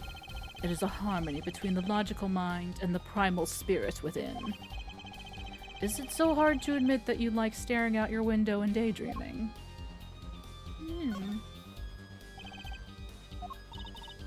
What's wrong, Apollo? You look confused. I was just wondering where the work chair in this office was. You're looking at my favorite chair right now. That's a massage chair, isn't it? That is an ergonomic adjustable office. I love the ones with the vibrating rollers on your back. Those feel great. Did I say something wrong? No, I merely realized the futility of an explanation.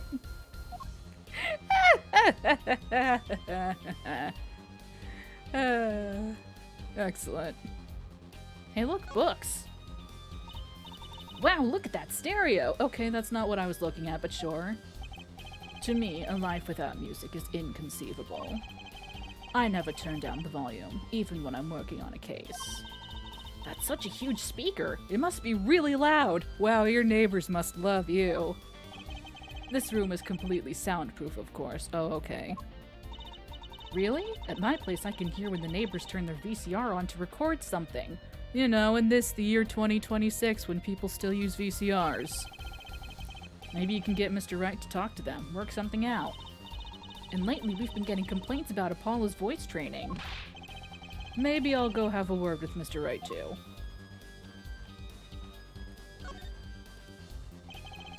This display shows all the evidence for the case. Look, Apollo, he's got 3 televisions! Hey, don't look at those too closely. I'm still sorting out the details. Each monitor shows evidence for a different case? He does them all at once? I wish I had 3 TVs. What would you possibly do with 3 television sets? I may look laid back and relaxed, but in reality, I'm quite busy, you know. I'm living life at turbo speed, doing magic, going to school, investigating cases, getting up and stretching with the get up and stretch chime.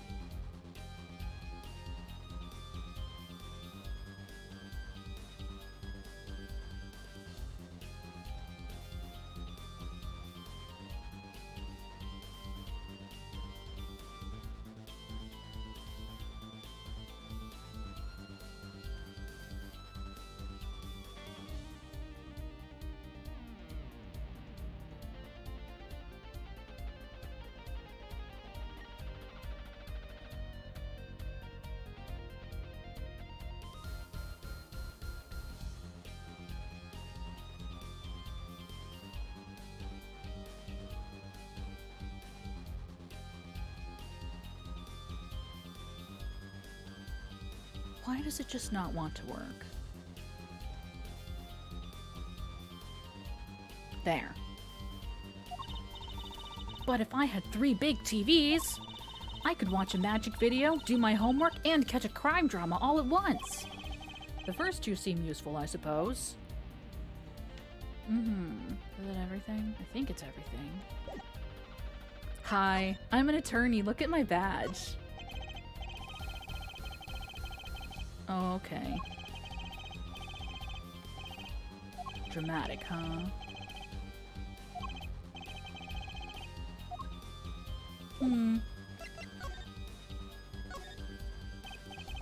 Ah, that reminds me. Did you see the paper today? Yes. I always read the TV section. Good girl. How about you, half forehead? I read the funnies. Welcome back, Mittens. Ooh. You're just in time. We've been hanging out with Klavier. Then you will not have seen this. Concert of Tragedy, the prosecutor's deadly song. Ooh, is that a new show? I haven't heard about that one. It's not a show. It's an article. News, you know. Oh, does this have anything to do with the case? Since getting back from the trial, my phone has been ringing off the hook. How does it feel to take a man's life with a song? Have you ever hummed a man all the way to death row? Do you think you could sing for me over the phone? Oh. Oh no. Oh no. Oh no. I don't like that. Oh no. Oh no. Oh no. It is endless, endless, thanks to the case you made today, of course. Oh, that was all Apollo's idea. Hey! Is that a newspaper over there, too? Ah, yes, the Bourguignon Daily Bugle. Go ahead, take a look. Thanks, but I can't read Bourguignon. Oh, that's right. Suffice to say, this is big news over there as well. Though they didn't go so far as to mention the lyrics to my song. Probably no one in Virginia could believe it. It's probably seen as just a theory at this point. A game theory? The journalist didn't see the need to mention it. That makes sense. I hardly know what to think of it myself. Virginia newspaper added to court record. Lamoire's testimony will probably be in the evening edition, I'd imagine. Which is why I've had Darian step down from the investigation for now. Yeah, we ran into him moping in front of the Coliseum. Lamoire was my invited guest, so it is a rather delicate situation. You understand how much I want to solve this case. Quickly, if possible. Yeah... I really loved that song. It had such a great atmosphere to it. You co-wrote it with Lamoire, if I remember correctly. That's right. It was last year. I had gone to tour Virginia's legal system, as a matter of fact. And that's when you heard Lamoire's voice? It was at a small jazz club. I wept that night. I knew I had to meet her, to talk with her. So I used my influence, which is not inconsiderable, to arrange a meeting. Wow, prosecutors really have a lot of clout. Probably the rockstar thing, but sure. I think he's sort of a special case, Trucy. Thankfully, she liked the work I did, and we wrote a song right there, backstage. Machi on piano, that dulcet voice, and myself on a guitar that I borrowed from Lamoire. Oh, while you were there, I see. Never mind. And music history was made. Probably not an experience your average lawyer would ever have. Like Apollo, say. Hey, thanks. It is a memory I hold dear, and the song we wrote that night was this. And that very guitar is right over there. Oh. You mean this charred lump? Don't call it a lump. That's a piece of history. And it's only borrowed, not really charred. Oh, browned. I read that wrong. No matter. I shall never sing that song again. I wouldn't have used that guitar again either, even if I could have. What happened during that song anyway? Why did the guitar suddenly catch on fire? Do you think you could show it to us? Your slightly burnt guitar. I'm sure he doesn't mind. What more could happen to it? It was a beautiful instrument. It was played lovingly for many years. A guitar befitting a woman like Lamoire. How did it end up here? She gave it to me. I mentioned how much I enjoyed playing it that night, and she made a present of it. So this guitar is from Virginia? That it is. We couldn't carry it on the plane. Changes in air pressure and humidity ruined the wood. So we vacuum-packed it in Lamoire's studio. Huh. Oh. Interesting. I used a special shipping service available to me for transporting evidence. That seems like an abuse of power, but okay. They brought it right up to my office for me. Pristine and untouched. See? Prosecutors do have a lot of clout. I still think he's a special case. That's our tax dollars. Such a valuable guitar. Too bad it got burned. Prosecutor Gavin's guitar added to court record. 1 second.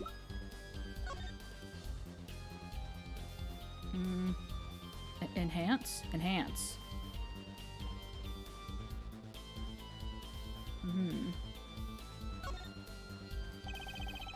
Lightly scorched, and then there's lightly scorched, and then there's this. It's burned clean through. Yep, it's pretty much a useless piece of junk. Kinda like you after a trial, Apollo. Which part? The burned clean through or the useless piece of junk? Thanks, Trucy. Can always count on you for moral support.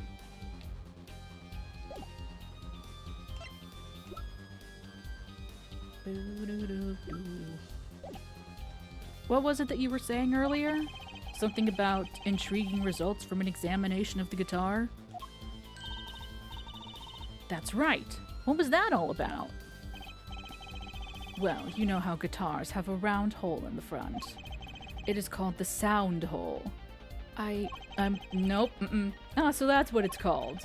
Well, they found something attached to the wood just inside the hole. A broken device of some sort. A broken device? He does know a lot about sound.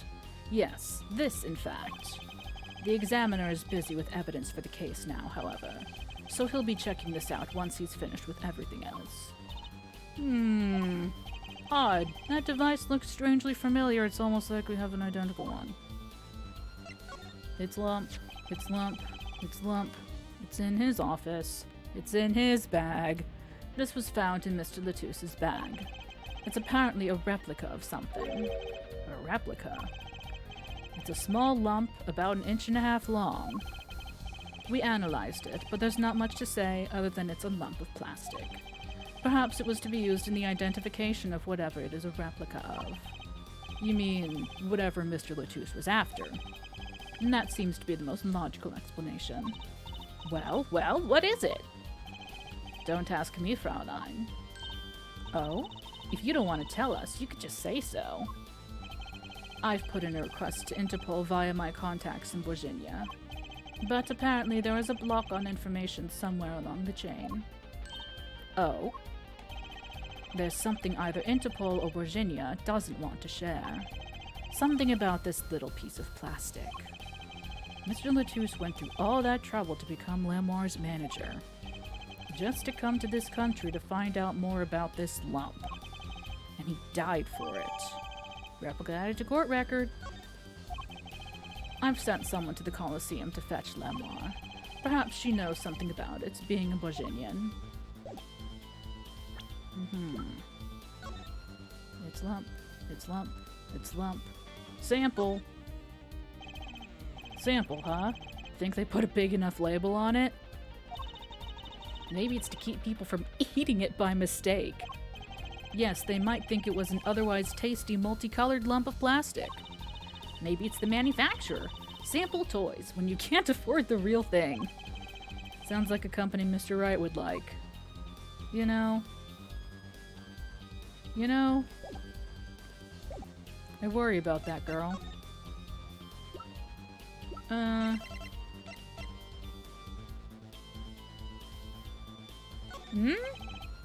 Yeah, no, I didn't think so. I was just curious. Anywho. Meh? No. Ah! That looks like one of our toy-issue headsets. Why are you wearing it, Fraulein? I thought it'd be cool. I could pretend I was concert security and stuff. Actually, we found it at the venue and thought you might want it. Oh no, I didn't want to give it to him. Oh no, please, you keep it. It goes well with your cape, Fraulein. What? You think? She does look like she belongs on a stage, that's for sure. Yeah, okay. Meh? Prosecutor Gavin, about this— wait! Excuse me, did you say something? This remote control might be valuable ammunition for the trial tomorrow. Too early to show my hand now. You would think someone with such a loud voice would speak more clearly, yeah? Oh, nothing. No, I didn't think so. Alrighty. Hey, Hey, hi, hello. I have a present for you. It has to be one of these. What is it, Apollo? That device that was found in your guitar. Take a look at this. Why, that looks like the same thing. What is it? It's an igniter. Another one? It was at the crime scene, in Lamoire's dressing room. Detective Skye found it, actually. At the scene of the crime. What could that mean, I wonder? I believe that covers everything I'm at liberty to talk to you about. Oh.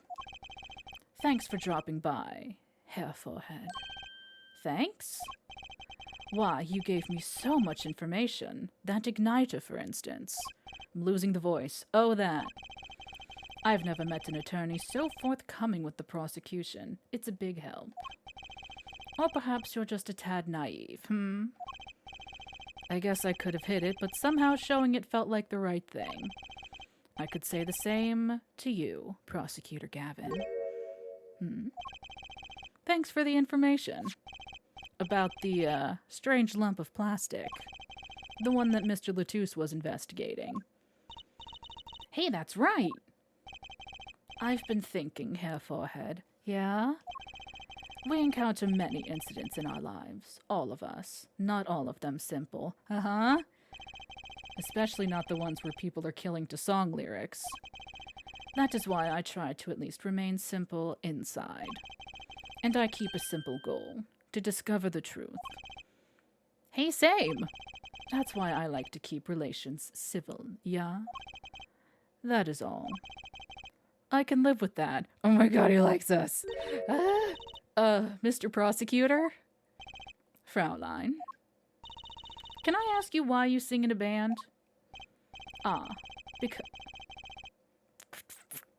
Because I want women to turn and look when I walk down the street. I don't think you need to sing in a band for that, sir.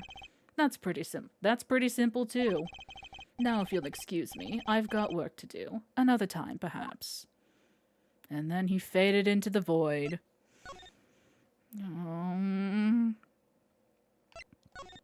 Man. July 9th, Sunshine Coliseum. Oh, hi. Oh, it's you. You came at a good time. Product in the marketing. Hello there, Emma. What's up? Either of you know where Lamoire is? Well, I saw her in the backstage hallway a while ago.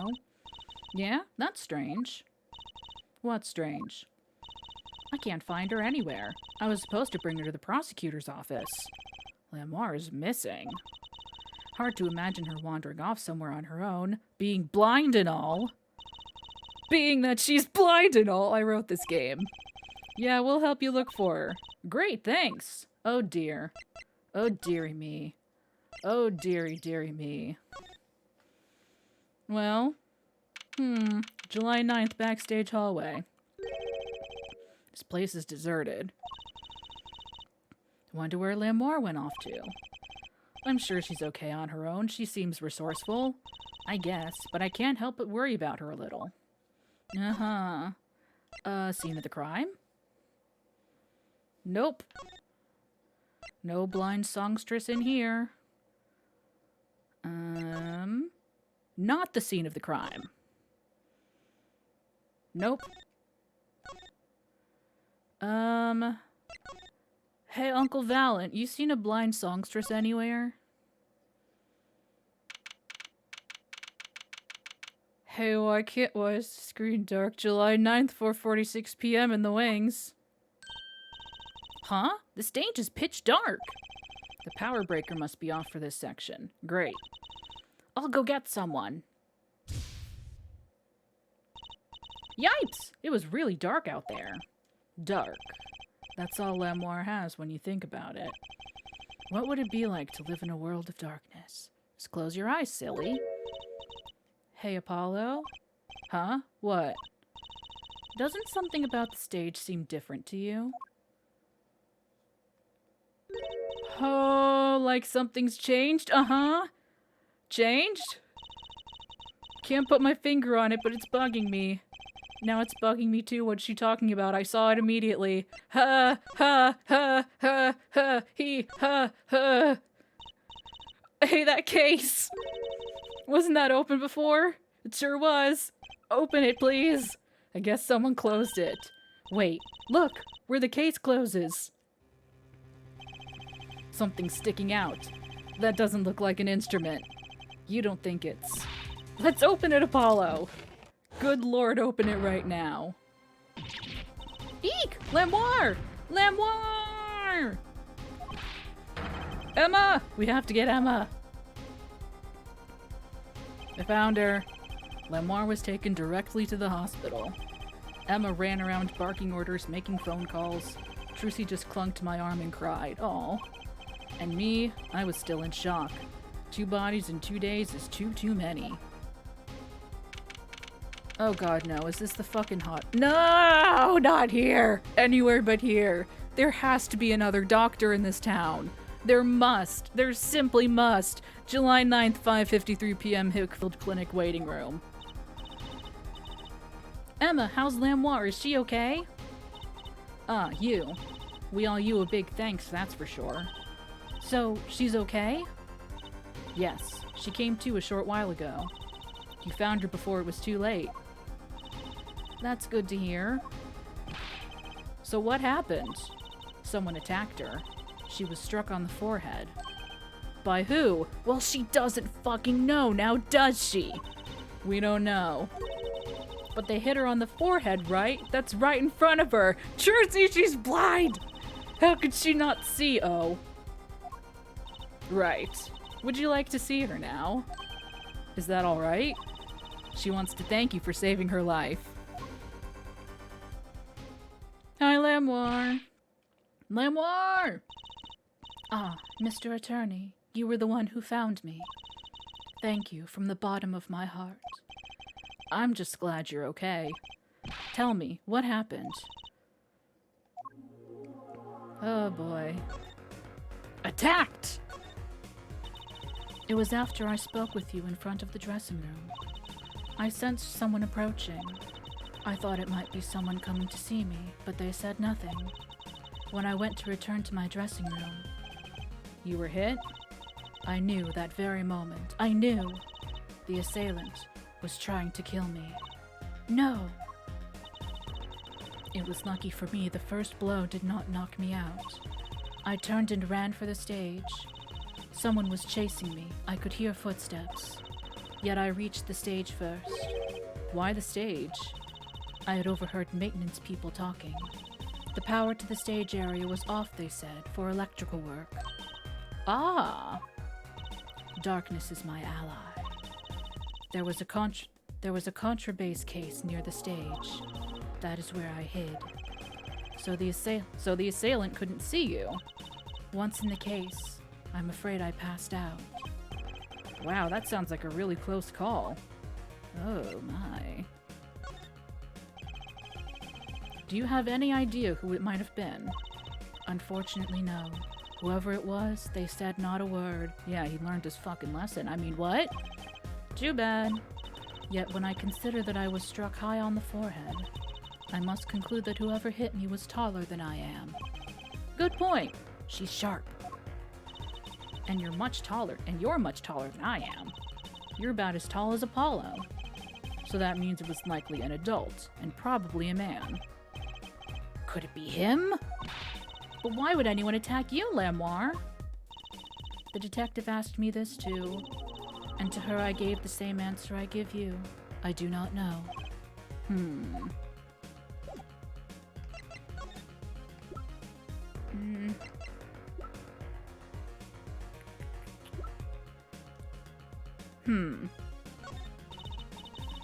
Not quite recovered from the attack.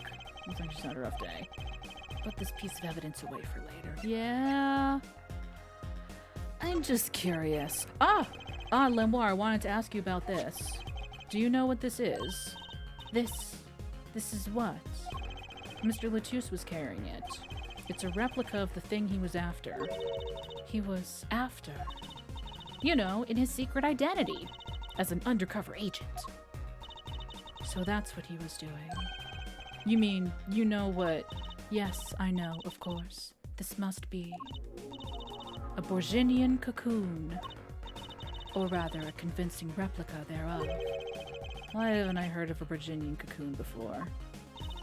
Why would he be carrying this around? Was it some kind of souvenir? I wonder. Can I ask you about that now? Yeah. Well, they call it Borginian. It must only be found in Virginia. For certain, all in Virginia know of these. It's a cocoon, so do you get silk from it? I do not know the details, I am sorry to say. Thought you said all in Virginia knew of these. There is one fact I do know about the cocoon, though. Something all in Virginia know. What's that? The cocoons, they are not to be taken out of the country.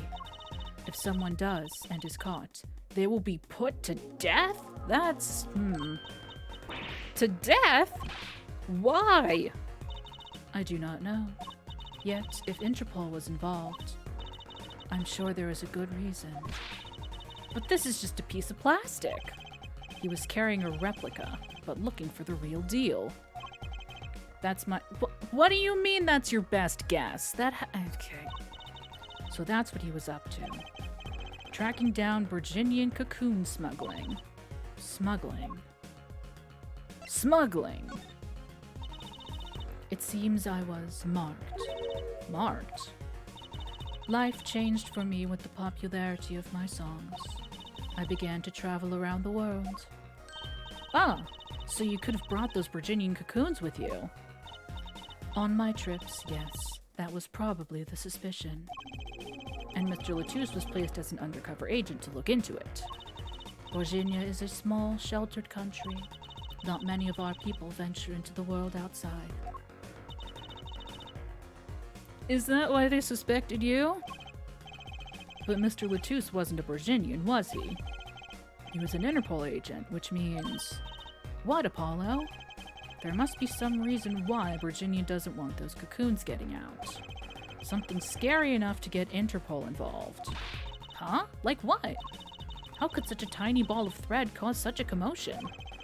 Cocoon smuggling. And Mr. Latouche had Lamoire marked. It couldn't be her. Huh? There's one other person I need to talk to. Thank you for talking to us, Lamoire. It was the least I could do. Actually, I have another request.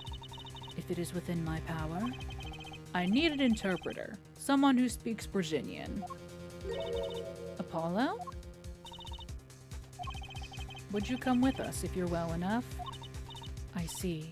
Yes, of course. I shall accompany you. Huh? Where are we going? Where do you think we're going, Trucy? Come on, Trucy. We're about to get to the bottom of this. July 9th, Detention Center, Visitor's Room.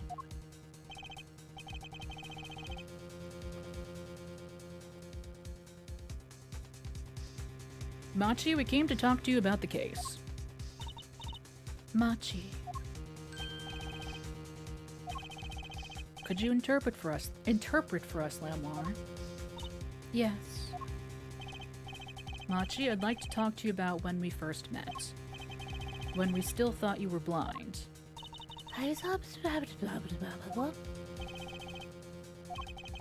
Now we know the truth. You can see, right? I was completely fooled myself. Machi, isn't there another secret you're hiding from us? Wait, Mr. Attorney. What do you mean by secret? What do I mean by secret? Well... Is? If I'm not mistaken, you know something about this, don't you? Hey, you got a reaction. A big one. Machi, you didn't. Jersey and I are trained to see people's uncertainty. Not that we would have needed any training to see that one. Mr. Attorney, please tell me what this is about. Lamoire, please interpret. Very well. I know you know something about this by your reaction. If you won't tell me, I might have to give it to the prosecution, who already had it, and I guess we took it, and have them look into it.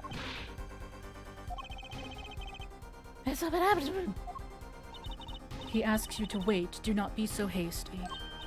Machi? Is that? Do you know everything? Yes, everything. Well, sort of. So no. Have him tell us about it. Very well. Okay, so you can understand English, but you don't speak it. That or Lamoire is interpreting really, really fast.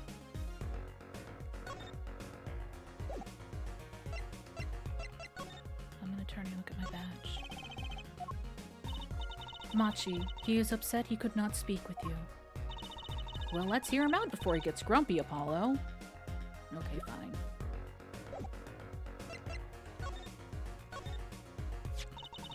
What is this cocoon, anyway? The cocoon, the silk, is a potent cure. A cure? Must cure some disease. It's a cure for... No. No, stop. You can't do this. You can't do this. You can't do this to me. No, stop.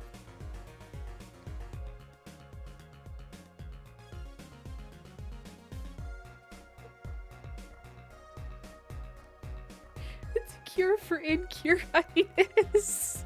I can't keep getting away with this. Ugh, fuck. The cure for incuritis? Famously uncurable disease, incuritis? Fuck. It's a phoenix down. But if it's a cure, why keep it in Virginia like that? Just think of all the lives they could save by sharing the medicine. I do not understand the reasons myself. Okay, well, at least we know what it is. A cure. Hey, remember how the defense justice's son or whatever has some kind of incurable disease? That's funny. That's a funny coincidence, isn't it? And Mr. Latouche was after cocoon smugglers. Wait, was Machi... Machi, you weren't. He couldn't be a smuggler. He's so little. Well, you're only 15, and you're sort of a magician, aren't you? Well, that's true. I am sort of a magician. She said sort of! Oh, to have a copy of that security camera tape. Well, Machi, are you a smuggler?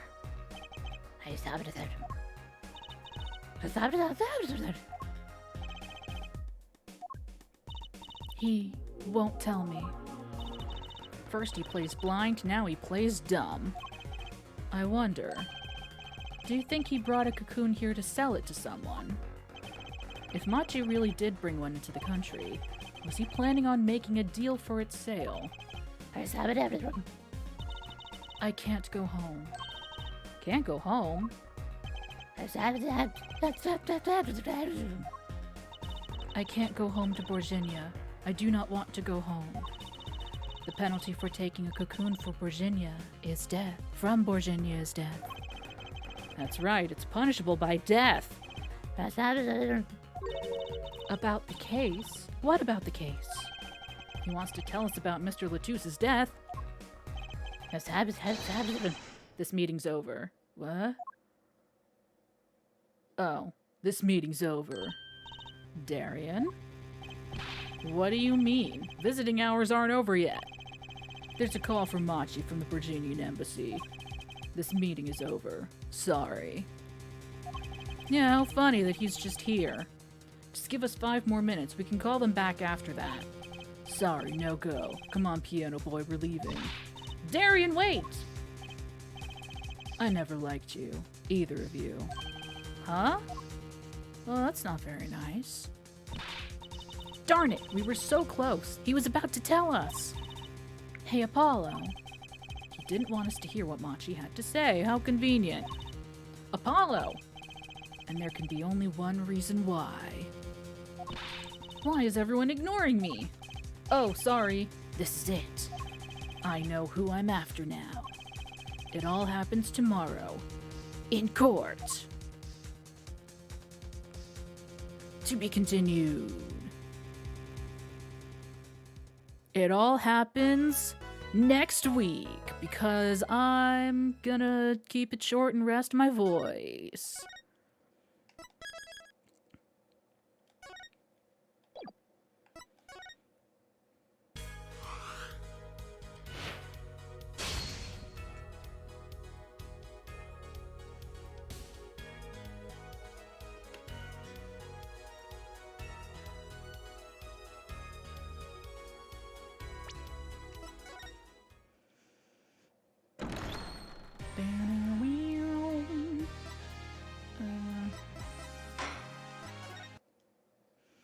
Thank you all for joining me here today. Things are heating up. They're getting exciting. Not that they weren't already. I'm rearranging some cables. I'm good. Well, quantity and/or quality of vocal warm-ups that I did doesn't seem to have helped a whole lot. So, meh. Yeah. I mean, I said it would take a bit longer, and I don't want to stress my... you know. Play it safe, you know?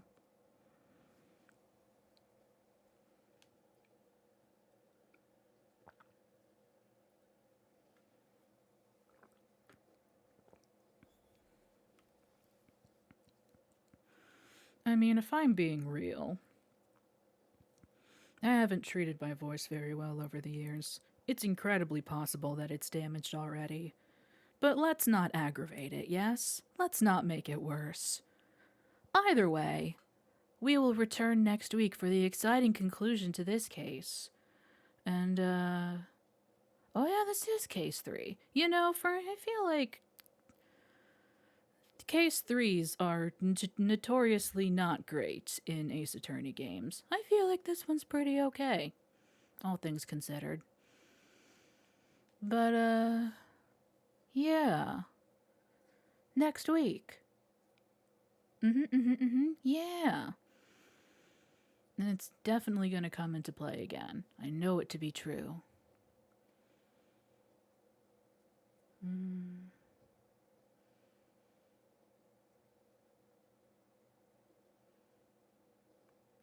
Yes. Okie dokie. Next week. Oh, next week is the end of March. Thank you all for joining me. Thank you all for hanging out. Next week is the end of March. Time continues onward. My old nemesis, the passage of time, strikes again. We are running out of March. All out of March. So lost without you. Okay, I'm gonna go now. I'm gonna go now. Goodbye, good night, have a good farewell. So long, farewell, auf Wiedersehen. Bye-bye.